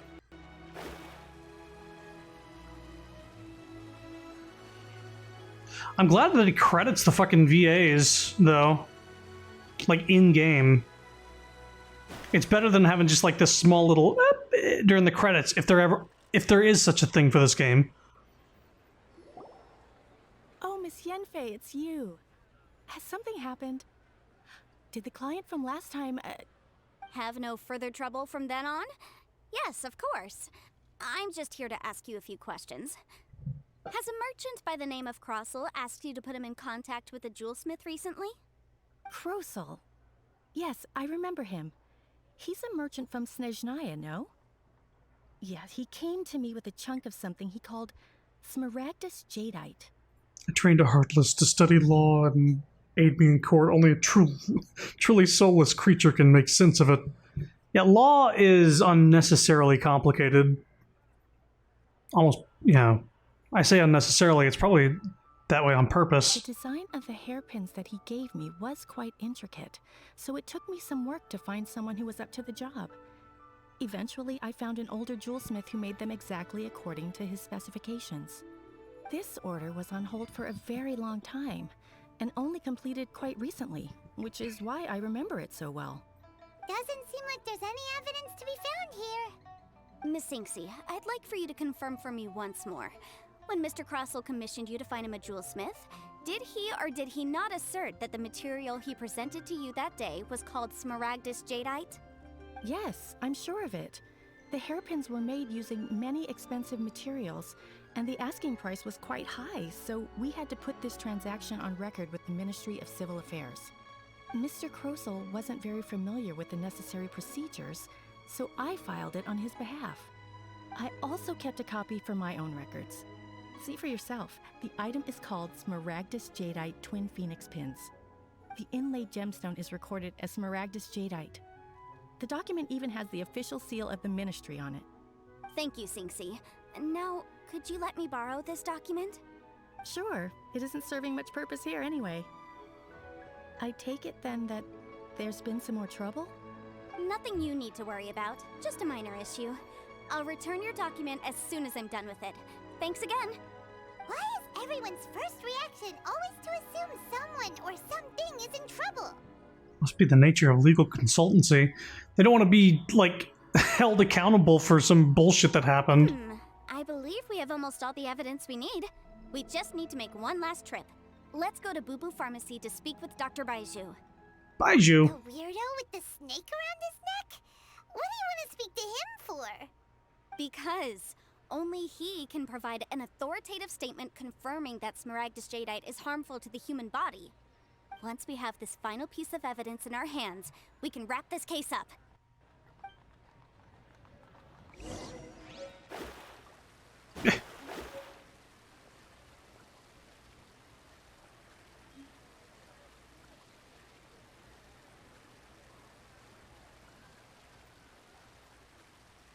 Run, run. Run.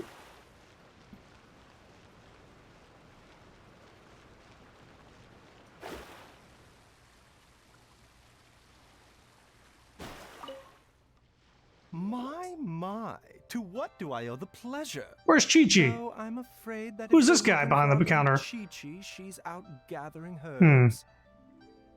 And if it isn't Miss Yenfei as well, now that's an even rarer honor. What business brings you here, might I inquire?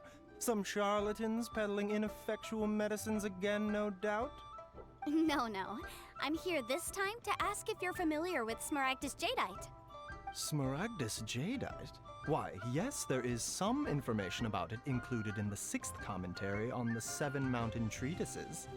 The 7 Mountain Treatises states that this substance springs forth from stone marrow within the mountains, and will bring disaster to any mere mortals who touch it.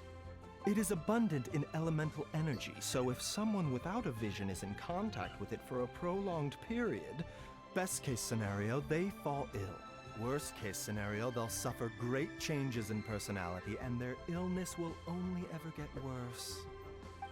Anyway, I'm sure you didn't come all this way just to chit-chat.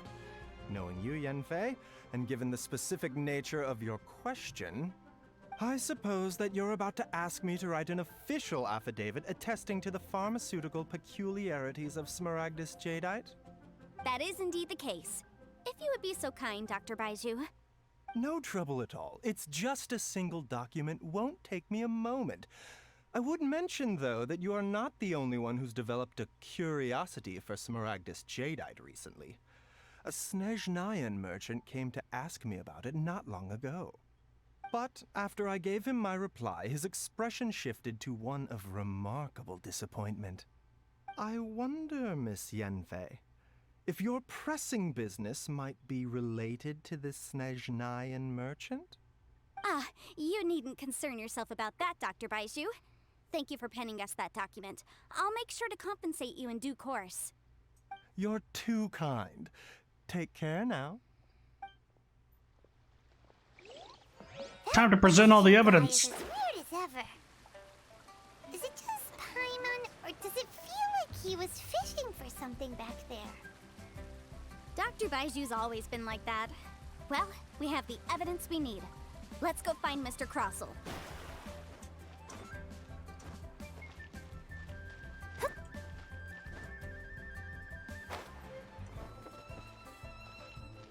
Oh, he's not pointing anymore.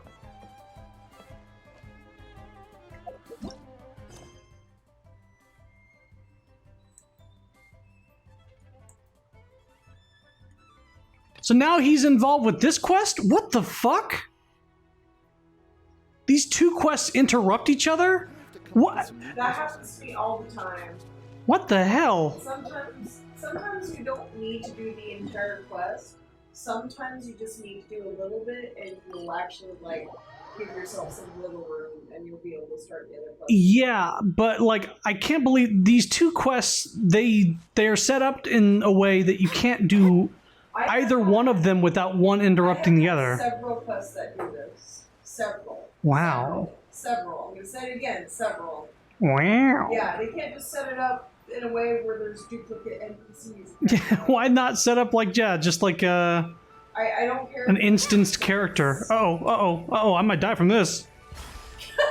No, you don't take that much damage, but I could not cancel out of that pound attack. I was like, ooh, I meant to press the other button that doesn't send me careening to the ground. I imagine just landing my corpse in front of this old lady. Disintegrating.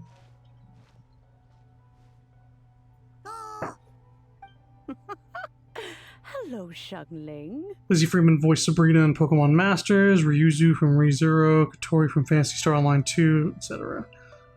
Not super... I mean, I'm familiar with some of those characters, but I don't... Not in a,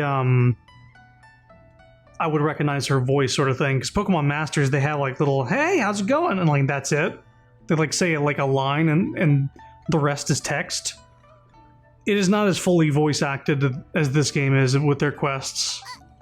Madam Ping is Xiangling's master? I did not expect that. Master, how are you keeping these days? Are you well? Oh, very well, thank you. What a surprise it is that you all had the time to come and visit me today. Hi, Madam Ping. How about you speed the fuck up? Hello. Master, we came here because we have a question for you. Do you know about the Stove God? Of course I know the Stove God. Does this mean you know them personally? Ah, I see. It's the Moon Chase Festival, isn't it? How interesting. So you came to hear some stories about the Stove God. My first response was like, why don't we just fucking ask... why don't we just talk to Zhongli? That's right. We're investigating something that happened recently. I see. The great stone surfaces. And so you open an investigation. I must commend your guesswork this far. I did indeed know the Stove God of whom you speak, but it was a great many years ago. Imagine being so blessed as to have a bunch of pretty and fashionable young ladies visit. Moon chase was Yeah. originally a rite observed by the Adepti, not something in which the ordinary people of Liyue would ever partake. But over the years, they have sought to emulate it for themselves many times, giving rise to various festivals bearing the Moon Chase name. On nights when the moon shone bright, everybody would get together for joyful reunions. There would be fine food, fine wines, and choice teas. Later, Rex Lapis unified all of these various festivals under the Moon Chase name to honor an old friend of his. In short, the heavens were our witness as we vowed to the moon to come together in joyful solidarity, to remember the past and reflect upon the present. That is the meaning of the Moon Chase Festival. Rex Lapis. That friend made many contributions to Liyue, and Rex Lapis would not have them go unrecognized.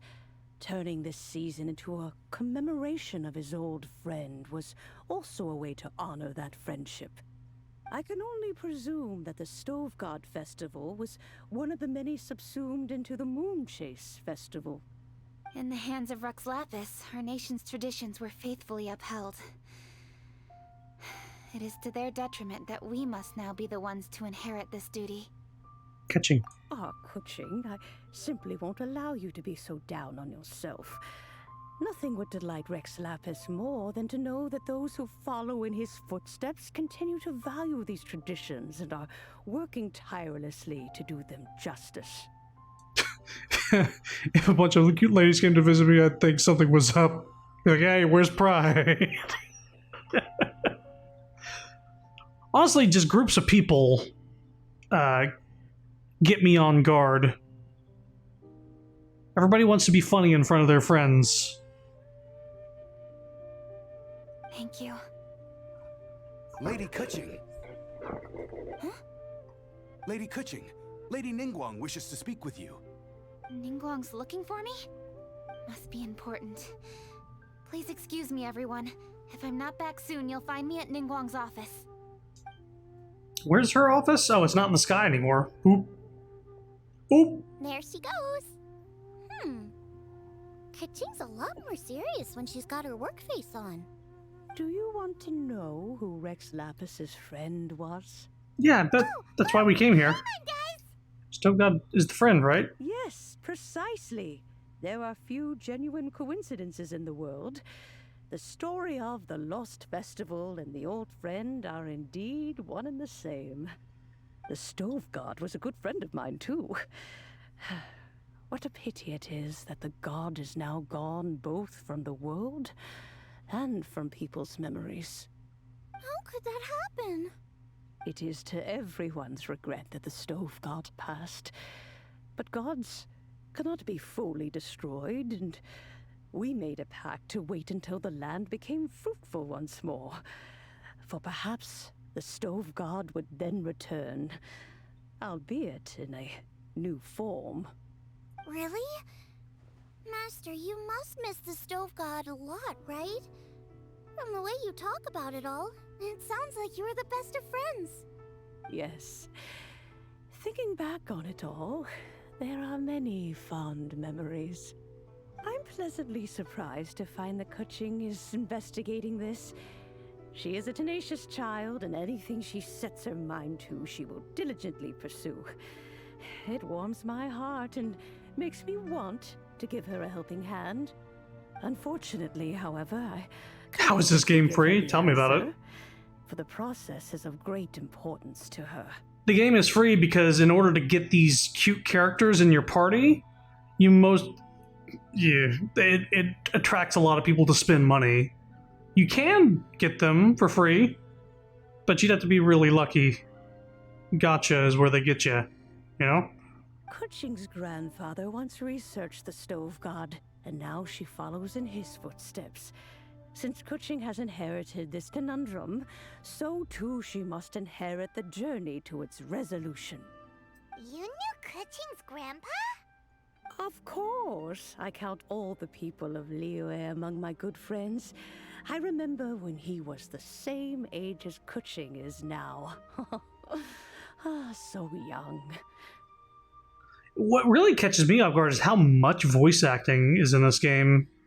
Because in a game like Final Fantasy XIV, for instance, this game isn't an MMO, but I'm comparing it because there's just like side quests and main quests and all this other shit.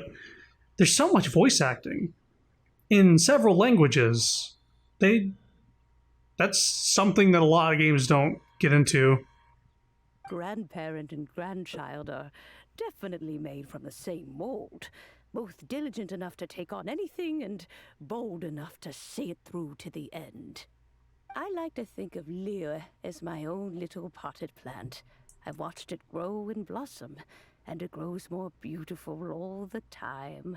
In the blink of an eye, the buds of yesterday are in full bloom today. It's wonderful to see. For new blossoms must bloom on the branches if the tree is to remain evergreen and ever young. My dears, you are absolutely right to focus your investigation on the stone. It is, as you suppose, the lost statue of the Stove God, and within it lie all the answers that you seek. I'm sure we just need to bust it open, and that's all. Gotcha. Yeah, I had to look it up, but yeah, I thought it came from the capsule things and Japanese vending machines. And apparently, Gashapon onomatopoeia for the word gacha with apparently the hand crank that like when you turn it and then the ball falls through the hole. Apparently that's where the word gacha comes from. And then pawn is the for the toy landing in the collection. Gasha, gasha, gasha, pong. Like I guess that's where gashapon came from. And then gotcha is a short thing of that. Either way, it said like a random chance of winning. And it just so happens that gotcha sort of sounds like gotcha. Gotcha! I should like to see the stone for myself if you would lead me to it. Perhaps the truth will emerge even as we watch on. Because I knew it came from the gachapon machines, but I didn't know specifically it was based off of the sounds that it made. Meaning, I guess they were just called like toy vending machines before it became... You're still fucking... God damn it. This way. I guess we're just doing both of these quests today. Oh my freaking god. I love Mona's sprint, but sometimes she just gets caught up on a piece of stone. And she expends stamina when that happens. You're all here. I was just about to send someone to fetch you. Kuching, has the stone undergone any changes? A crack has appeared in one corner, but we still can't tell what's inside. What happened? Did someone chip it while no one else was looking? More likely a natural occurrence. Our weapons have had no effect on it. How would a natural occurrence crack it open? This is because the stove god draws power from the actions of the masses. The heat of a busy kitchen. The joy of a reunion. Keep up the good work, and the truth will rise to the surface soon enough.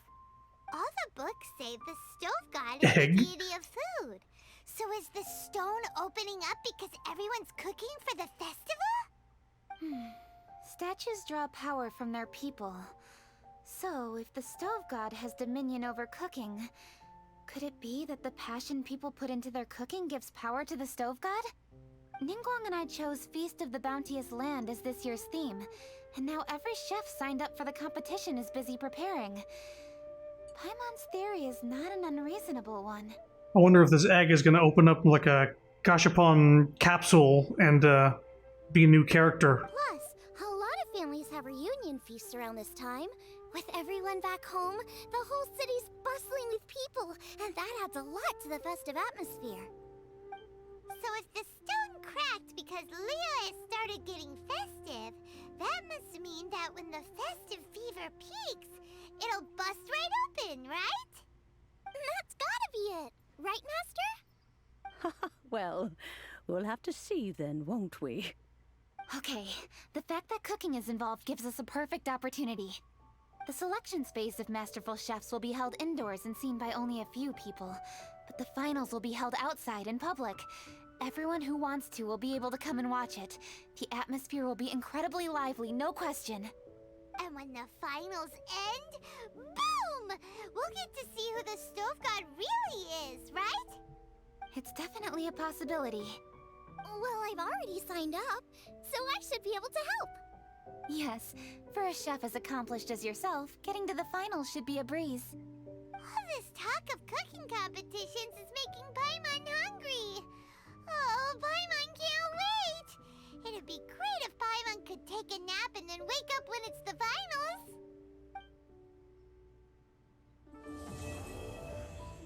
To be continued. Teleport waypoint unlocked? What do you mean, teleport waypoint unlocked?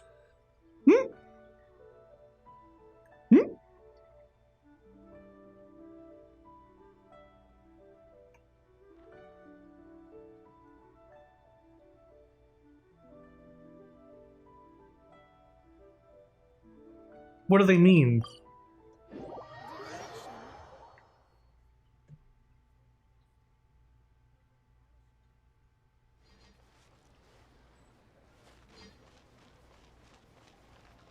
It's a horror anime where a dude aged 1.5 years every gacha thing he opened.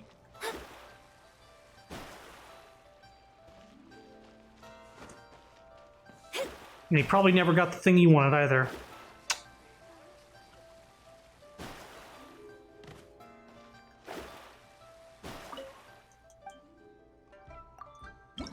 What's my rep like?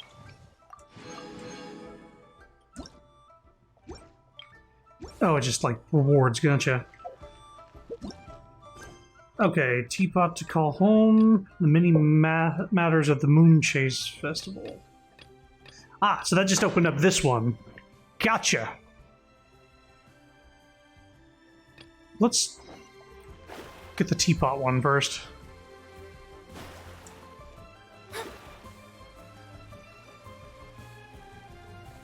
Unless the thing you wanted was death. Never got the thing he was wanting, it was always the other trinkets. If I ever play Shenmue, Gotcha is going to be a big part of that game. I'm just trying to think of the best way to play that game, because I could emulate it through like a Dreamcast emulator. I think it might be on Steam, but I heard it wasn't a good port. I don't know. I'm definitely into trying that game on stream one day. Shenmue's like one of my favorite games from way back when on Dreamcast. Miss Yanfei, have you finished your investigation? I trust you will now be in a position to assess the compensation due. Yes, my investigation is indeed concluded. I can now provide a final figure for the amount payable. Wonderful. Well then, please, could you do the honors, Miss Yanfei? Of course. This is someone? According to the stipulations of the contract, Mr. Crossell, you must pay Mr. Chow 10 times the original transaction price in Mora. Sure. Wait, what? Me pay her? Surely there's been some kind of mistake, Miss Yanfei. Not at all. According to my investigations and the material evidence that we've gathered, the substance claimed to be Smaragdus Jadeite that was inlaid within the Smaragdus Jadeite twin phoenix pins that you rented out to Mr. Chow was, in fact, Smaragdus Nephrite. Now, the contract states very clearly that 10 times the price shall be paid should the article not be genuine. Accordingly, you are liable for this sum, which is payable to Mr. Chow in Mora. Material evidence? What material evidence? Why, Miss Yanfei, you cannot frame me like this. I spent a huge sum to obtain that Smaragdus Jadeite, and yet you claim that the ore inlaid on the hairpins is somehow fake? I demand to see your evidence. Indeed. Only a testimony from an expert witness involved in the processing of the ore can serve as an authoritative assessment of whether it is genuine. Traveler, please produce the evidence in question.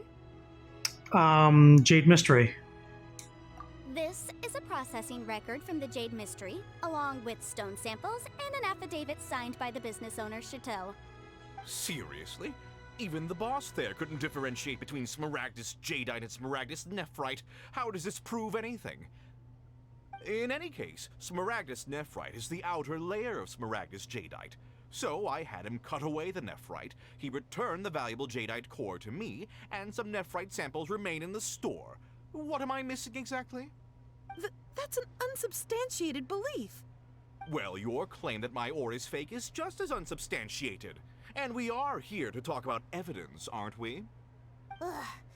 Looks like our first piece of evidence didn't convince him at all. Seems like he came prepared. What should we do next? Hard evidence, something legally binding. We have just the thing. Show him, Traveler.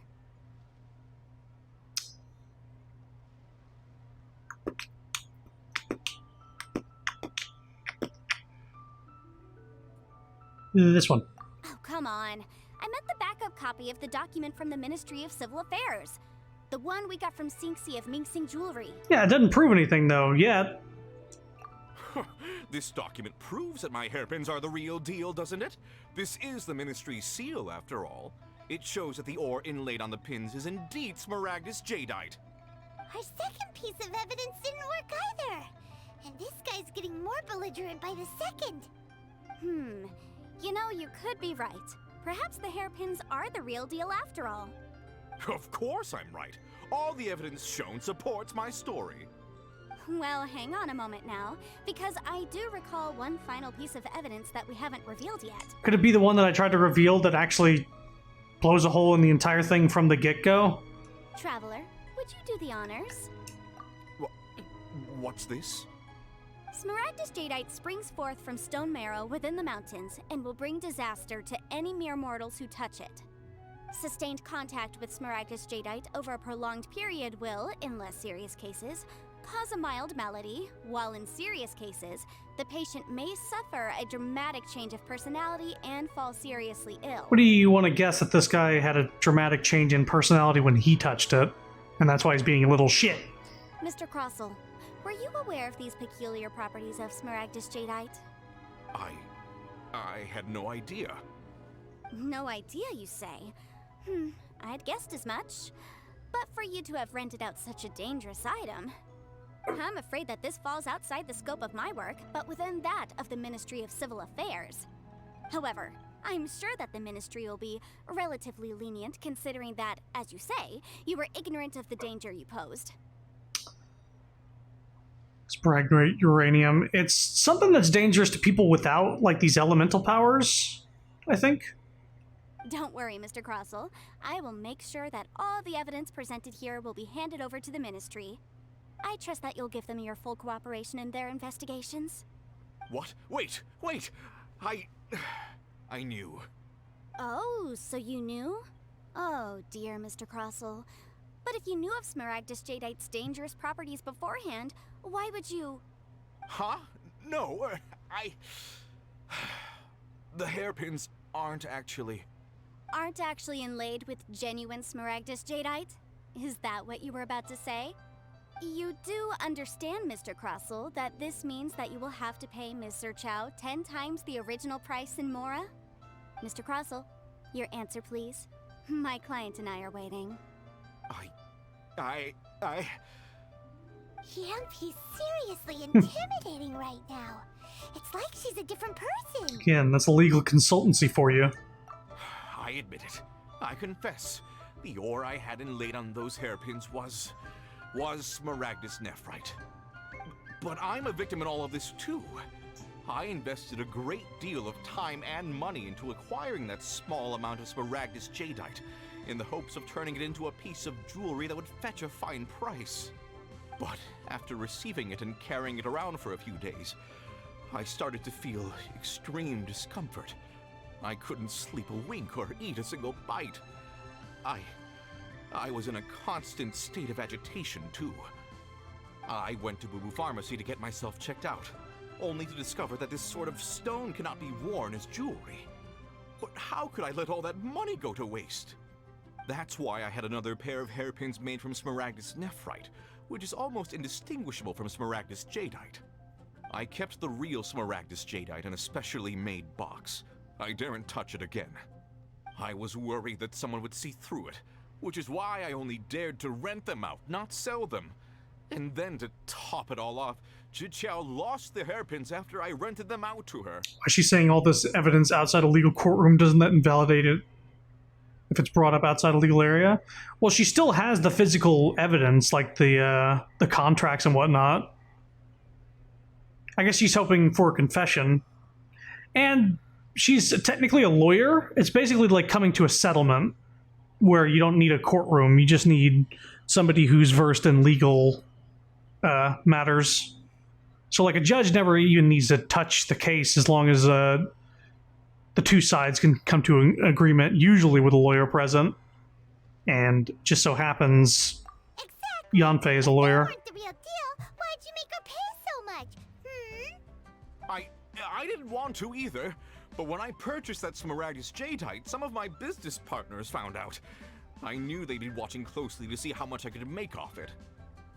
If word got out that I sold a pair of fake hairpins, then my days in this line of business would be over. All right, let's cut the appeals phase right there. I failed to see what bearing any of this has on your transaction with my client.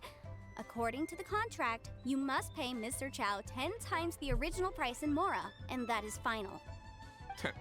10 times? Crossell looks like he could faint in a second. As for me, according to my contract with Mr. Chow, Yeah. 20% of that sum will go to me. Yeah. 20%? That's as much as I spent on that Smaragdus jadeite. There's no need.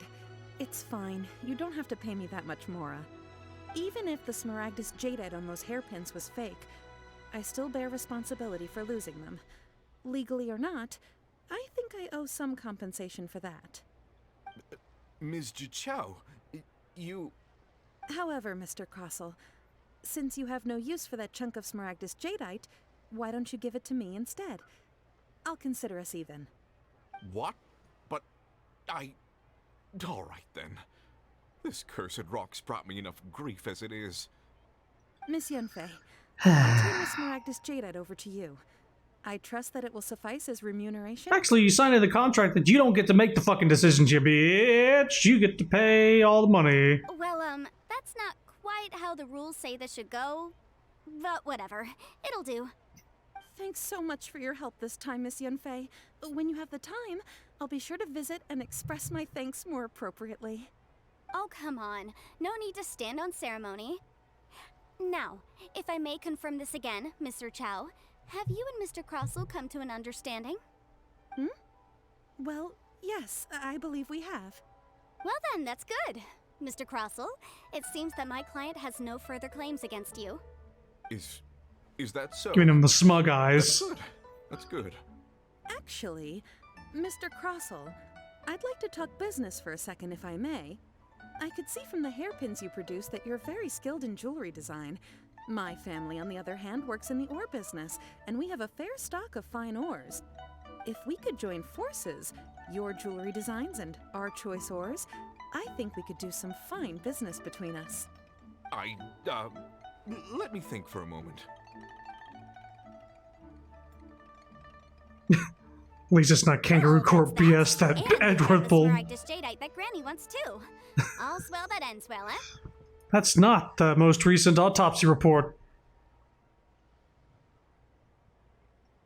Yes, though there were some twists and turns along the way. Exactly. Usually when someone tells us they've lost something, we end up searching all over the place for it. But this time, you managed to solve the problem with just a big stack of documents. Even though the solution didn't involve actually finding the hairpins. The right solution depends on your perspective on the problem. The objective of my client, Mr. Chow, was to reduce her liability to pay compensation. So, rather than looking high and low for some hairpins, proving that the rented item was nowhere near worth what the vendor had claimed it to be was the more efficient solution. Can't say I've ever met an Adeptus like you before. An Adeptus.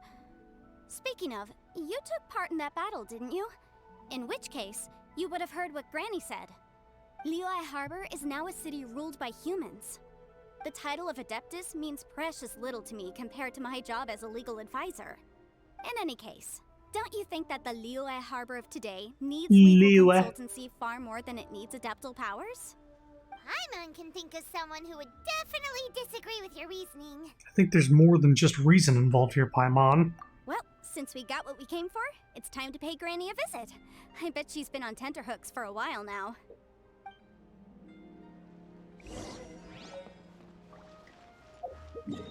We gotta go back up to Granny.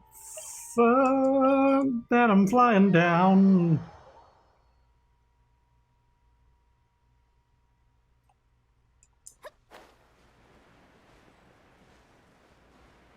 Granny!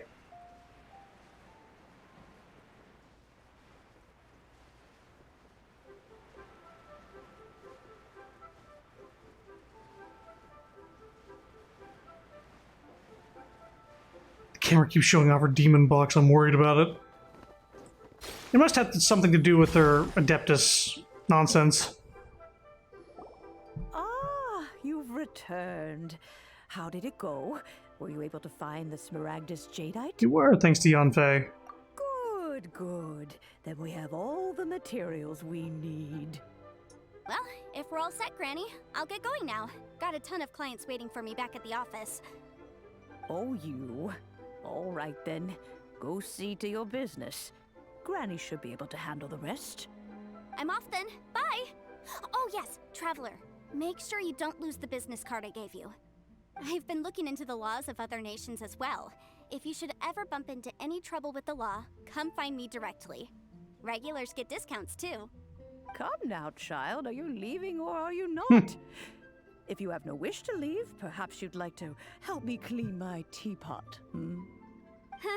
I'm leaving! I'm leaving! That child. Goodness knows where she learned to be so rambunctious.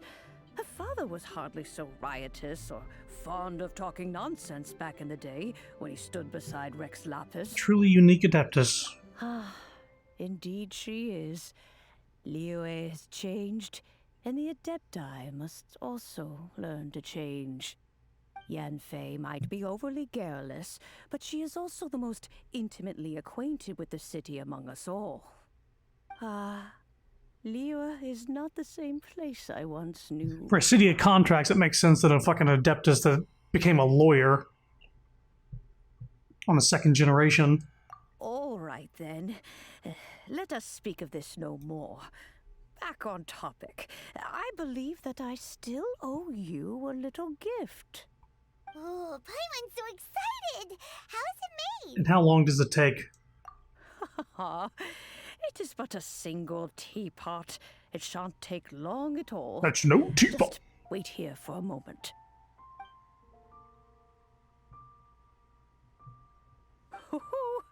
There we go. This Serenity pot is all yours now. Hold it firmly. If you were to drop it, oh goodness, who knows what might happen. Take these blueprints with you as well. You'll need them if you wish to make your teapot a little more lively inside. Thanks, Granny. Wait a minute, Granny. How exactly are we supposed to use this teapot? Oh, you needn't worry about that. I've already arranged for a certain little helper to await you within this teapot. She will explain everything you need to know about it. Serenity pot. Serenity pot.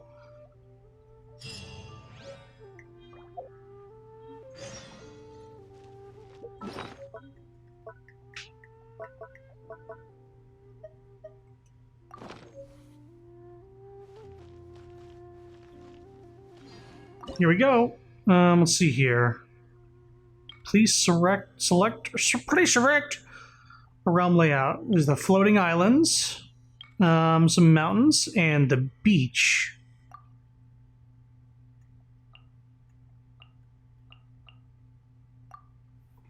Give me a sec. I actually want to look up some differences here.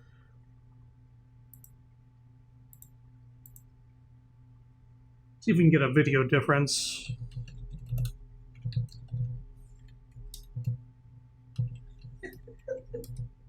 What? Huh? Just reminded of something you have, that's all. Could it be this? Yeah! How did you know? Why is this funny? Why is this funny to you?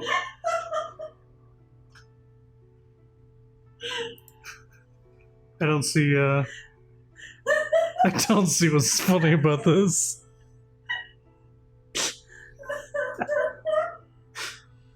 Eyes,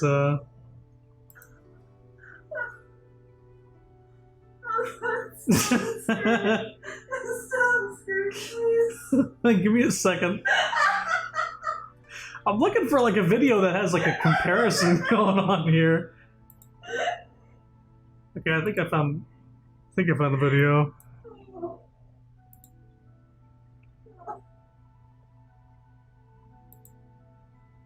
Okay, floating abode. Huh? Okay, it's got like a floating island. Gotcha. They have Yanfei as their character. All four characters they have, I do not have currently. Yeah, it's just a floating island in the sky. Yeah, pretty cool. Pretty cool. Interesting. Some bamboo here and there, some racks.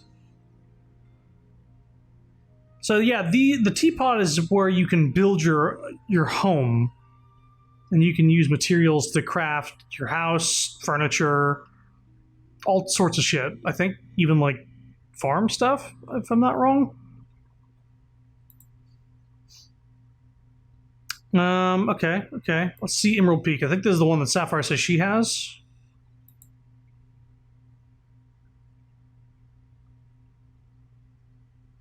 Kind of similar. Like a Hutao. No, I had the floating island. Oh, you had the floating islands. Okay. So this is a mountain. It's similar. Especially since, a little too similar. I guess you have mountains in the background instead of floating islands in the background.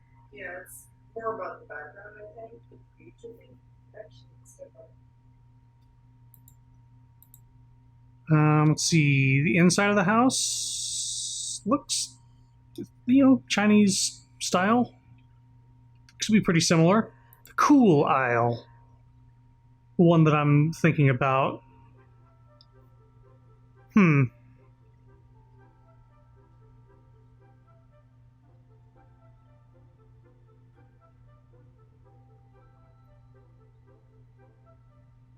It could be wrong, but I think that you unlock more parts of it as you go. Well, this one actually has a beach you can go down to. Oh, that's cool. Like the other ones just have islands with a drop off into infinity.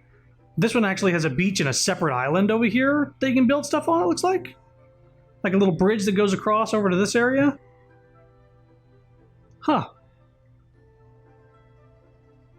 It looks like there's a couple little islands you can just go to here. Yeah, This one, those extended areas for all of the places, I think you have to unlock. really? But there's just a bridge.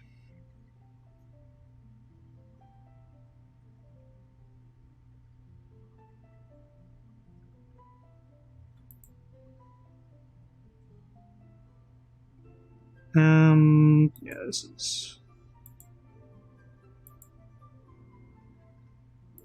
There's places in the game. I guess they're just going here to show where you can get materials and whatnot. But I didn't see like any... Oh yeah, here's a bridge that goes to this stuff over here. Gotcha, so this is in the mountains. The bridges go across there. Okay. Run across the bridge and start running into a red area. Oh. I saw something that looked like it would be an unlock. I could be wrong, but that's what it seemed like. Let me look at the floating boat again.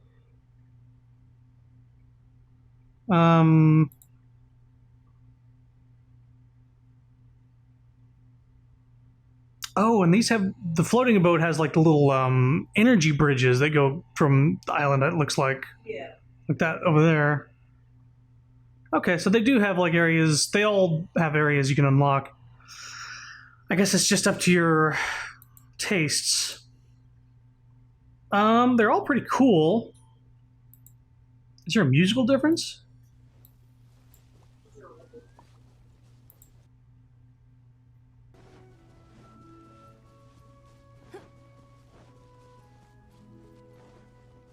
Lagged out for a second. I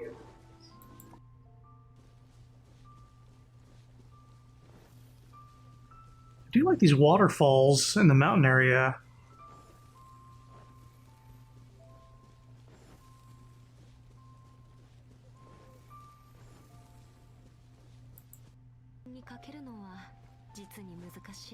They have Japanese voice acting turned on.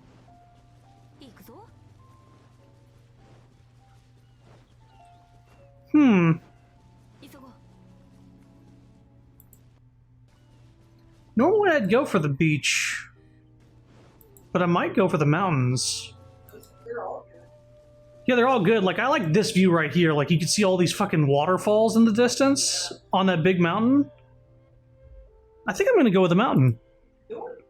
Usually I go for the... Yeah. I'm glad we looked at it beforehand. Yeah, me too. Usually I go with the beach view, but...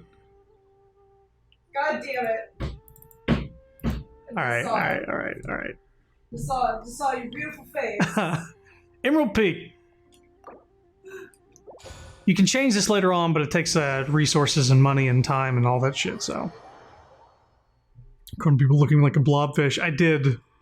That image... Yeah. I like how wet my eyes look. Like, they look like they're brimming over with tears almost.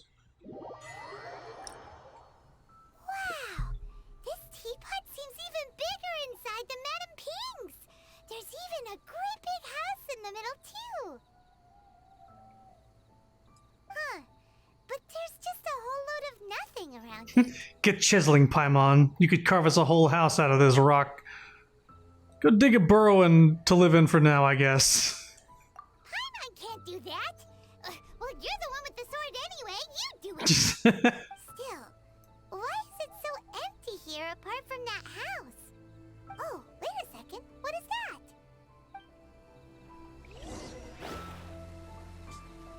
Just gonna take a look at the environment here. Yeah, I can see the red on the map already. Try to go across the bridge and then the world's like, no, no, no, no. You will die. The music and vibe I get reminds me of the red area in Sea of Thieves, which just like fucking sinks your ship. Or even perhaps like the end of the world in Valheim, if you remember that. Yeah, I like this view a lot. I like the waterfall and the mountain in the background.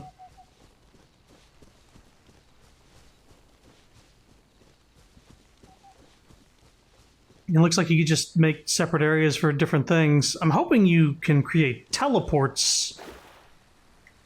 Actually, let me look at the map. I'm hoping that when this area expands, you can like teleport to these areas. But there's a little burb fella. Oh, yeah. You Wow, can it buy, seems like we have a visitor. It's Okay. a huge finch! A finch! Excuse me, I am not a finch. I am a teapot spirit, and you may call me... hang on a moment. What am I supposed to be called again? Oh, call me. I suppose you may call me Tubby. You certainly looked the part. Wow, that's rude. That's the only choice. So you're the little helper Madam Ping mentioned? Madam Ping? Oh, you must mean Ping. Yes, she did summon me here. She told me much about you. For a second, when I saw Tubby in the video, I thought that was just a nickname they gave it. I was like, am I get to name this bird? You may leave all matters regarding the upkeep of this realm to me. Your journey may be far from over, but at least this way you will not want for a comfortable place to sleep each night. So what's a teapot spirit exactly? Though it is the Adepti who create realms such as this, they generally do not have the time of day to attend to the banal matter of their maintenance. Thus, we teapot spirits were created to help guard their realms and manage their affairs. You may consider me a butler, if you will. Now, allow me to explain this realm to you. Have you any blueprints on you? Specifically, blueprints with beautiful rooms, chairs, and the like. As long as you have a blueprint, you can refashion this realm however you please. Blueprints? Oh, that's right! Granny handed us some when she gave us the teapot, didn't she? Let's take them out and have a look.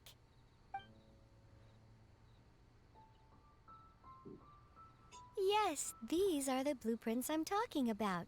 Go on. Open This them bird up. is programmed to serve. Just commit the image My of the name is objects Tubby. to memory and prepare the necessary materials. Then simply release the thought from your mind and the object in the blueprint shall appear within this teapot. Wow! Is that all it takes? Then we could build a whole city inside, couldn't we? I doubt it. A golden-eyed adeptus explained this to me at some point in the past. He said that even though subspace creation is a product of adeptal power, even that has its limits. This world is not a true one, after all. It provides merely a moment of brief respite from the mortal realm, not a means of escaping it entirely. A golden-eyed adeptus?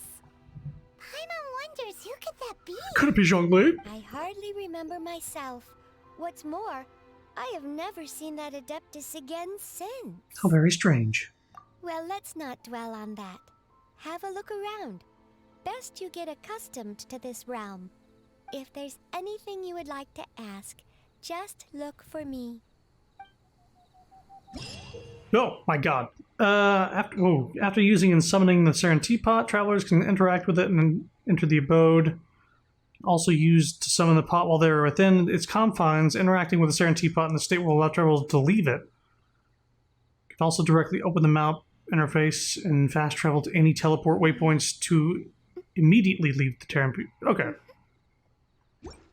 Whoops. I wasn't done reading that. Talk to the teapot spirit inside the Saren teapot. Serena teapot. I don't know why I keep saying Saren tea. Serena teapot. To learn about and manage all manner of teapot-related affairs. Create all kinds of items using the creation screen. Materials used to create items can be gathered all over the world. Yeah, chopping trees and whatnot. After obtaining Astrologers must rid themselves of material desires. Only by ridding oneself of clutter can one see the true world around them. Okay, Mona. After obtaining a furnishing, use the place function to put it in position. Place furnishings to increase the adeptal energy rank of your Serenity pot. As your adeptal rank energy increases, realm currency will accumulate at a faster rate. Spend realm currency in the realm teapot to purchase various items. Once in a while, a teapot traveling salesman will visit your abode. There's a chance that he'll bring some rare treasures with him. If you require a blueprint for a furnishing set, you can place furnishings by batch. You can still make adjustments to individual furnishings when batch placing them.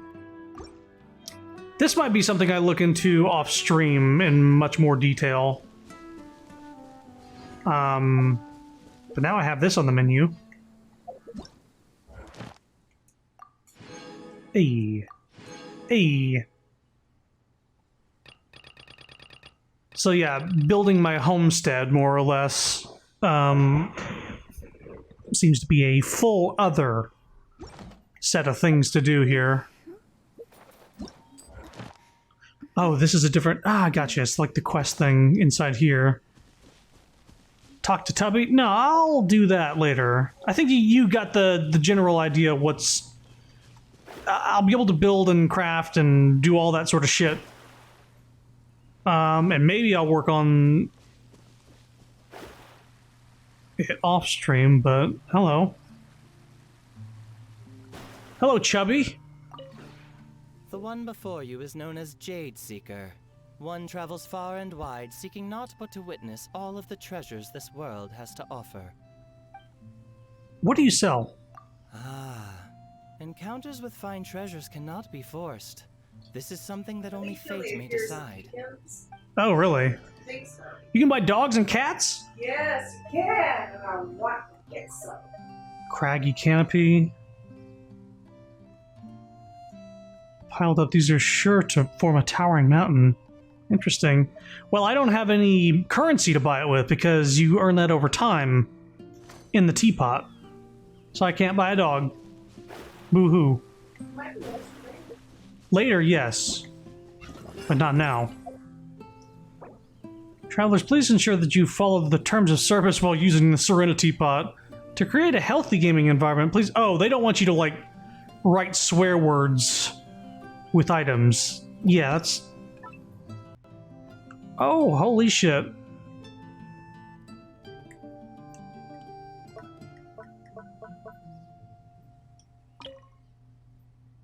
Place. Can I move it?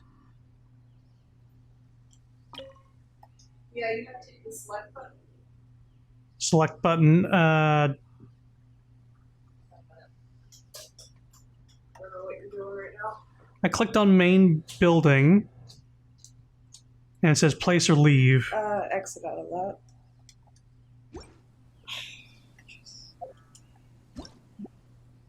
Hit select button. A? Select. Oh, the select button. Gotcha. So yeah. Now you should be able to. Okay, that's what you wanted to do, right? Yes, yes. Okay.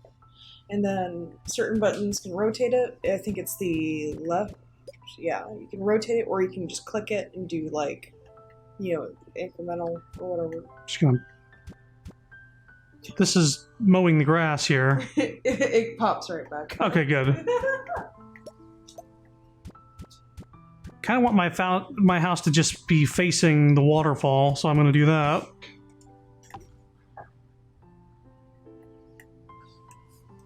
Okay, I can pan it this way.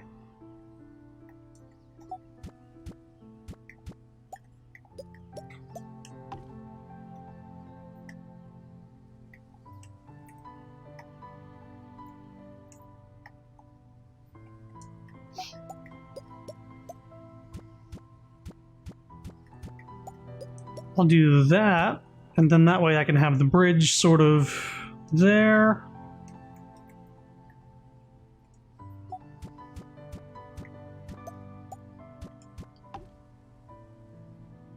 Yeah. I want it facing the save changes. So now, the front of the building, like coming outside of the house, you get this view. Pretty snazzy. Wow. This will be something I definitely look into in greater detail off stream, including claiming all this shit and maybe building something. What else was I wanting to do? Idle teapot talk. I'm not gonna worry about that.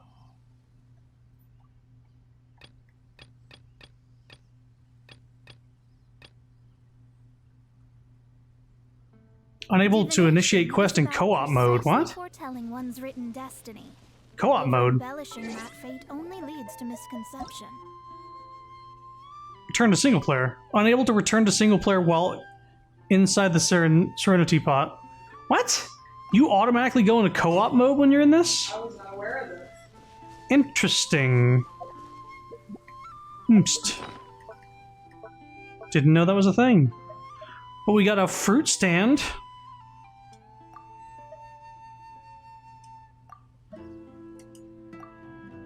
Learned how to create these things. Gotcha. Alright, well, gadgets.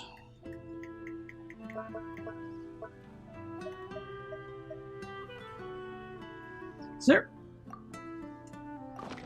I thought you could, like, equip gadgets to that wheel over there.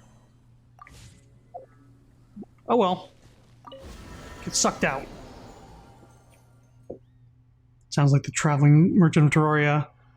You've left the current Serenity Pot and will return to your homeworld. Right, so you can, like, invite friends to just hang around in your house and whatnot.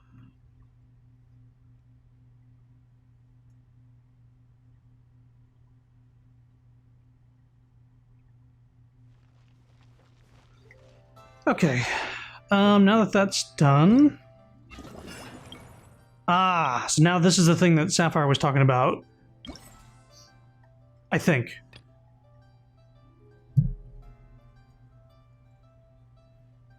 Quest completed. Required festive fever. What? And a new cooking device.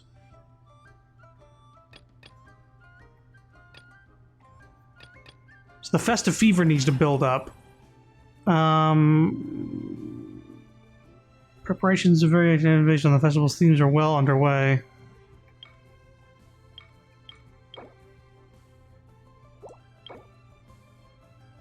Unlocks after completing the mini matters of the Moonchase Festival. Would you like to pursue with this quest? Trails of Delicacies. Okay, this is not...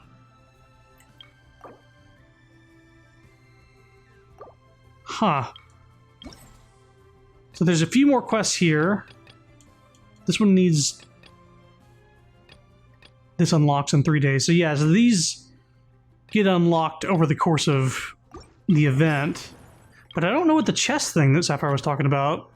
I forget what that feature should be. I've gone somewhere in the middle that takes to it. Oh yeah, when you're looking at Moonlight Seeker and you go to hit collects, then it does, it should do something. Get quest? Like, it says Moonlight Seeker. Oh, this one, yes. I can confirm and start that quest. The mini matters of the Moonchase Festival. I guess, like, yeah, it leads into it. I don't really know the best way to describe it. It opens up a new quest.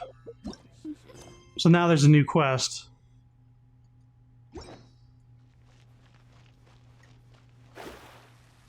If it's just going around and battling and getting a chest and it's not story related, then...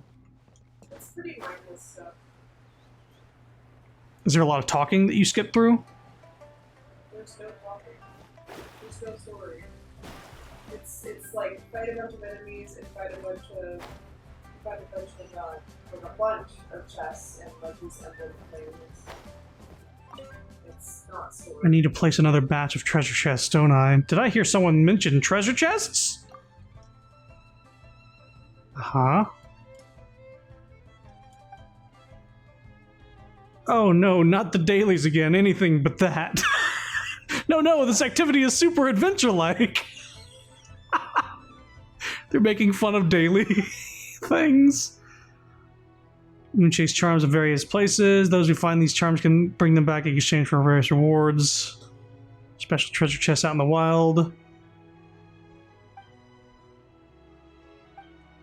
Involves invading a series of monster camps. That's got nothing to do with the Moonchase Festival at all. I mean, you don't have to put it like that. There's prizes to be had for beating those monsters. It's not all that different from normal commissions. Come on. Please, just help us out. Most of our adventurers have left to go enjoy the festival, and many of our commissions are just sitting there with no one to take them up. Just lend us a hand with your skills, it'll be a breeze, huh? Better have that payment ready. Of course, you'll be compensated fairly, traveler, don't worry. I'll be here throughout the Moonchase Festival. If you have any questions, just ask me directly. We're counting on you. Well then, enjoy the festival. Meanwhile, there's another freaking blue... Wait, is that Vlad? What are you doing here? Are you talking to me? You're supposed to be out in front of the bank. Goodbye. I'm going to touch this exclamation point and then maybe see what this treasure chest thing is about, and then it should be it.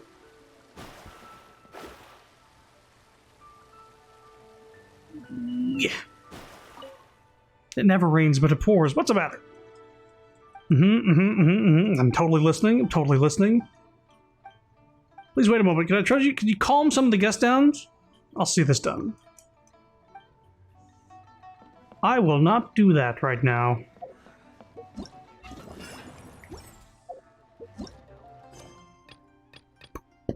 Not doing that shit.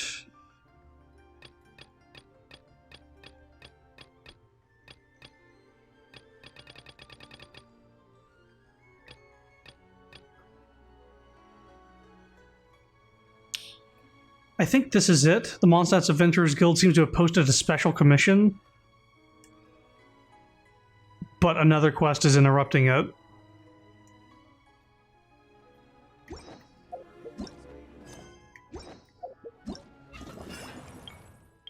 Trail of Delicacies.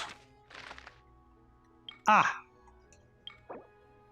Oh, I see. This must be what you're talking about. This screen?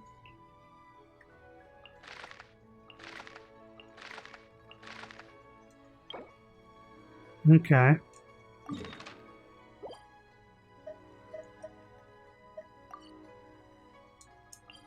Alright, we'll see how mindless this is, and if it is truly that, then it's something I'll do off stream. You underestimate how many chests you have to grab. It's Really? like a bunch of climbing rocks, getting to, beautiful height, fighting some random enemies, pretty much. This one's just going to a Hilichurl camp and... Okay, and doing that is just like a bunch of what you're doing is like a bunch of challenge. Right, the Trail of Delicacies, but Moonlight Seeker is the chests. Oh. To get better benefits, you offer food. Gotcha. Before you do this. And then it's just going from enemy camp to enemy camp to enemy camp. It's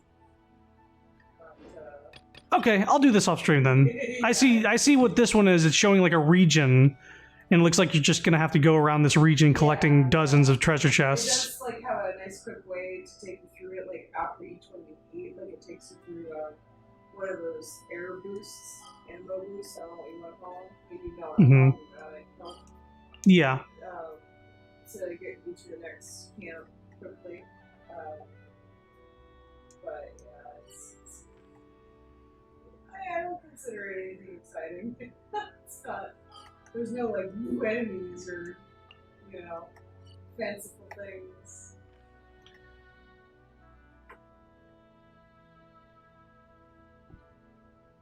What the fuck? This is what I struggled with near at the very end, the very last challenge. Right. Okay, well, I'll do this off stream. I'm gonna stop and just chill for a bit. I have some stuff to do, at the very least. I have a bunch of fucking side quests. I've done enough story to do the character story quests, or some of them. And so that means most of the future streams Opening a chest is like coming up will be character stories. Like, for instance, we have Klee's story, we have Diona's story, we have Noelle's story, we have Barbara's story, we have Chung Yoon, and Bennett. All those characters have a story quest. And since I'm such, not high level, but I have a good enough level, but I still want to get more before leveling up my world. I want to do those before doing any more story quests. But I'm going to stop the stream. Thank you for coming. I hope you all had fun. More of this kind of soon. Not sure exactly when. But thanks for coming. Bye-bye.